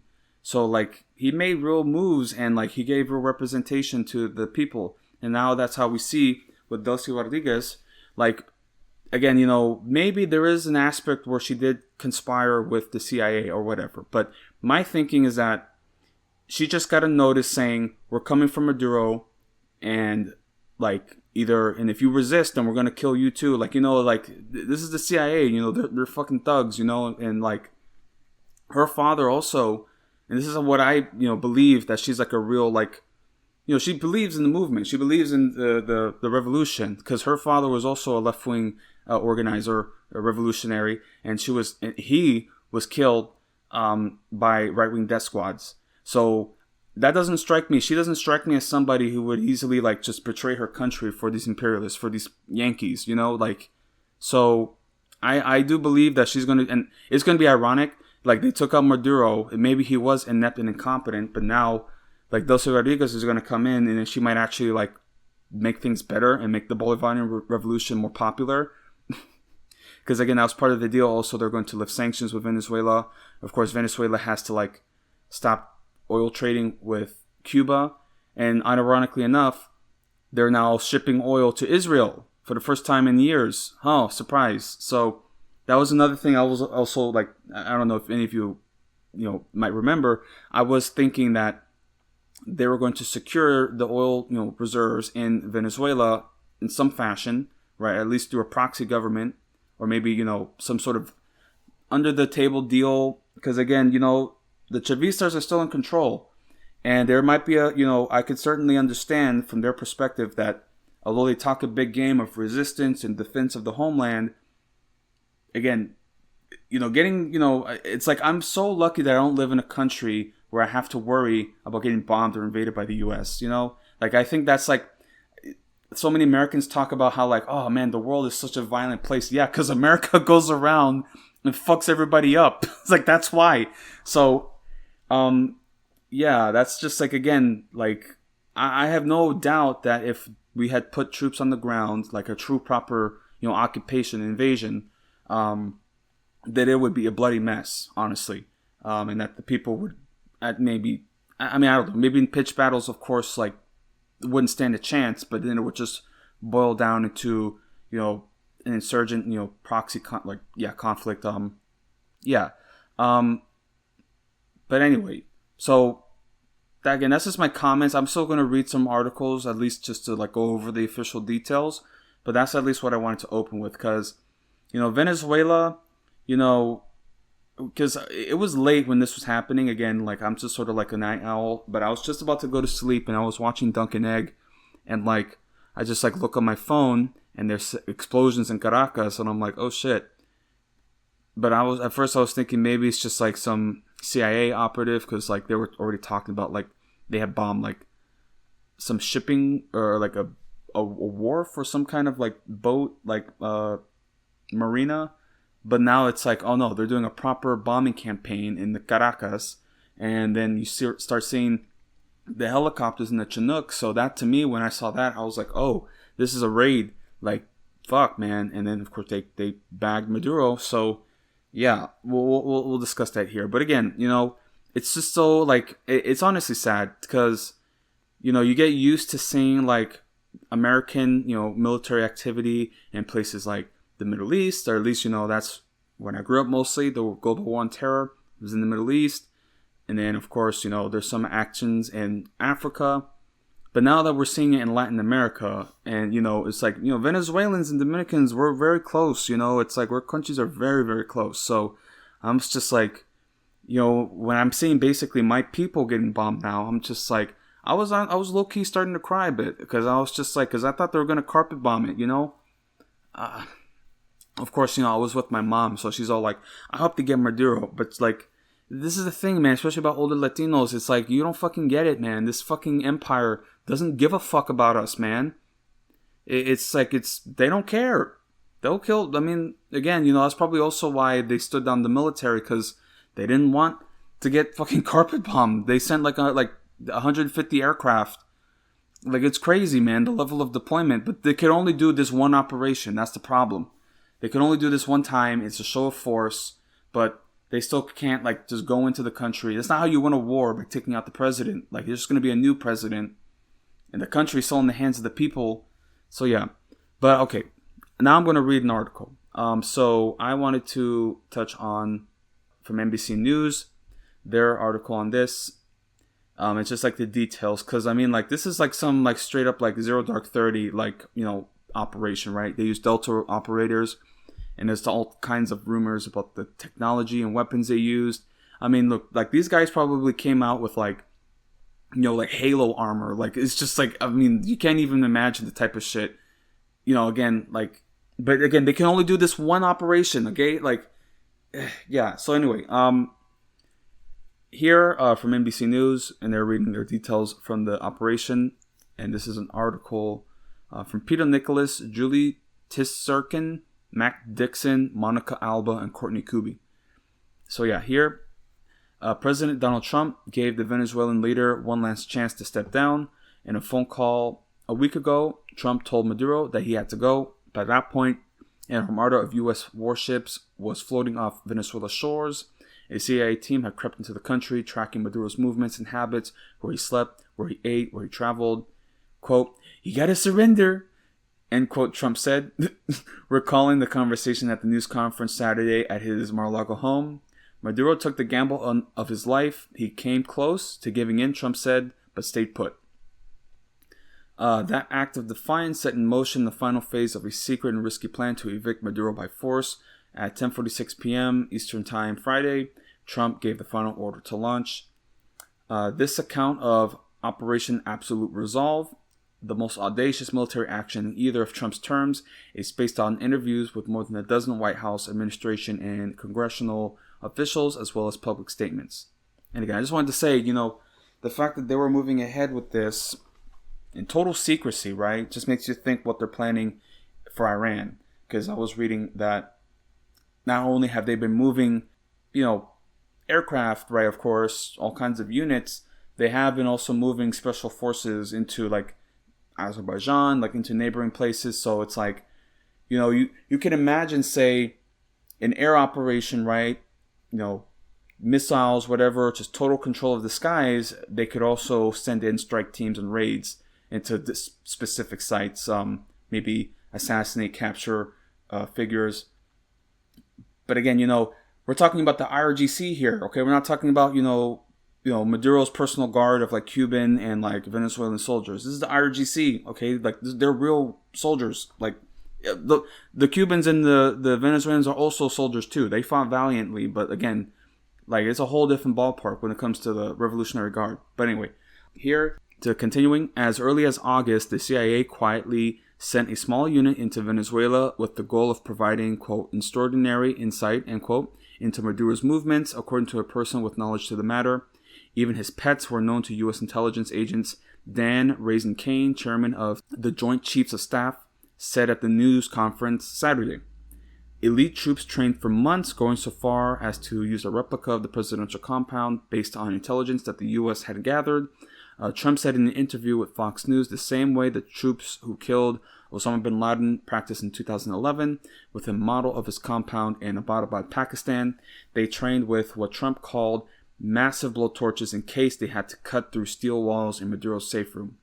At the same time, a core Trump administration team worked privately on the project for months, holding regular meetings, phone calls, and briefing Trump, a person knowledgeable about the matter said. So this is the thing. You see how elite and how trained these troops are. But again, it's a very small group of soldiers. And again, this is just the Delta Force. It's not including like Rangers or the SEALs or, any of the other special forces, Green Berets, whatever. But you see, like, it requires so much investment to train them, right? So much investment to get them equipped. But then also you have to see here, they have to get the plans for the compound, and they have to build it up to a perfect T, right? They have to have, like, basically every corner, right? Every room, every hallway. Like, I would even imagine, like, the exact distance. Like, that's how much they have to do it perfectly. And they have to train and train and train. And it's like, they're good at what they do, but then you see the amount of planning and like preparations and investment that's required here.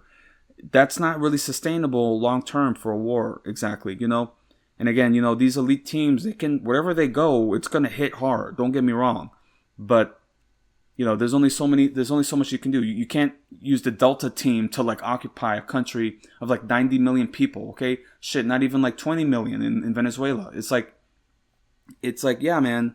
So that's why they can only do this. And it's a show of force, it's a pat on the back. But it doesn't really change anything except just a new, figurehead, right? Yeah, man. It's all PR. That's all it's for. So here, yeah, that group consisted of some of the people Trump said will now be running Venezuela, including Secretary of State Marco Rubio, Defense Secretary Pete Hegseth, CIA Director John Ratcliffe, and White House Deputy Chief of Staff Stephen Miller, the person said. Throughout the fall, Trump steadily amped up pressure on Maduro. In September, the Trump administration began sinking boats in the Caribbean that it alleged were sending drugs to the U.S., experts said. However, the boats were shipping cocaine to Europe. All told, the administration has sunk at least 35 alleged drug vessels, killing 114 people. Just wow, man. Again, just alleged drug boats. It's just, you see a boat and you bomb it. And there's reports of fishermen now missing, right? Oh, man. So, yeah. Here, the rationale for the boat strikes shifted over time. Was it drugs Trump wanted to destroy or the Maduro regime? In an interview she gave Vanity Fair in November, White House Chief of Staff Susie Wiles said the purpose was to attack the boats until Maduro cries uncle. She also said in the interview that an attack on the Venezuelan mainland will require congressional approval, something the White House hasn't gotten. I mean, they just didn't attack. You just abducted the president. Like, that's an act of war. Like, okay. So, if he were to authorize some activity on land, then it's war. Then we need Congress, end quote. Wells told the author, Chris Whipple. The same month, America's most advanced aircraft carrier, the USS Gerald R. Ford, swept into the Caribbean, part of a military buildup that Trump believed got the attention of Maduro. Quote, a lot of ships are out there, Trump said at the news conference. Trump left the White House for the holidays on December 19th, with Mar-a-Lago serving as his headquarters for the final planning.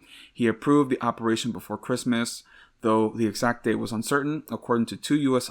officials familiar with the planning. Venezuela wasn't his only worry. On Christmas Day, he had ordered strikes on militants in Nigeria in response to alleged persecution of Christians. Which, again, that's something I'll discuss in a moment. But they just, bombed some farmland, So, yeah. At a New Year's Eve party at his home, dressed in a tuxedo with First Lady Melania Trump at his side, Trump was asked by reporters what his resolution for 2026 was. Quote, peace on earth, end quote, he said. And again, he got awarded the Nobel Prize by Machado. Shit, it's just so fucking stupid, man. Oh my God. Anyway, and again, he still doesn't like her. He's still She's like, please make me the president, and Trump's just like, thank you for the award, but you're kind of basic. Like, it's just, oh man, yeah, no, he just said like, yeah, she doesn't have the support. She doesn't, like, but like that's the thing about these diaspora exiles.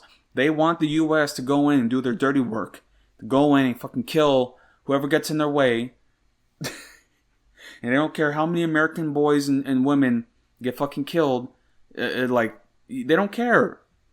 It's like, and again, it's like these fucking diaspora, like, I'm gonna talk about Cuba in a moment, but it's like these diaspora people, they talk so much about sending U.S. troops to go and fucking, kill their own countrymen, but they won't do shit. They're not gonna do shit. So shut the fuck up. Like, what are you doing? You're just fucking bitching and moaning. You're a fucking exile. Bourgeois exile. Okay? And it's like, and you're living just fine here in America. Even if you did, like, take over everything, you're not gonna go back. Just get out of here, man. Anyway, so continuing. So secret was the Venezuela assault that even the precise timing wasn't widely known at the Pentagon until Friday night. 2 U.S. officials told NBC News typically the timing of such a military operation would have wider coordination. Vice President J.D. Vance went to Trump's golf club in West Palm Beach and met with him during the day, Friday, to discuss the strikes, but he left before the attack started in deference to concerns that a late-night motorcade movement might tip off the Venezuelans about the coming raid, a Vance spokesperson said. Wind and cloud cover in Caracas had delayed the attacks for days, but Friday the weather broke, the moon was full, the skies had mostly cleared, acceptable conditions for pilots and crews. The mission was on. Good luck and Godspeed, Trump told military leaders, words they transmitted up the chain, Kane said. Trump spent much of the night and early morning at his home watching the attack play out. Yeah, they just had like a little tent. Like, a picture released by the White House shows him sitting at a table, fingers interlocked, wearing a jacket but not his customary tie, staring intently at what presumably was a video screen out of frame. Standing to his left is Rubio, to his right Ratcliffe. Miller is seated, arms crossed. Congress wouldn't be notified until the attack was underway. Trump said Saturday he didn't want lawmakers to leak details. Again, they just did it without Congress. Yeah, man. And again, I would imagine a lot of Democrats would still be okay with it. They're like, okay, yeah. I know AOCIA is in favor. They did that Munich conference talking about, oh, well, they didn't go far enough. And it's like, what? Yeah, so, and it's just like, I'm just imagining Trump, like, this is like, I mean, don't get me wrong. This is a serious, like, military operation. Like, and it was effective. They did it. And, like, bro, it's like, just imagine Trump. I don't think he even understands the gravity of the situation. It's because to him, the military is just like toys. Like, you just smash action figures together. Like, all these like fucking people are pampering him, and like he has this like table, all these screens. Wow, oh my god, wow. I feel like I'm playing Halo. Like, it's just like, oh my god, bro. Yeah, it's just like it's all toys and flashy like screens. Again, like. Because, again, Trump is just a figurehead in a real sense, because the real interests are, like, his donors and, like, the Ellisons, right? Adelsons. Like, dude, like, we just found out, right? Paramount is going to buy Warner Brothers. So, essentially, it's going to be, like, the Zionists are going to control all the media. It's just like, dude, it's fucking crazy. Anyway. And also, of course, you had CBS being taken over by Barry Weiss, 60 Minutes. Like, she censored the CCOT report. Like, dude, it's just like, it's not looking good. Yeah. So continuing. So at least 150 aircraft flew towards Caracas from 20 different bases on land and sea. The fleet included bombers, fighters, and craft that specialized in intelligence, reconnaissance, and surveillance. Kane said the crew ranged in age from 20 to 49. Darkness cloaked the Venezuelan capital. Trump suggested that the U.S. had cut the electricity in Caracas to gain the edge in the battle. Flying at 100 feet above the water, helicopters carried the special forces and law enforcement officials who plucked Maduro from his residence. Kane said other aircraft fired weapons to disable Venezuela's air defense systems and clear a path for the helicopters, he added. Again, they had like FBI and DEA agents involved, so like this is supposedly a police action, right? But it's an act of war, It's just like, again, to act as though the FBI, the DEA, they don't play a role in international affairs. Or, conversely, right, the CIA doesn't work internally. It's just like, bro, they're all part of imperialism. I would highly suggest watching Snowfall, because, you might think at first it's a show about, crack and, drug dealing and whatnot. And still, even that aspect is very important to understand, especially about, the crack epidemic of the 70s and the 80s. But, like, it's a good show also to highlight the role the CIA played, the role that they played, especially in like the Contras in Nicaragua. It's important to understand that, because again, this whole thing, they're trying to play this whole thing again with Maduro, calling him a narco-terrorist. It's like the CIA played a direct role in like facilitating this whole like drug epidemic and crisis, especially with like the cartels. It's like they created this mess specifically to like, for one, right, to have drugs flood the streets of America after they deindustrialized the economy, essentially outsourced it, and now all these workers are out of work, which would, of course, lead them to like revolt, basically, flood all these drugs into these communities that are already like impoverished, right, and like just basically it's a form of control. And then also create a justification to then have, we got to go have a war on drugs. Just say no, right? 3-strike rules, right? Then you have the population, of the prisons. And again, it's all connected, bro. Okay, I'm getting out of hand because I want to talk about this operation. But the whole crux of it is that Maduro is a narco trafficker, narco terrorist, whatever. Again, all bullshit, man. It's just like the U.S. is like the U.S. intelligence agencies, the law enforcement, they want drugs to keep flowing into the U.S. at the end of the day. As much as they want to talk about, we got to stop this. They want it to go. They want it because they have to justify their budgets and these operations and continued presence. They have to have a drug crisis. Okay, so here, flames were seen billowing from explosions at Fort Tijuana, a large military complex in Caracas. So yeah, they sent a team into the fort. By 1 a.m. Saturday, U.S. soldiers had reached the compound in Caracas where Maduro was staying. Quote, a heavily fortified military fortress, end quote, Trump called it. When Delta Force breached Maduro's residence, he and his wife were taken, quote, completely by surprise, Kane said. Maduro tried to escape into what Trump described as a steel safe room, but didn't make it in time. The forces took Maduro and his wife, Celia Flores, into custody. A firefight broke out after Maduro was captured, Kane said, and a U.S. helicopter was hit. No Americans were killed, though there were several injuries to U.S. troops, all of whom are stable, according to a U.S. official and a White House official. So, that was another thing that happened at the conference, or at the State of the Union, that he awarded the Medal of Honor to one of the pilots. Let me see here, Medal of Honor. And it's like, I feel as though, like, that was sort of just rushed, because again, Trump, like, he just says, like, the Medal of Honor. Like, he was even talking about, maybe I'll give myself the Medal of Honor. Like, it's just so fucking wild. So I'm going to read here from, like, the official U.S. Army article here, because he awarded 2 Medal of Honors, but I'm just going to read just real quickly. So he gave an award to Army Chief Warrant Officer Eric Slover, and he also gave one to Navy Captain Royce Williams, retired Navy Captain. But I'm going to speak specifically on Eric Slover. In early January, Trump announced the capture of Venezuelan leader Nicolas Maduro, blah, blah, blah. Slover was part of the military effort to capture Maduro during the raid, January 2nd. He was responsible for planning a helicopter mission involving a CH-47 Chinook. But I wanted to see here, because he said they got injured. Because I'm reading conflicting reports that he lost his leg or something. Anyway, okay, but yeah, that was what happened. So Slover, he just piloted the Chinook. He got hit, and then they stabilized it. But yeah, he got hit, and then Trump gave him the Medal of Honor, which I'm like, okay. I mean, I'm not saying it isn't a brave thing to do, to fly a helicopter after getting shot and landing it, right? Because I couldn't do that. But I'm just like, you see, I mean, again, I don't want to speak on it. Because again, it's like people get touchy when it comes to the U.S. military. But I'm like, this is nothing, honestly, in terms of like what the fuck? What are we talking about? Like, totally avoidable confrontation. Why do we have to take Maduro? Anyway.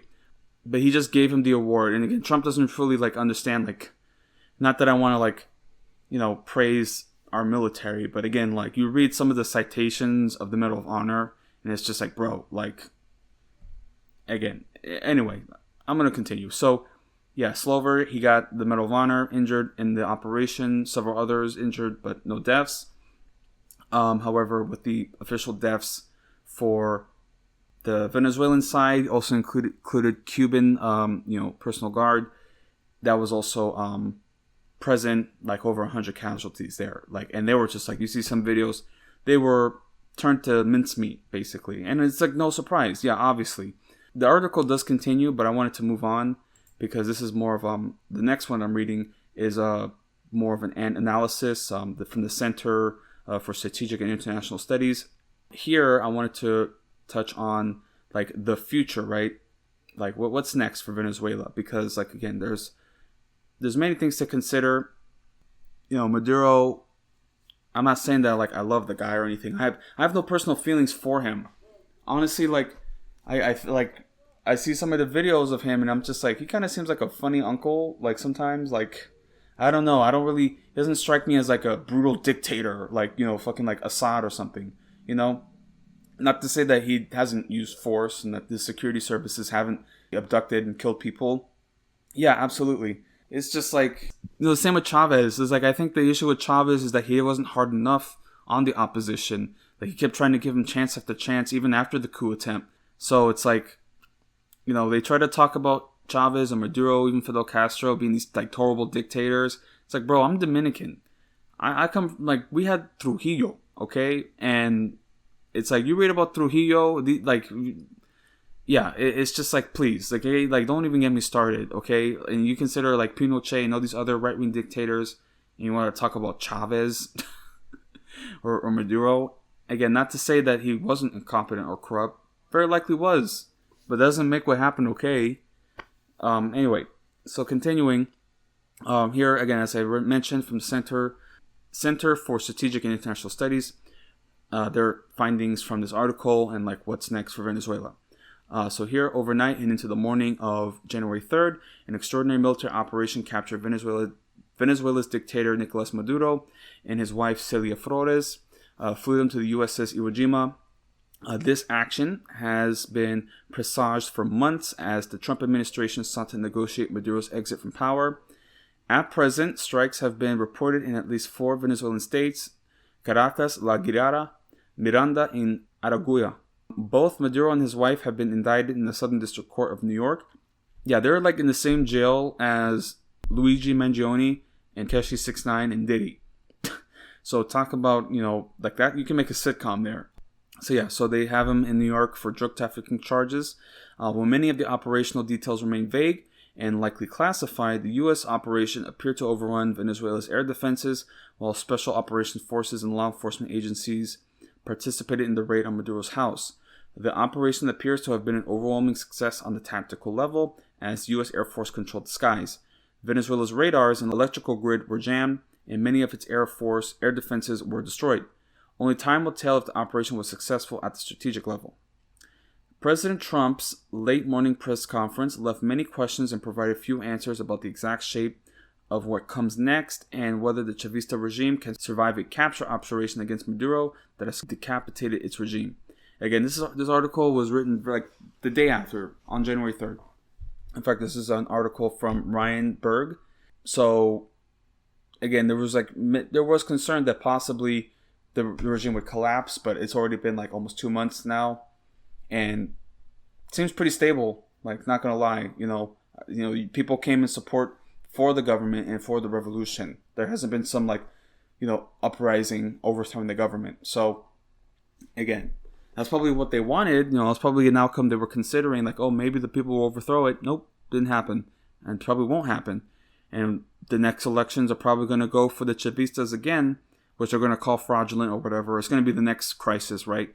So in the press conference, Trump asserted that the United States would take a leadership role in rebuilding Venezuela with a particular emphasis on the oil sector In recent weeks, analysts have debated the famous pottery barn principle for Venezuela. You break it, you own it. At several points during his remarks, Trump appeared to take ownership of the challenge, declaring that the United States would be running the country until such time as a just and orderly transition can take place. Later in the press conference, he hinted at an arrangement akin to a provisional government, including designees, Secretary of State Marco Rubio, and others in the U.S. government. Just as noteworthy was the dearth of mentions of Venezuelan opposition. Left entirely unclear is the fate of regime insiders still in Venezuela, such as Interior Minister Diosdado Cabello, Defense Minister Vladimir Padrino Lopez. Vice President Delcy Rodriguez has now been seen in Venezuela despite earlier rumors that she had been flown to Russia, which has condemned the attack, giving political support and solidarity to Maduro. Trump's promise of another operation, if necessary, combined with the tactical success of the first, appears to be an invitation for others in the regime to negotiate an exit on more favorable terms than Maduro and his wife.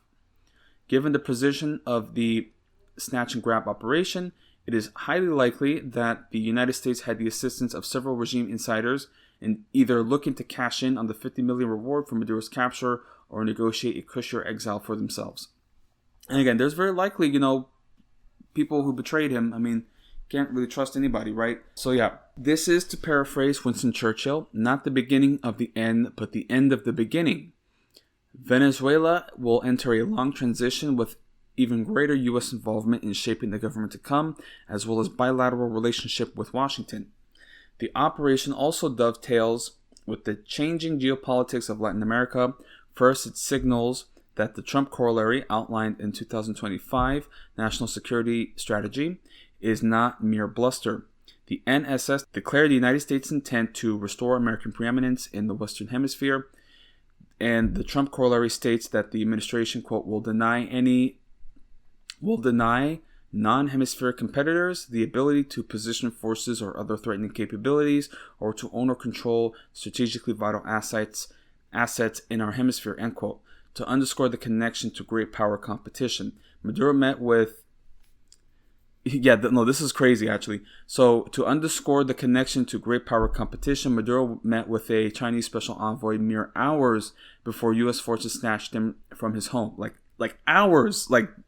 Imagine these diplomats just whoa. Dude, it's just crazy, man. Yeah, it is likely the Chinese diplomats did not make it out of the country before the U.S. operation began, sending a clear message to China about Beijing's role in Venezuela, to which it has lent more than $60 billion in recent decades, and in the hemisphere at large. Also, it's like they're trying to say, Russia and China, they're trying to colonize Latin America, or maybe Latin America is just, trying to, do their own business, because America is again, we're like a mob boss, okay? We just want to take the largest cut and, leave you the scraps. And, not to say that China and Russia don't have their interests, but they're not greedy in that sense. I mean, who knows, man? It's just crazy. So also at the press conference, Trump affirmed that, quote, America first, end quote, foreign policy means building a safer, more prosperous, more secure hemisphere. The operation this morning is in line with a more active role for the United States in the Western Hemisphere presaged by NSS. The president explicitly endorsed the idea of cleaning up the Western Hemisphere neighborhood and making a zone of greater strategic benefit for the United States. He also drew a direct comparison to the strength and operational skill displayed his first-turn decapitation strike on Islamic Revolutionary Guard Corps commander Qasem Soleimani, as well as Operation Midnight Hammer against Iran's nuclear infrastructure during the summer of 2025. In doing so, Trump has once again proven the staleness of the debates over isolationism and retrenchment that has dominated many analyses. At least in the Western Hemisphere, he has proven capable of a muscular foreign policy that will utilize U.S. power and even military force to reshape many geographies of the world, and now the Western Hemisphere in the U.S. interests. So, again, that was his piece. Again, this is like a think tank, so obviously it would be like a pro-U.S. think tank. But yeah, man, that's in Venezuela, with Maduro and his capture. And it's just, who's to say about Delcy Rodriguez? My inkling is that she does believe in the movement and that she's just trying to, she's walking a tightrope because, nobody wants to get bombed by the U.S., okay? It's like, it's one thing to have troops to come in and like occupy your country. In that sense, you could resist because American public opinion is not in favor of Americans dying for pointless wars. But now we've reached a point where like we have so much air dominance, and that's probably what's going to also happen in Iran. We're just going to terrorize and bomb the civilian population and destroy the country, and it's like until they submit, right? Which even then is still not going to work, because like people will grow resentful, and eventually at a certain point you're going to have to send some troops in. Like again, like that's just that's why I like sci-fi movies that still have like infantry grunt soldiers. Like it's just like you gotta have the infantry. It's just like you can't escape it. Like you gotta send the troops in. So again, like with Venezuela, and considering the geography there, very mountainous, very like heavily jungle air, like it's just, yeah, you can't even imagine what kind of war that would be. Fucking Gen Z Vietnam, like come on. And again, like, and then how long are we going to stay in Venezuela? That's the other thing too. It's not like Afghanistan, right, where it's in the middle of Asia, right, on the other side of the world, landlocked, right? Like you could at least have access to the sea. It's in the same hemisphere. But again, like we spent 21 years in Afghanistan, okay? Like we're going to spend 20 years in Venezuela trying to control the government, set up a new military and police system with a population that's resentful towards us. It's like, come on. So, yeah, it's just, it's a who knows what's going to happen. And of course I could certainly imagine, because like Marco Rubio, he certainly wants the Chavistas gone. I don't really think Trump really cares either way. It's just so long as we get the sweet oil, we're going to get that oil. Definitely like these fucking gusanos, diaspora exiles. Like he hates Chavez, he hates Castro, he wants the change from the socialist regime. So it's like, yeah, Venezuela and Cuba, that's where you see like the most right-wing, people, exiles. And again, as I've mentioned, I gotta fucking deal with this. And also with Israel, a lot of them are very heavy Israel supporters. So I'm like, fuck. It's just like crazy. So yeah, so that's at least what I want to touch now for Venezuela. Now we'll move on to Cuba. As I was just now speaking on Cuba, we're dealing with the blockade of oil shipments. Mexico at least was giving some humanitarian assistance. But yeah, man, Cuba's getting hit hard. And again, so many people are treating this like as like an opportunity. Like, finally, yeah, we're going to fucking defeat socialism and communism in Cuba. And we're going to liberate the people by starving them. It's just, dude, I'm just so disappointed. There was a thing with like Camila Cabello. She, like that's the thing, like I can tell that I'm getting older, because like a lot of these pop stars, I'm just like, who? And again, with like Camila Cabello, like I kind of heard about her, I'm like, okay, it's just like she's already irrelevant, so I'm just like, what? And then come to find out she was saying the N-word and all kinds of shit. Like, bro, come on. Okay, typical Miami Cuban, right? So, but yeah, they're manufacturing consent. And of course Trump was hinting, well, we could do the same what we did in Venezuela to Cuba, who's to say? Like, yeah, so it's crazy. Yeah, man, like it's just like, if the Cuban Revolution never happened, Epstein Island would be in Cuba. Like, it would just be like, it's just, people talk about Che, they talk about Castro, oh, they killed people. Yeah, that's what revolution is. You kill people.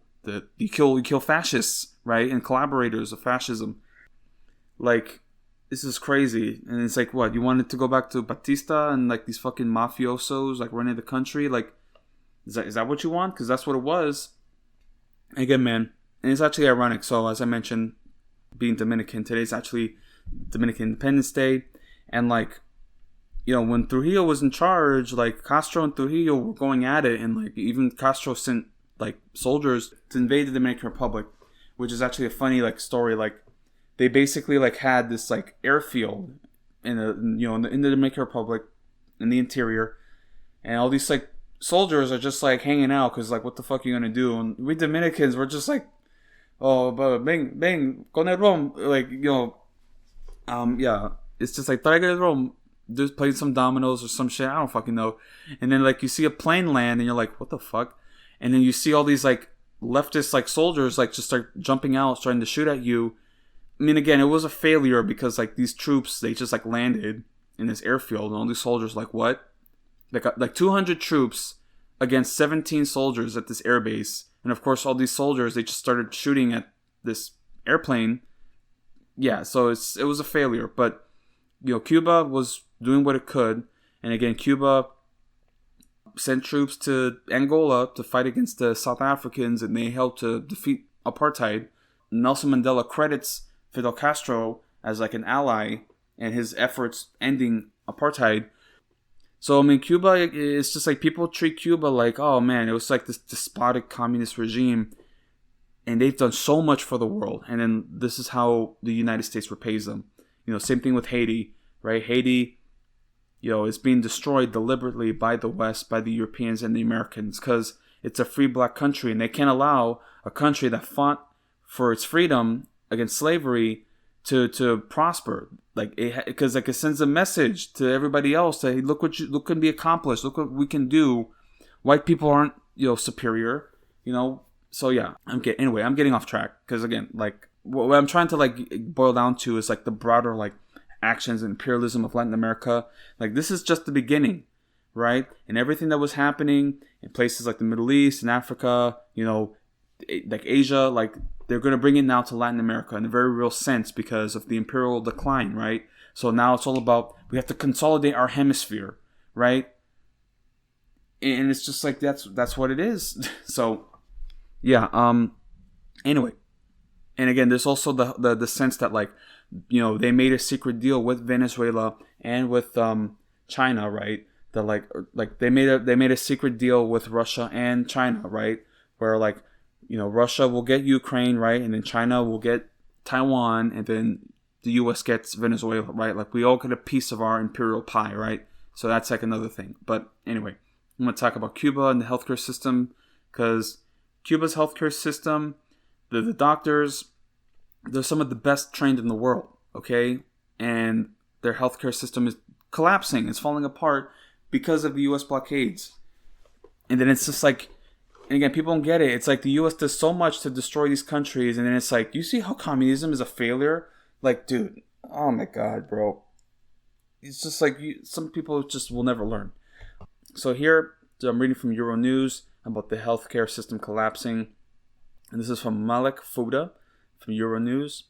So yeah, Cuba's health minister says the country is headed to a catastrophic humanitarian crisis, saying the U.S. blockade of oil on his country is rendering hospitals helpless and puts thousands of lives at risk. Again, liberation against communism. We're going to fucking starve them and like destroy their healthcare system. Cuban officials say the debilitated healthcare system has been pushed to the brink of collapse by the U.S. blockading the country's oil supply. The country's medical system was already perpetually crisis-stricken, along with the island's economy, with lack of supplies, staff, and medicine long being the norm. The situation, however, has reached a new extreme, with authorities now saying that ambulances are struggling to find fuel to respond to emergencies. Persistent power outages have also further deteriorated hospitals. Flights bringing in vital supplies, which the island nation has been relying on since the blockade, have now stopped, as Havana is no longer capable of refueling airplanes for their outbound flights from Cuban airports. Experts and analysts say the blockade is pushing the country into humanitarian crisis and have urged leaders to take measures to ensure civilians are not harmed. In an interview with the Associated Press, Cuba's health minister Jose Angel Portal Miranda said the U.S. sanctions are no longer just crippling the island's economy, they're threatening, quote, basic human safety, end quote. Quote, you cannot damage a state's economy without affecting its inhabitants, end quote, Portal said. Quote, this situation could put lives at risk, end quote. According to Portal, 5 million people in Cuba living with chronic illnesses will see their medications or treatments affected. This includes 16,000 cancer patients requiring radiotherapy and another 12,400 undergoing chemotherapy. Cardiovascular care, orthopedics, oncology, and treatments for critically ill patients who require electrical backup are among the most impacted areas. He said, kidney disease treatments and emergency ambulance services have also been added to the list of impacted services. The energy crisis Cuba has been grappling with for years, entered new extremes last month after U.S. President Donald Trump signed an executive order that would impose a tariff on any country that sells or provides oil to Cuba. Again, this is what I mean. It's like the U.S. is not enough that the U.S. says, we're not going to trade with you. Now they're saying, you can't trade with Cuba. Why? Because they're fucking... Yeah, again, like Cuba poses a threat to the established order, to the image of the U.S., because you have this, like, socialist regime that liberated itself 90 miles away from the American coast and has resisted for the last 60 years. And, like, they're still... I mean, now they're on the edge, right? But it's like, people see that and they're like, no, yeah, we should continue starving them. We should continue, because, like, people have this conception of, like... And, again, they try to compare every, like, dictator, right, to Hitler. Hitler's, like, the standard. So, to them, it's like, well, you see... Fidel Castro was like Hitler. Like, you know, not every war is a World War II. Not every dictator is Hitler. Like, for Christ's sake, man. You know? But again, people have no conception. You know, again, they make the comparisons, again, the fucking Dresden bombings in Gaza. Oh, but we firebombed Dresden. Why can't we do Gaza? Like, people have this idea that we went to war, right, with World War II out of this love for Judaism, right? Or this, you know, this love for democracy. But it's like, literally, you read the history and it's like all these imperialist powers just being like, listen, man, like, we don't want to go to war, but at the same time, we can clearly see that you want to be an empire. So we'll give you this little piece, but please don't invade Poland, okay? Because we gotta do a war. And it's like at every, like, they're dragging their heels. They're like, please, like we love the fact that you hate the Soviets. We want to do a war with the Soviets, but don't take Poland. And then Hitler's just like, Lebensraum, Anschluss, you know, so, you know, but, like, that's the thing. They try to, like, rewrite the fact of, like, oh, the Holocaust, that's why we did World War II. No, man. It's power. Geopolitics, okay? And that's the same thing here. It's not about liberating the Cuban people from the yoke of communism. It's about power and like, just the geopolitical control. And it's a message, too, like, they can't let this country, same way with Haiti, they can't let Haiti, a free black republic, prosper. They can't let the socialist revolution that broke off the yoke of, like, corporatism, these mafiosos, they can't let that happen. So it's just like, that's why. And then you hear regular people just saying, yeah, this is what we have to do. And it's like, there's a big issue in the Latin American, you know, community where, like, you talk about Cuba and, like, again, like, if you're a leftist, they tell you, oh, vete a Cuba. Like, it's just like, that's all they tell you. And then it's like, man. Anyway. So here, it came just weeks after Trump deposed Venezuelan President Nicolas Maduro in a dramatic military intervention and announced that no more Venezuelan oil would go to Cuba. Cuba, which produces only 40% of its own fuel and largely depends on oil to power the island, has long relied on allies like Venezuela, Mexico, and Russia to fill its energy deficit. But those shipments have now dried up. Trump has openly said that his larger hope is to push regime change in Cuba by intensifying an economic pressure on the island, which has already struggled to cope with decades of U.S. sanctions. Again, man, it's just like, we have been at this for years, and, like, the Cuban people will not break. It's just so fucked up. And then, like, it's just like, why are we doing this? It's so pointless. My God, man, it's just like, again, American interest, not my interest, no, American interest, right? How does doing this, all this bullshit to Cuba, make our lives better, make gasoline cheaper for us? They're trying to say, like, oh, Cuba is a state sponsor of terrorism, narco trafficking. Again, it's just all horseshit. So Washington's pressure on Havana began after it accused the island country of providing security services to Maduro in exchange for oil and money. It has since urged the Cuban government to ink a deal to defuse tensions. Cuba has so far refused to enter an agreement with the United States, with President Miguel Diaz-Canel saying he'll only negotiate with Washington under equal footing based on respect, and has refused to entertain a deal that will undermine his country's sovereignty. And again, that's all it is. It's sovereignty. It's like, God forbid a country has some fucking sovereignty over its own affairs and its own economy.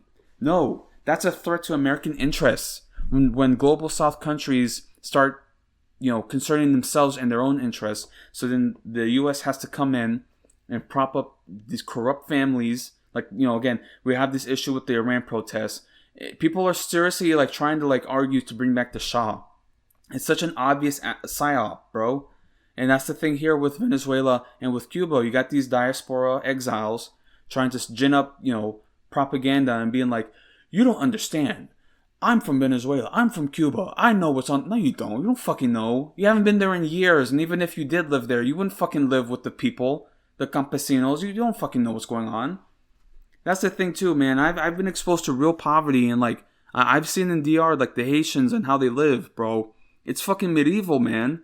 And then they want to talk about no, man, it's horseshit, bro.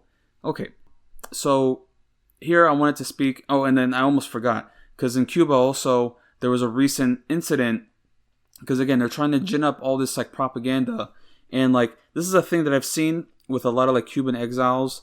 Like they always talk about like, we could just get a whole bunch of boats and we can just invade Cuba. Like, let's just do it. We're right there. Like, so apparently some Cuban nationals and at least one American citizen wanted to do that. And they gathered up gear, guns and shit, whatever. And they stole a boat and they tried to, invade Cuba. But, Cuba actually has like a real military, and their Coast Guard intercepted them. And of course, like the mercenaries, the terrorists, they tried to open fire on this patrol boat.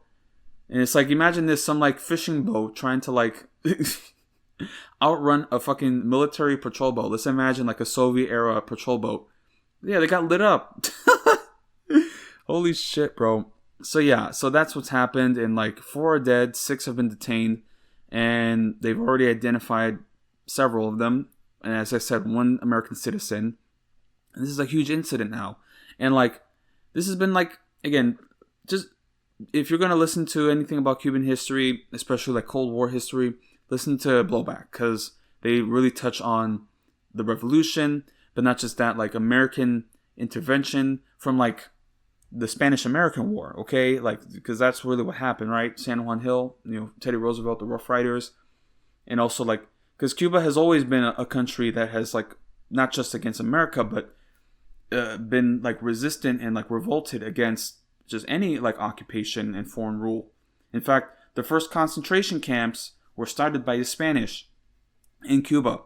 That was their tactic, was taking the rural population, putting them in these control centers, these camps. They also, the British did that against the Boers as well. But yeah, man, like this is deeply ingrained in the culture of Cuba. At least for like, the campesinos who have to actually live and survive. They have a culture of like resistance and nationalism, right? Like they're the Cuban people. So, to them, America is just like another empire coming along to occupy them and own them. And again, you have, the legacies of the indigenous peoples, the legacies of slave revolts. So again, very proud people. And again, it's the same with my country also. Because my country, I think I've been reading on Dominican history, we had to fight against the Haitians. We were occupied for a time. We also had to fight the Spanish again, because they recolonized the island. And then after that, liberating ourselves, decades of instability, warlords. Again, DR was so violent. Like I keep reading about it, and I'm like, holy shit. Like, so yeah, man. Like, you don't really think of the Caribbean as being a place where like, people fight, but like, yeah, like we've made huge sacrifices. So the Cuban people are like not joking around when they say about American imperialism. Maybe life is rough and maybe they have some critiques of the government, whatever. They know that the real enemy is the U.S. Because again, like that's the thing too. Like all the people who hate living there and go to the U.S., they're out. So like, the people who are staying are they're just regular folks. They're just trying to live. They're not really even thinking of high politics like that. Anyway, so that's at least on Cuba, what I want to speak on. And we'll have to see what happens there. But yeah, Venezuela, Cuba, they're making moves. And like, for now, it seems like they're more focused on Iran, Iran. Yeah, man. So it's just crazy. So, but there's another aspect that I want to speak on, not just in Venezuela or Cuba. But yeah, in Mexico, this past week, there was a big shakeup with the cartel, world, like sort of like the geopolitical landscape, the cartels. So El Mencho, who was the head of the Cartel Jalisco Nueva Generación, so that's the Jalisco Cartel New Generation, essentially like the most powerful cartel in Mexico, the most brutal and deadliest one, right? So El Mencho was captured, or at least there was an operation to capture him, and he was injured, mortally injured, died on the way to the hospital. But yeah, they had a confrontation, a raid, and it seems to be, there's some serious crackdowns happening with the U.S. Or with the Mexican government, so the military and the police doing their part, they're doing the dirty work, with the assistance of intelligence support from the U.S. And of course, this has been a problem with, a source of like divide between Sheinbaum and Trump, because Trump is just all, we're going to put troops in, we're going to do drone strikes, and then Sheinbaum has to talk him down, because obviously if the U.S. is attacking your country, bombing your country, that's only spells trouble. So, yeah, Trump, I mean, I could imagine Trump was saying, we're going to get El Mencho, so we're going to get El Mencho, so, you better do something, or, we're going to get him. This is something I was thinking about. Like, he was probably talking to Delcy Rodriguez, just being like, we're going to get Maduro. Maduro is no longer numero uno. Okay, I had to say that. But, okay. But, El Mencho, yeah, I mean, he was very strong. And, like, of course, there's, like, a funny video where he's, like, calling... I mean, it's not funny. I mean, it's a very, kind of scary if you think about it. But, there's a video where he's, like, calling a cop, and then, like, the cop is just like, okay, tranquilo, okay, I'm sorry. Like, he's just like, mira, hijo de puta, chingada madre, soy Mencho.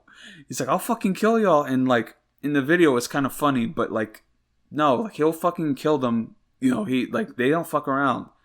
That's really what it is. You have these cartels going against these, like, local cops and just being like, yeah, I'm gonna, like, you take this money or your son's gonna die or something. Like, that's how they go. So, to see this operation, at least, is probably a sign that, because I'm not one of these guys that's gonna be like, oh yeah, the narcos. I mean, like, these guys are thugs. That's really like what the mafia and like all these criminal organizations are. They're capitalists, but they're like outside of the bounds of the law, essentially, right? Like that's it. That's what a mafia is. They're just like, it's a business, okay? But yeah, man, these cartels, I mean, they gotta go, but obviously the way to do it isn't really through this. They survive through their money, right? And of course, as I mentioned earlier, the U.S. doesn't want drugs to stop, flowing into the country. They say they do, but because that's how they can continue to, destroy our communities, right? Take away our jobs, and then, like, destroy our public education system, and then I'll have all these drugs flood, cheap drugs, right? Fentanyl, right, and all that, flood the streets, and then, people are unemployed and homeless, and they got nothing to live for. They're going to get high because it's like, what the fuck, so, yeah, man, it's just crazy. And again, there's already reports on the cartels and their connections to, smuggling, gun running. Yeah, man, it's all connected. They are propped up, whatever. So here, at least, reading on this raid that happened against El Mencho and his death and the consequences, because there's been a response, as we saw. It's kind of died down, because usually, right, the Mexican military, in straight up confrontations, yeah, they wipe out the cartels, okay, and the sicarios, the narcos. So, it maybe isn't at a point yet where there's like serious like fighting happening, because like these cartels, they're businessmen at the end of the day. They might have like the low level thugs in the street or whatever, but they're out for the money. That's what they want, at the end of the day. So who knows how they're going to respond in this. And supposedly there's been some threats. So I could certainly imagine some kind of retaliation. But again, I don't see like a war happening just yet. I don't know. But anyway, so I just wanted to read, at least from Al Jazeera, the details of this raid here. And this is from Sarah Shamin. Here, in a military raid supported by the United States, Mexican forces have located and killed one of the country's most wanted drug lords, Nemesio Oseguera Cervantes, also known as El Mencho. In the immediate aftermath of his killing on Sunday, violence erupted in numerous areas of Mexico as armed men set vehicles ablaze, erected roadblocks across approximately 20 states. We break down who El Mencho was and how he was killed and what his death means for the U.S. and Mexico. So just some details about El Mencho. He was the leader of the Jalisco New Generation Cartel, which operates from the western state of Jalisco and is known for its large military-style arsenal. Age 59 when he was killed, El Mencho was from the neighboring state of Michoacan. It is rumored that he was a police officer before he became a drug lord. He rose in the ranks of Mexico's drug trafficking underworld in the 1990s. In 1994, he was convicted in the U.S. of heroin trafficking and served nearly 3 years in prison before returning to Mexico. There are plenty of stories about El Mencho's methods of dealing with adversaries. He once sent a severed pig's head in an ice chest to a Mexican lawyer as a threat. Rolling Stone magazine reported in 2015, quoting an unnamed former field agent with the U.S. Drug Enforcement Agency. A recording of a call captured him threatening a local police commander with the call signed Delta 1. So this is what I was saying. Promising to kill him and even your dogs if his officers did not back down. Then ending with a nonchalant sorry for the bad language. Yeah, that's why it was so funny. Because he's just like, he's making all these threats and fucking like talking about like, I'm going to kill your family. I'm going to fucking kill your dogs. And this commander's trying to talk him down. And then eventually, because he probably already knows the guy too. So like they already have some rapport. So he's probably like, I bet Mento's just like, come on, man. Like, don't fuck with me, man. I thought we had a deal going on, man. And like the cop's like, okay, man, I'm sorry. We'll work it out. So that's why they're like, it's like, okay, disculpe, okay. Yeah, it's just like, that's why it's so funny. Oh my God, bro. But I mean, that's how it is. Like the cops just have to like, okay, all right, I'm sorry. Like they have to just manage it because like they don't want to fucking die, dude. So as El Mencho rose to power to become a powerful drug dealer, he began to heavily invest in submarines, which he used to transport drugs from South America to the U.S., Rolling Stone reported. The magazine quoted the former DEA agent as saying El Mencho hired Russian naval engineers to help design the submarines. And honestly, submarines isn't really the best terms. It's sort of like a low surface craft, right? So he became one of Washington's most wanted fugitives, and the U.S. had offered $15 million reward for information leading to his arrest. Annette Idler, an associate professor in global security at the University of Oxford, told Al Jazeera that El Mencho's death is symbolically important because he was central to the Jalisco cartel's transformation into one of the most powerful and globally connected criminal organizations. Idler added that this was, quote, particularly so in fentanyl production linking Mexico to China and cocaine trafficking networks linking it to South America, especially Ecuador and Colombia, end quote. So, I mean, like, this isn't like some, like, cartel, like, you know, this is like a fucking corporation, okay? Like, that's the whole thing here. And then they have a real, like, they have a real army. They have estimated between 20 to 30 million guns, okay? And then they have, like, their own, like, special forces. So it's like, they're trained. And like I've also read that with this Ukraine war, because Ukraine, they'll take anybody with a pulse. So a lot of these volunteers and Mexican mercenaries, they're cartel. Like, and they're getting battlefield experience and like also, you know, drone technology now also. Like, you know, I don't know what's going to happen. And, you know, like these cartels, they're packing heat, like for real. And like, if they really wanted to start some bullshit in Mexico, I mean, lately they've been capturing bosses or whatever, but it's like, you can decapitate the leadership, but you're not really, like, taking care of all the low-level guys to have all the guns, okay? And then also, you're basically taking away, you know, their paycheck, right? Because, like, who's going to pay them now? And they have all these guns, what are they going to do? Like, that's just all I'm saying. Like, you can take these leaders and these bosses or whatever, but the gunmen are still there. So that's also a problem to deal with. So what is known about the Jalisco New Generation Cartel? El Mencho founded the cartel in 2009 and rapidly expanded it using online recruitment and diversifying its income streams through fuel theft, extortion, timeshare scams, and other rackets. The U.S. identified the Jalisco cartel and the Sinaloa cartel as the organizations primarily responsible for trafficking fentanyl into the country in recent years. The DEA considers the Jalisco cartel to be as powerful as Sinaloa, with a presence in all 50 states. The DEA said it is active in 21 of Mexico's 32 states. The Jalisco cartel has become notorious for its assaults on Mexican security forces. In 2015, it shot down a military helicopter in Jalisco. In 2020, it tried to kill then Mexico Police Chief Omar Garcia Harfuch, who now serves as the Federal Security Secretary. In February last year, Mexico handed over senior Jalisco leader Antonio Oseguera Cervantes, El Mencho's brother, to the U.S. This came days after the U.S. designated 8 Latin American criminal and drug trafficking groups as, quote, global terrorist organizations, including the Jalisco cartel. So how did El Mencho die? El Mencho was killed by Mexican special forces during a military operation to capture him in Tapalpa, in the southern part of Jalisco, on Sunday. Troops were sent in to arrest El Mencho, and his followers tried to fight them off. Authorities said he was killed during the operation. What do we know about the operation? Mexican President Claudia Sheinbaum said on X on Sunday that the Secretariat of National Defense reported the operation had been carried out by federal forces. Quote, my recognition to the Mexican Army, National Guard, Armed Forces, and Security Cabinet, end quote, Sheinbaum wrote. White House Press Secretary Caroline Leavitt wrote on X that the U.S. had provided intelligence to the Mexican government to assist with the operation. Quote, in this operation, 3 additional cartel members were killed, 3 were wounded, and 2 were arrested, Leavitt posted. Authorities have not confirmed their identities. So continuing, so how significant is U.S. involvement? Benjamin Smith, a professor of Latin American history at the University of Warwick in the United Kingdom, told Al Jazeera that the most recent captures of Mexican drug bosses have been backed by the U.S. Quote, this is not new, end quote, he said.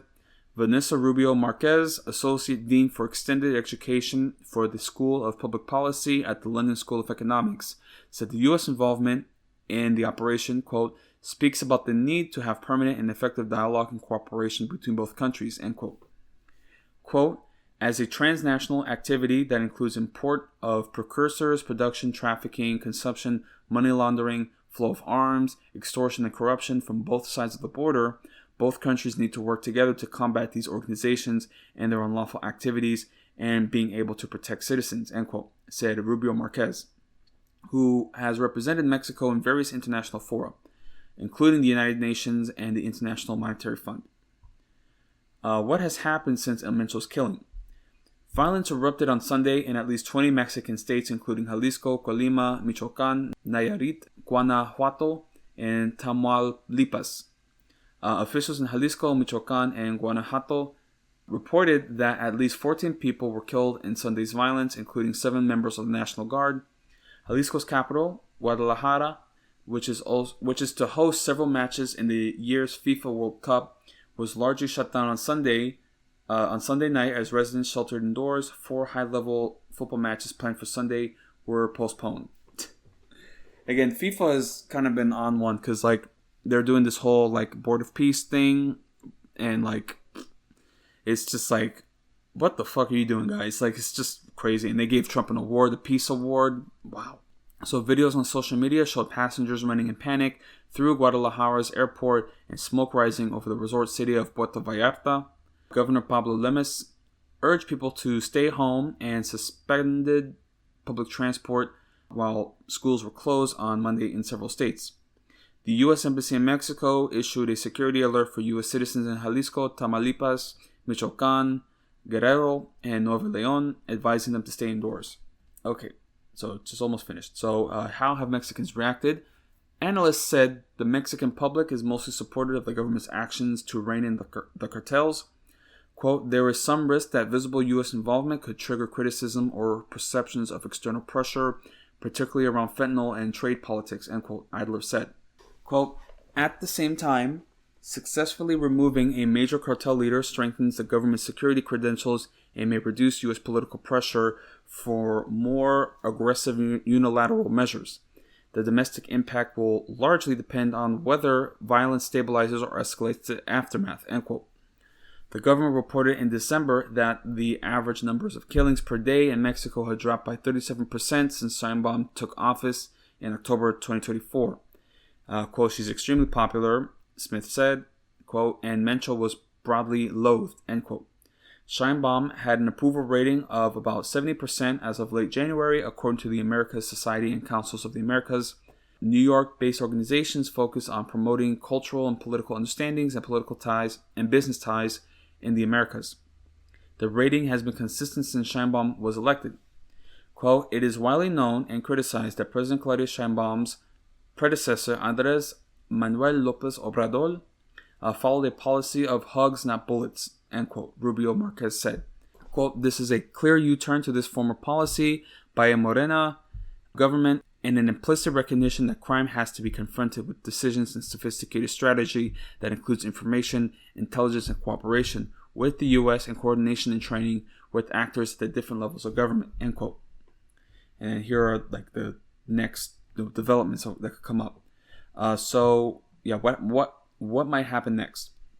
The operation that killed Mencho could benefit Mexico in its negotiations with U.S. President Donald Trump's administration, which has threatened to impose tariffs or even resort to military action if Mexico does not clamp down on drug cartels.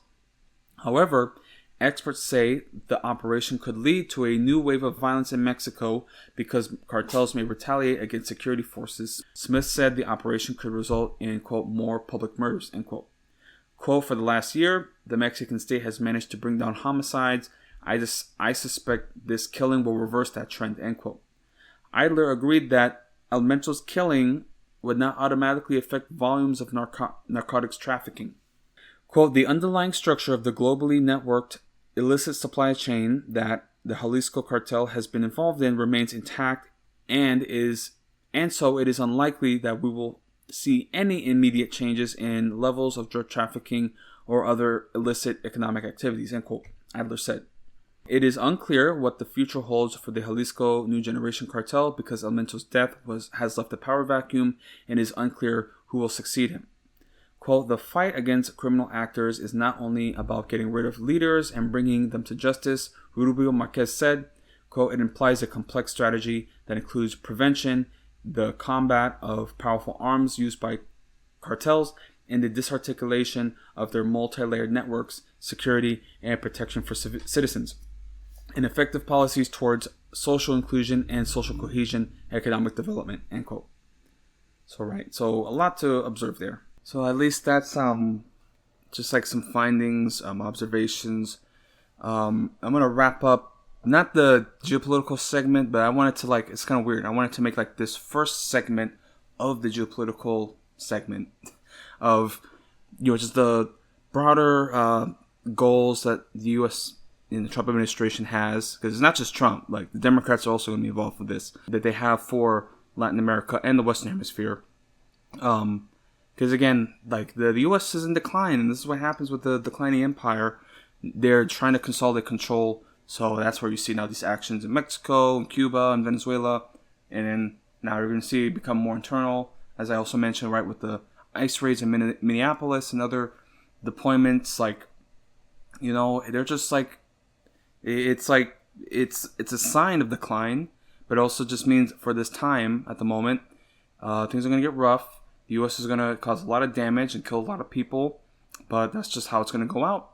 And that just speaks to the ruling class that we have, right? That they would rather kill the world than give up power. That's just what it is. And people are still going to try to rationalize and say well, we still need billionaires or some bullshit. And then also you see with the Epstein files, it's just, again, man, we're past the point of conversation or debate, okay? We're kind of just doing it for show at this point. Yeah, it's just, anyway. But I wanted to speak and just wrap up on the geopolitical, observations and the logic, right, of Latin American intervention. Well, that's the actual name of the article that I have here from Geopolitical Futures. And this is from George Friedman. So this is at least, and this was released in December 2022. Sorry, December 2025. So this is right before the Maduro raid and these actions in Cuba, in Mexico. So it's this is what's going to happen. And this is just the start. So again, man, here, the U.S. National Security Strategy released earlier this month contained a couple of related priorities that have informed recent U.S. actions abroad. reducing U.S. exposure to the Eastern Hemisphere and focusing on a strategy for the Western Hemisphere. Since the U.S. cannot fully disengage from the Eastern Hemisphere, it must end or at least improve hostile relationships that have drawn Washington into several costly and failed wars there, all while maintaining critical economic relations. Efforts towards that end are underway but far from final. As important, the new strategy tacitly demands more active engagements in the Western Hemisphere, the point of which is to assert U.S. security dominance and dramatically enhance the economic capabilities of Latin America so that the U.S. can disengage from the Eastern Hemisphere. For that to happen, Latin American nations must become more politically stable and economically productive. Again, this is just justification to economically colonize Latin America. Like, they want to develop the economies so that they can extract more wealth from it. So, yeah. After World War II, the U.S. based its national security on the reconstruction of Eastern Hemisphere countries in Europe and Asia. There was a security component to its strategy, of course, rooted as it was in Cold War logic, but it also evinced a less conscious reality. Successful developed economies will eventually incur higher wages and higher costs, such that national economic growth doesn't necessarily mean economic well-being for its people. To keep costs down, countries import cheaper products from less developed economies. Such was the case for Europe and Japan. Made in Japan made consumption more affordable in much of the Western world, but as Japan matured and prices rose, China became the go-to source for lower-cost production. Coupled with U.S. investment, this fueled China's economic rise. This was not so much a conscious policy, but a matter of fiduciary responsibility. Wealthy economies need low-cost imports from less prosperous countries, but excessive dependence on those imports gives the exporters political leverage as they evolve economically and geopolitically. As China has matured, the U.S. addiction to Chinese goods is now more dangerous and more damaging to the U.S. economy. In this context, Washington's renewed military focus on Venezuela is thus linked to an unintended evolution of not only the military dimension of geopolitics but also the economic. The geopolitical logic is that greater economic growth in Latin America will reduce vulnerabilities in the Eastern Hemisphere and in time could moderate immigration to the U.S. This will require greater political stability in certain Latin American countries. The broad imperative, to a great extent, is clear. The tactical imperative, that is, what steps Washington needs to take to achieve its goals, is not. Even if Latin American countries benefit from this in the long term, their political systems will be substantially unstable in the short term. One may ask what right the U.S. has to impose itself on Latin America. That is not an unreasonable question, but human history is the history of such impositions. Some Latin American political economies are based on the export of narcotics, and the cartels, have created economic and political systems that make broader economic evolution impossible. Aside from its impact on American life, the drug trade undermines the development of more diverse and powerful economies. The ongoing military operations in the Caribbean are a first step toward that end. A massive U.S. military force has been deployed to weaken and destroy cartels and thus their military and economic power. The focus on the cartels is intended to both stop the flow of narcotics into the U.S. and to allow the implicit wealth of Venezuela to emerge not as an act of kindness but as an act of U.S. interest. But there is an oddity in the tactics being used. The amount of force deployed in the Caribbean is far more than necessary to blockade Venezuela. It is also far less than would be required to invade and occupy Venezuela, a necessary precursor to destroying the production of drugs in the Venezuelan hinterlands. But the deployment can be understood by considering another dimension of the American problem: Cuba. Cuba has been a potential problem for the U.S. for about 65 years. Ever since Fidel Castro established a communist regime, in moving to reshape Latin America, Washington must address the Cuban problem. When the U.S. was considering sending long-range Tomahawk missiles to Ukraine, for example, Russia is in the process of signing a new defense agreement with Cuba. The message was clear. If the U.S. delivered Tomahawks, Russia might send similar munitions to Cuba. The forces deployed in the Caribbean then have two uses: unseating Venezuelan President Nicolas Maduro and thus disrupting the cartels and threatening Cuba. Cuba became an economic disaster marked by massive failures of its electrical system and frequent scarcity in many basic necessities. But for all its failure, Cuba poses a real strategic threat to the U.S. given its relationship with Russia. which to some extent is shared by Venezuela. The potential, if hard to imagine, presence of Russian forces in Cuba is a threat to the potential, if hard to imagine, presence of Russian forces in Cuba is a threat to U.S. trade routes and national security. If the U.S. wants to energize Latin American economies, it must deal with Cuba, which continues to carry out operations in Latin America despite its economic hardships and a loose friendship with Venezuela. Cuba's intelligence services help protect the Maduro government, and Caracas is by far Cuba's largest supplier of oil. The recent seizure of oil tankers show America's intent to sever these supplies and thus disrupt both economies. There is a strategy emerging in Washington, and with it, a more detailed tactic the government plans to use to achieve its goals. If this analysis of U.S. strategy is correct, then the strategy requires dealing with Cuba, toward which the blockade of oil from Venezuela is a rational step. For the strategy to move forward, Cuba, not Venezuela, should be the priority because it would address the potential, if unlikely, threat of a significant Russian presence close to the U.S. mainland. The shift in U.S. attention to the Western Hemisphere and the extension of the oil tanker blockade of Venezuela, along with the size of U.S. deployment, seems to be tactical movements in a much broader plan that was stated in the national security strategy. Washington has announced its intentions and now is following through. Yeah, so again, that's what it is. And this was written December 22nd, 2025. And look what's come about. Maduro's captured. Cuba is being besieged, and starved. Mencho is dead. And now there's a crackdown on cartel bosses in Mexico. So, again, you're seeing things being set in motion. But again, as I've also mentioned, the U.S. actually doesn't really want the drugs to stop flowing. So they're just going to do this to create, it's deliberate. They want to destabilize this region. They want to destabilize the drug trade. And then, of course, more drugs are going to come in. And then, again, we went to Venezuela and got their oil, but then it's going to get more expensive. It's like, again, they have to manufacture this crisis to justify the presence, and it's a self-feeding cycle. It's the war machine. They have to create a crisis after crisis to justify their industry. So again, man, war's a racket. That's all it is, man.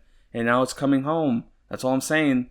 And, this is especially touchy for me because I'm from the Caribbean. I'm from St. Croix. That's being used as a base now with certain military hardware. In Dominican also. I have a relative, an aunt, whose husband is a colonel in the military, and they live right by the airbase, San Isidro Air Base. And I've been to the airbase. It's a pretty chill place. It's mainly like a gated community, like a Dominican Air Force. What does the Dominican Air Force do? But I mean, you have to have one, right? It's a country. But like, they've been using that actually for this operation. They had U.S., assets. I don't know what kind of assets, but it must have been some heavy shit because, they had the base on lockdown basically. So yeah, man, this is coming home in a very real sense. Like, my aunt, she lives so close to the airbase that she could hear the planes, the jets taking off. And she was saying that, there was heavy movement, heavy activity. So, man, it's coming home, man. And this is this is getting personal. And, again, we have stuff like Puerto Rico with the halftime show that just came out with Bad Bunny, which was a lot of fun. And it was nice to see, But, people were kind of pointing out how, this could probably be, some manufacturing of consent for how, we're one America. In the U.S., we're going to lead America. Again, that's a thing that the U.S. and, again, this is the NFL. It's military propaganda. From start to finish, that's all it is. So, again, dude, Latin America is now in the crosshairs, and as I mentioned, they're shifting their focus from the east to the Western Hemisphere to consolidate control. Also talking about the economic development. What I was saying, right, is they want to develop the economy, and I say develop in quotations because they don't want a developed economy that has a middle class, right.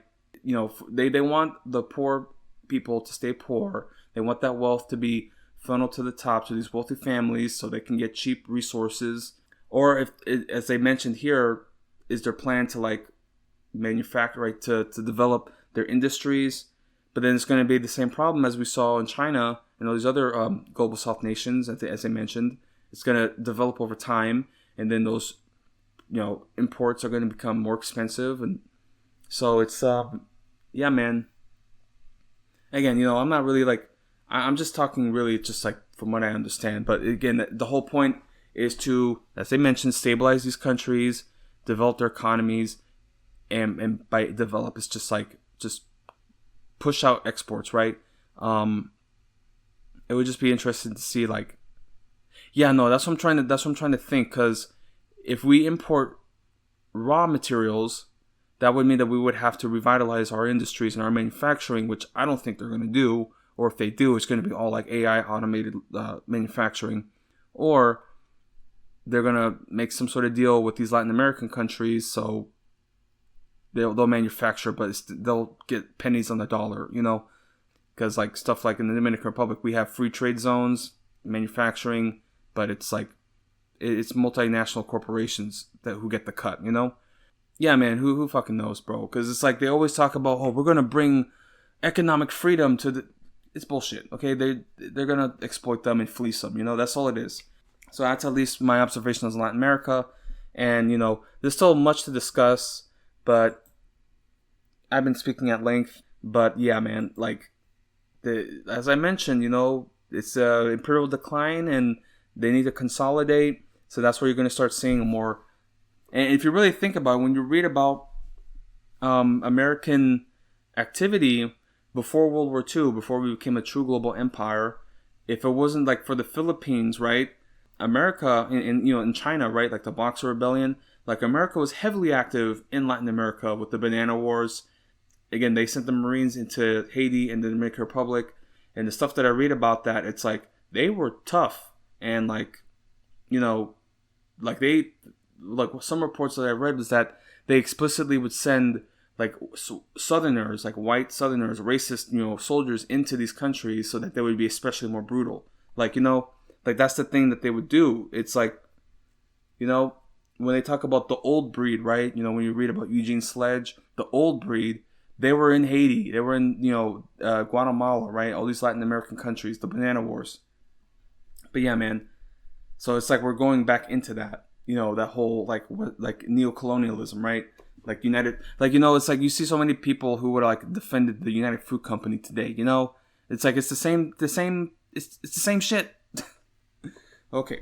But I still have much to discuss, but like that's just like heavily focused on Latin America, with Maduro, El Mencho, Cuba, and there's still much to come. And Gustavo Petro also in Colombia, like Trump was just saying, he needs to watch his ass. So like this, yeah, man, it's serious. A lot of shit. And hello. So this is going to be a bit of a different episode, considering that I had just recorded my Latin America segment. I had planned to continue with the articles I had compiled over military movements in Iran and the Middle East, the negotiations, and I'm recording today on Saturday, February 28th. So this will be a day remembered in history as the beginning of the Iran-America war.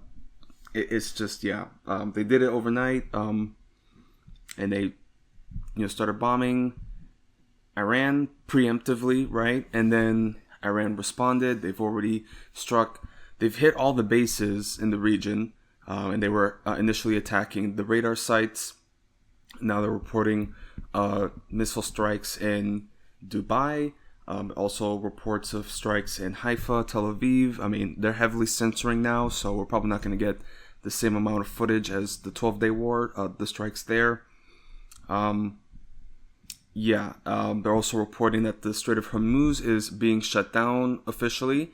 So now there's going to be a real economic crisis. This is it. Online, I'm probably, it might seem as though I'm like shit posting about it. And again, that's just what I do. But I can't really like bring myself to like kind of joke about it because this is serious, you know. It's gonna have deep consequences.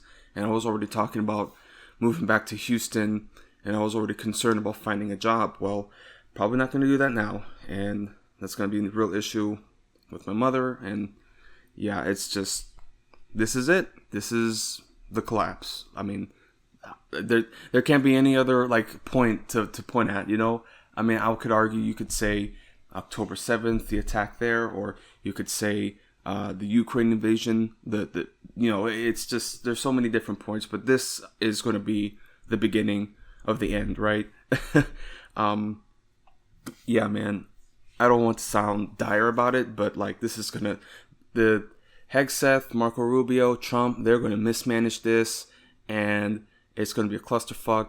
Who knows if we're going to send troops in? I mean, I've already read movements of reinforcements, like transport planes. So, yeah, man.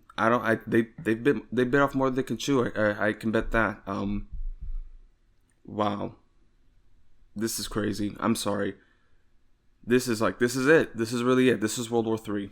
And I'm just like kind of concerned now to see how things are going to transpire, because this could escalate quickly, and who knows how China and Russia are going to respond.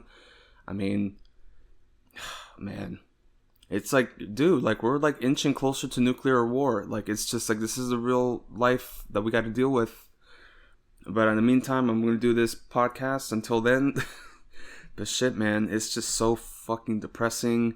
And yeah, what are you going to say? So, I mean, I have some articles. I'm still going to read some of these articles that I compiled up just to, like, you know, show that these negotiations that were underway, like, they were saying so many things. And, like, of course, there was talk about Marco Rubio, that he was going to be in Israel.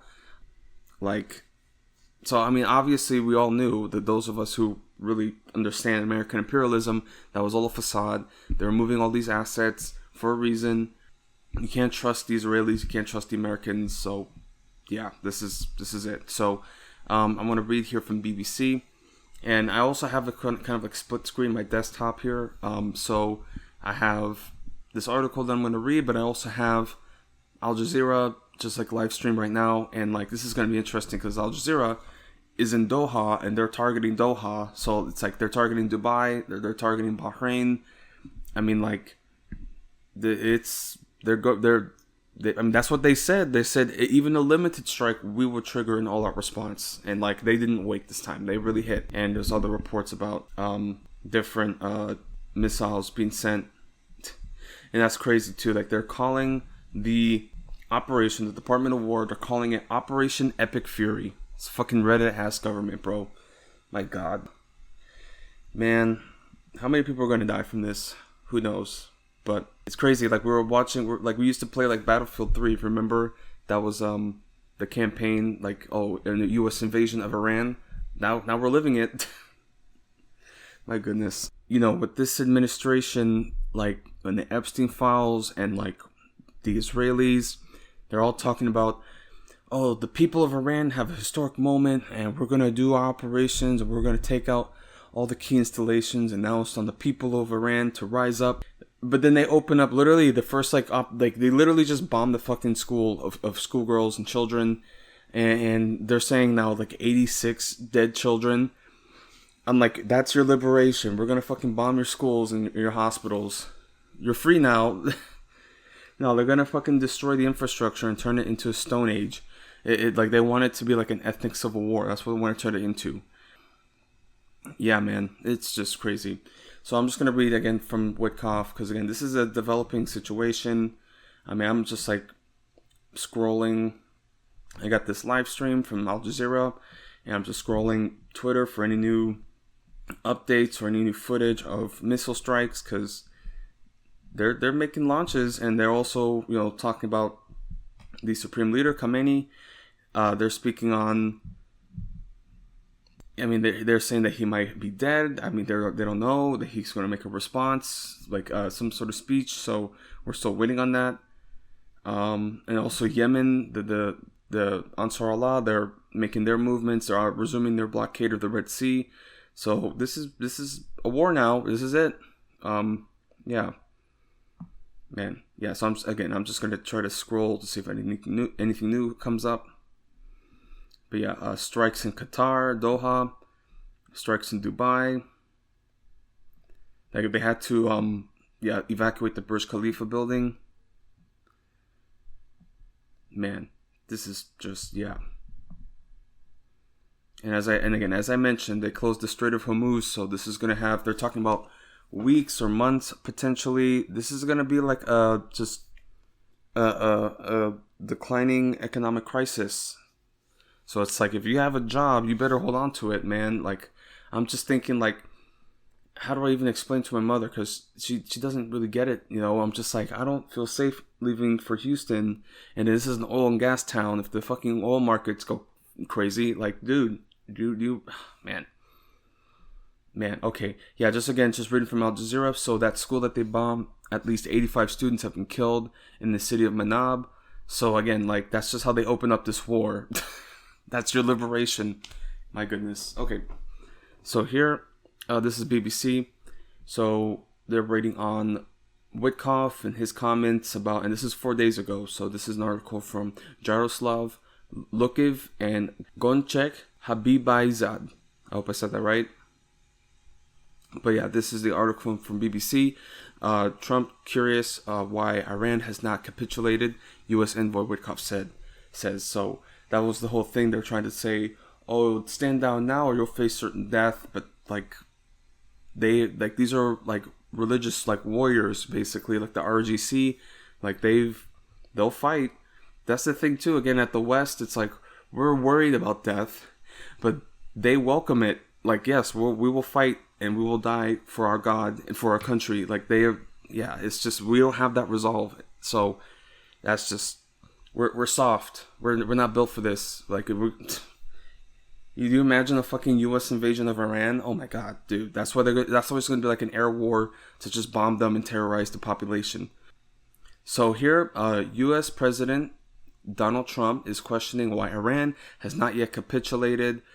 In the face of Washington's military buildup in the Middle East, the U.S. President's special envoy has said.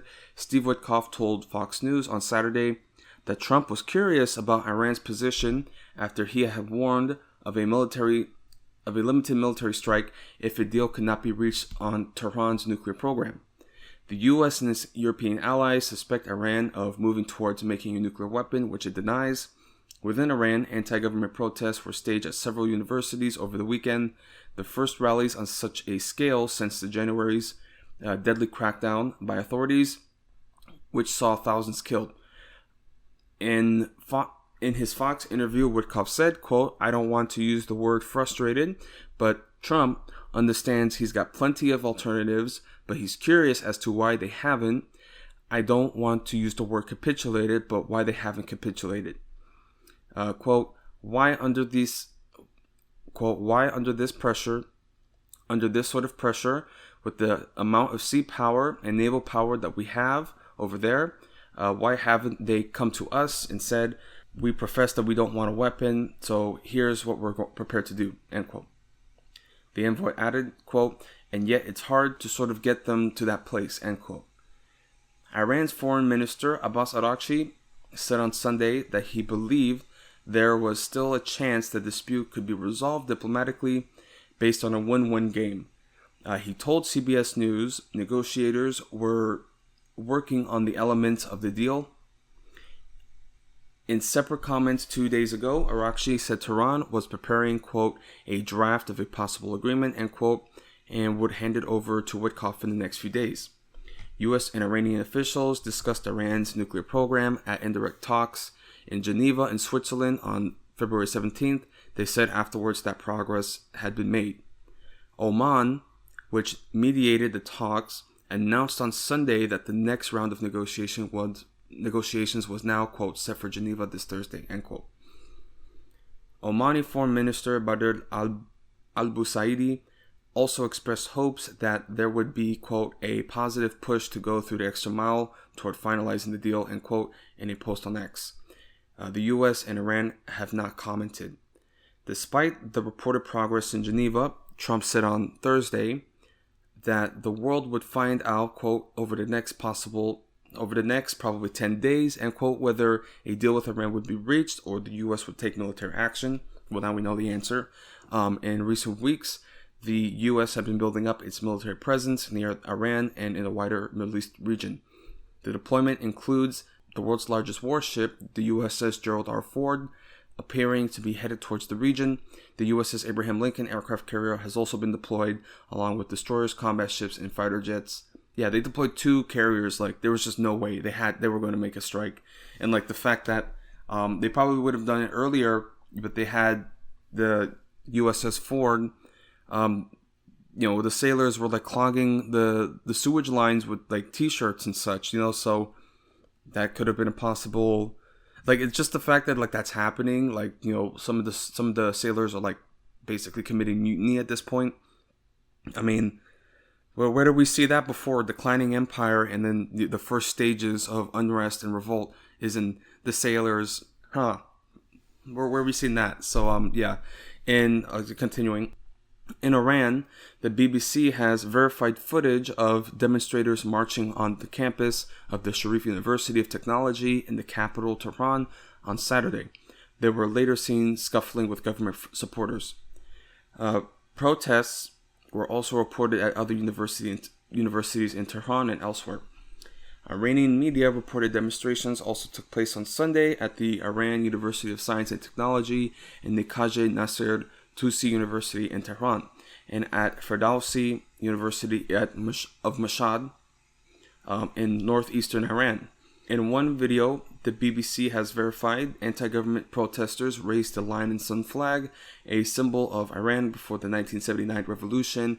At Sharif University, people in the crowd can be heard chanting, "Javid Shah, long live the king." That's the thing, man. I'm just like, I don't seriously believe that people want to bring back the Shah. It's just like, I don't believe that. Like, what are you talking about? People hated him. They don't, like, as much as they might disagree with the Islamic regime, they don't want to go back to the Shah. Dude, this is I don't get it, man. I don't understand. So yeah,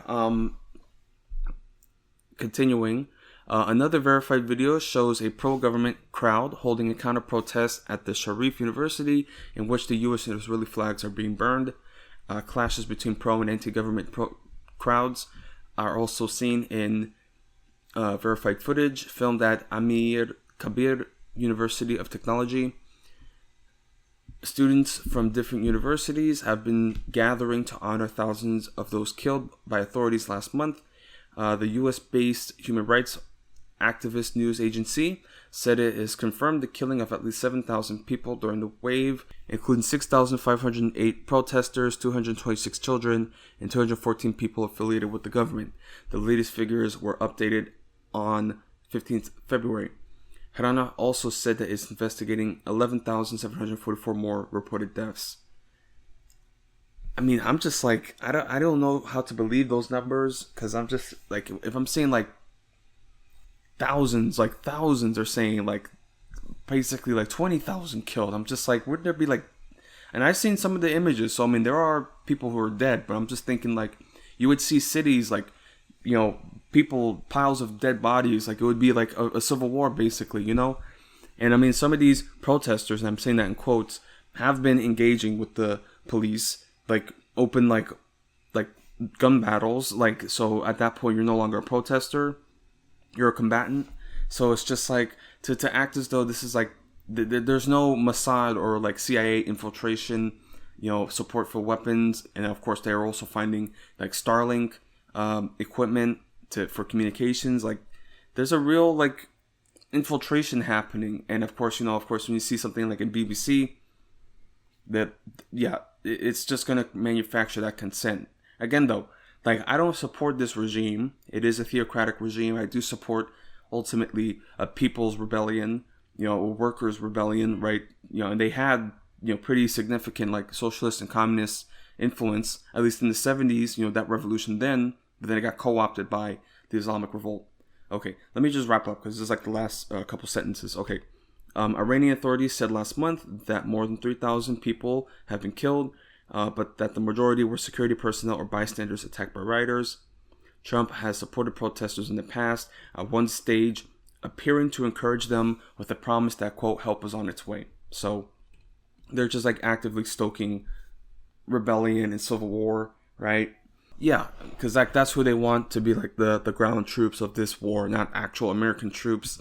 We'll have to see though, because I don't really see like people coming out into the streets yet, and if anything, they're coming out into the streets to pick up the bodies of their children. I mean, look, just now, 86 students, girls dead.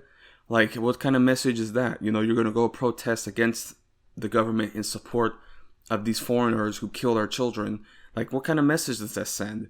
So, as much as people don't like the regime, the Islamic regime, they're not gonna fight on behalf of America and Israel. That's what it is. That's what they don't understand.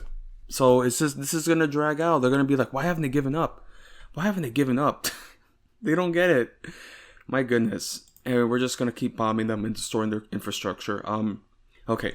I actually just had up here, because many people were waiting on Chuck Schumer to respond, because he's definitely one of those Democrats who's so pro-Israel that he does support action against Iran.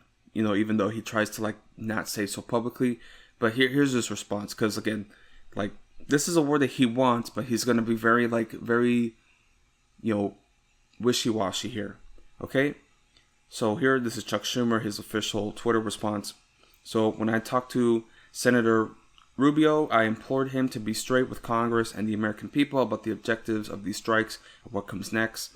Iran must never be allowed to attain a nuclear weapon, which they've said they don't want, but okay. But the American people do not want another endless and costly war in the Middle East when there are so many problems at home. The administration has not provided Congress and the American people with critical details about the scope and immediacy of the threat. Confronting Iran's maligned regional activities, nuclear ambitions, and harsh oppression of Iranian people demands America's strength, resolve, regional coordination, and strategic clarity. Unfortunately, President Trump's fitful cycles of lashing out and risking wider conflict are not a viable strategy. The administration must brief Congress, including an immediate, all senators classified briefing and in public testimony to answer these vital questions. The Senate should quickly return to session and reassert its constitutional duty by passing our resolution to enforce the War Powers Act. My prayers are with our brave American service members. Again, that's just, he wants this war. So it's like if we're gonna go to war, we gotta do it right. Like, that's just like, that's the way he is. Again, he called him a taco, right? Trump always chickens out because that's what he wanted. He wants Trump to be tough on Iran, but we have to do it through the proper channels. You know? And again, he's towing the line of like, Iran must never have a nuclear weapon, which they've said they don't want, but people don't care about that. So you want nukes. No, actually, I don't. Here's a religious fatwa that I don't want nukes. You still want nukes. Okay. So here I'm going to read from Reuters, and this is actually in connection with the nuclear concessions, because it's like they're negotiating and they are wanting to make a deal on this, but of course America always has to show strength and force, and always has to, and that's the name of the game. They want to, and again, the demands were also not about the nuclear enrichment, they're also about the ballistic missiles. They just want to totally neuter Iran so that it has no military capability to protect its sovereignty, and then they can just go in and like do whatever. You know, that's really what they want. Okay, so here, reading from Reuters. So here, Tehran is ready for nuclear concessions if U.S. meets demands, Iranian officials said. This is from Parisi Hafezi and Reuters. And this is just over the deals that they've been making. And like, even like Oman, they were saying, like they're open to it. They'll give up their enrichment. So yeah. But here, yeah, so we're going to continue. So here, Reuters, and I'm just seeing another tweet from John Fetterman. Of course, he loves Israel, so he's all Operation Epic Fury. So, I mean, they're going to call a vote later this week, and you're going to see how many Democrats are truly in support of this. So, yeah, here, Iran has indicated it is prepared to make concessions on its nuclear programs in talks with the U.S. in return for the lifting of sanctions and the recognition of its right to enrich uranium as it seeks to avert a U.S. attack. Both sides remain sharply divided, even over the scope and sequencing of relief from crippling U.S. sanctions following 2 rounds of talks. a senior Iranian official told Reuters. However, Reuters is reporting for the first time that Iran is offering fresh concessions since their talks ended last week, when the sides appeared far apart and heading closer to a military conflict. Again, this article was released February 22nd. So again, a lot of these articles, it was still up in the air, but now we know that this war is on. Okay, let me go back. So analysts say the move suggests Tehran is trying to keep diplomacy alive and stave off a major U.S. attack. The official said Tehran would seriously consider a combination of sending half of its most highly enriched uranium abroad, diluting the rest, and taking part in creating regional enrichment consortium, an idea periodically raised in years of Iran-linked diplomacy. Iran would do this in return of U.S. recognition of Iran's right to peaceful nuclear enrichment under a deal that would also include lifting economic sanctions, the official said. In addition, Iran has offered openings for U.S. companies to participate as contractors in Iran's large oil and gas industries, the official said, in negotiations to resolve decades of dispute over Tehran's nuclear activities. Quote, within the economic package under negotiation, the United States has also been offered opportunities for serious investment and tangible economic interests in Iran's oil industry, the official said. Here, the White House did not respond immediately to queries on the issue. Washington views enrichment inside Iran as a potential pathway to nuclear weapons. Iran denies seeking nuclear weapons and wants its right to enrich uranium to be recognized. Iran and the United States resumed negotiations earlier this month as the U.S. builds up its military capability in the Middle East. Iran has threatened to strike U.S. bases in the region if it's attacked, which they've already done, and they're continuing to do. The Iranian official said the most recent discussions underscored the gap between the two sides, but stressed that, quote, the possibility of reaching an interim agreement exists, end quote, as negotiations continue. And then here's the next paragraph. So Iran seeks logical timetable for lifting sanctions. Quote, the last round of talks showed that U.S. ideas regarding the scope and mechanism of sanctions relief differ from Iran's demands. Both sides need to reach a logical timetable for lifting sanctions, end quote, the official said. Quote, this roadmap must be reasonable and based on mutual interests, end quote. Iran's Foreign Minister Abbas Araghchi said on Sunday he expects to meet with U.S. President Donald Trump's special envoy Steve Witkoff in Geneva on Thursday, adding that, quote, there is still a good chance of diplomatic solution. Araghchi said on Friday that he expected to have a draft counterproposal ready within days, while Trump said he was considering limited military strikes. Again, that's the problem. Like Witkoff, Jared Kushner, they're fucking real estate guys. They're business guys. Okay, they don't respect international law. They don't like, these are like, they're not diplomats. No, they're just saying like, and they're not even like good businessmen. Okay, they're more like, again, like mafiosos. So it's like we're gonna give him an offer he can't refuse. And then that's why Witkoff was like, yeah, why isn't Iran backing down? We have all this like technology and equipment being moved in the area. We're gonna level them, and they're still not giving up. They don't understand. It's the hubris of empire. Yeah, man. Okay, just to continue. So, citing officials on both sides and diplomats across the Gulf and Europe, Reuters reported on Friday that Tehran and Washington are sliding rapidly towards military conflict as hopes fade for a diplomatic settlement. On Sunday, Witkoff said the president was curious as to why Iran has not yet capitulated and agreed to curb its nuclear program. Quote, why under this pressure with the amount of sea power and naval power over there? Why haven't they come to us and said, we profess we don't want a weapon, so here's what we're prepared to do? And yeah, it's sort of hard to get them to that place, end quote. So that's a quote I already said. And he said, Witkoff said on Fox News. Okay, continuing, readiness to compromise on nuclear work. Behmen Ben Taliblu, senior director of the Iran program at the Foundation of Defense of Democracies, said Iran's leadership is seeking to buy time via the talks. Quote, Iran will use that time for various reasons, including to avoid a strike into hardened nuclear, missile, and military facilities, end quote, he said. While rejecting a U.S. demand for zero enrichment, a major sticking point in past negotiations, Tehran has signaled its readiness to compromise on its nuclear work. Washington has also demanded that Iran relinquish its stockpile of highly enriched uranium. The International Atomic Energy Agency last year estimated that stockpile at more than 440 kilograms of uranium enriched up to 60% fissile purity, a small step away from 90% that is considered weapons grade.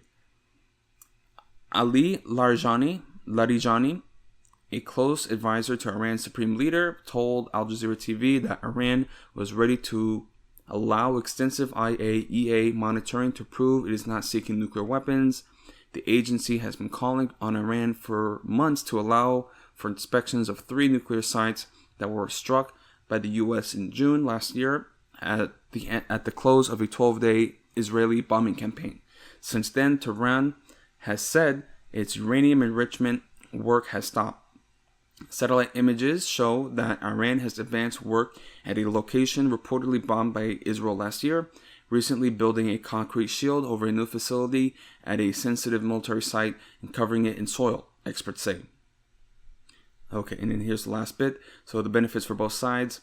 So among U.S. demands are restrictions on Tehran's long-range ballistic missiles and an end to its support for regional proxy groups. Iran has flatly rejected discussing its missiles, while sources have told Reuters, without elaborating, that, quote, the issue of regional proxies is not a red line for Tehran, end quote. Iranian authorities have said that a diplomatic solution would provide economic benefits for both Tehran and Washington. The Iranian official said Tehran would not hand over control of its oil and mineral resources. Again, that's really what this is about. Quote, ultimately, the U.S. can be an economic partner for Iran, nothing more. American companies can always participate as contractors in Iran's oil and gas fields. So again, they're always saying like we can do business, but like you can't just own us, right? Like, and that's really what this is all about. And again, you know, the U.S. empire doesn't understand. Okay, so I think Trump is speaking. Hold on. Saying Tehran must never be allowed to develop a nuclear weapon. Okay, I'm sorry, because they said that he was speaking, and I was just like, I'm watching the Al Jazeera live stream, and I just see Trump and Hegseth like walking up, but that was from his operation. But yeah, you know, it's just a lot to follow, and I'm just like, I don't even know what to say. Man, okay. And so at the moment, you know, with the reporting, again, many have died. Many school children have died, but they're also reporting that at least the Revolutionary Guard, the RGC, is reporting they've killed supposedly hundreds already. They're also reported that they hit a support vessel, naval vessel, you know, one that's deployed in the Indian Ocean. So who knows what reports will come back from that. I'm just going to see what else I can just see in the last second. Oh my God. They're now saying 150 girls. Dude. Oh my fucking God. Yeah, they're saying again, as I mentioned, the Strait of Hormuz is shut down. Man, what else can I see? Again, this is why I need to get into streaming, but and at the same time, it's like I'm kind of like depressed now, just to like continue like recording, because like this is real, man. Like this is the downfall, you know. Man, this is just so fucked up. But yeah, this is precisely why I need to get into streaming. And again, more strikes in Bahrain, drones, missile strikes on the U.S. bases. Just wow. And they were saying that like this is like the first time since World War II, really, that like an actual sovereign nation has like attacked U.S. bases and like simultaneously all at once. Like this is a real military, bro. Like there was you know, a video of like, yeah, there's a video of like a soldier just like in a hotel or something, and then like a fucking missile strikes, and he's like, "Whoa, dude, what the fuck?"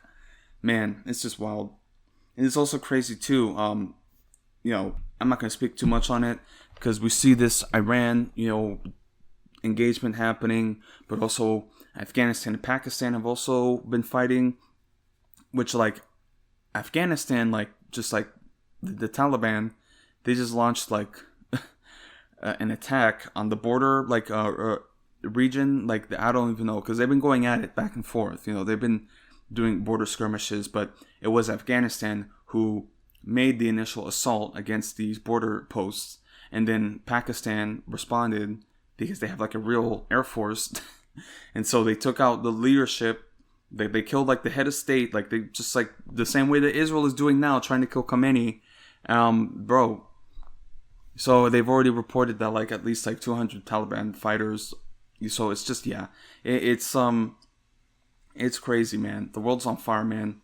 And these are two countries like neighboring each other, like yeah. So I'm just gonna like continue to monitor the situation, right? Because that's what I love to do. I don't even know if I can continue recording, at least because what can you even say? I'm gonna try to get this recording out as quick as possible. I wanted it to be. I wanted to. How do I say this? Continue with my usual like program, like with when we speak on climate issues, but it's war. I mean, like this is it. This is the real war now, and in the next week or so much is gonna unfold. So hopefully we don't get a nuclear war by the time I release this. So yeah. But thank you for tuning in. Again, I don't mean to be so dreary, but I'm just like, dude, like what the fuck? Because it's like it's for nothing, or it's for nothing, and that's why we have to be anti-imperialist. Again, people treat my stance on Israel as like some like, oh, you're just blowing things out of proportion. But dude, like now look where we're at. And this is also, again, they're trying to put this on Trump. This could have very easily happened under Kamala Harris, okay? Like that's what she wanted. She wanted this war. Let's not pretend. So yeah, it's just I don't even know, man, because this is gonna get bad. Like I'm already seeing like the shipping tracking for the Gulf, and it's already like they shut down the strait, and then all the ships that are stuck in the Gulf, they're just like, oh my god, dude, you can't even, I can't even process it. It's so crazy what's about to happen. And then I have to seriously consider moving back now to Houston without a job, and it's like I don't even have a car. Like it's just like, dude, like yeah, man, you're in this shit place. Oh my god, man. Oh well, I'll figure it out. But I have to have very serious conversations now because they don't seem to understand the direction of the economy. Again, people are still too hopeful, and even with this war, they're still gonna be just coping. Again, it's cope. Yeah, it's just, dude, we're fucked. But anyway, I don't want to sound depressing because at the end of the day, this is just like the decline of empire. They can't win. I don't even see how it's possible.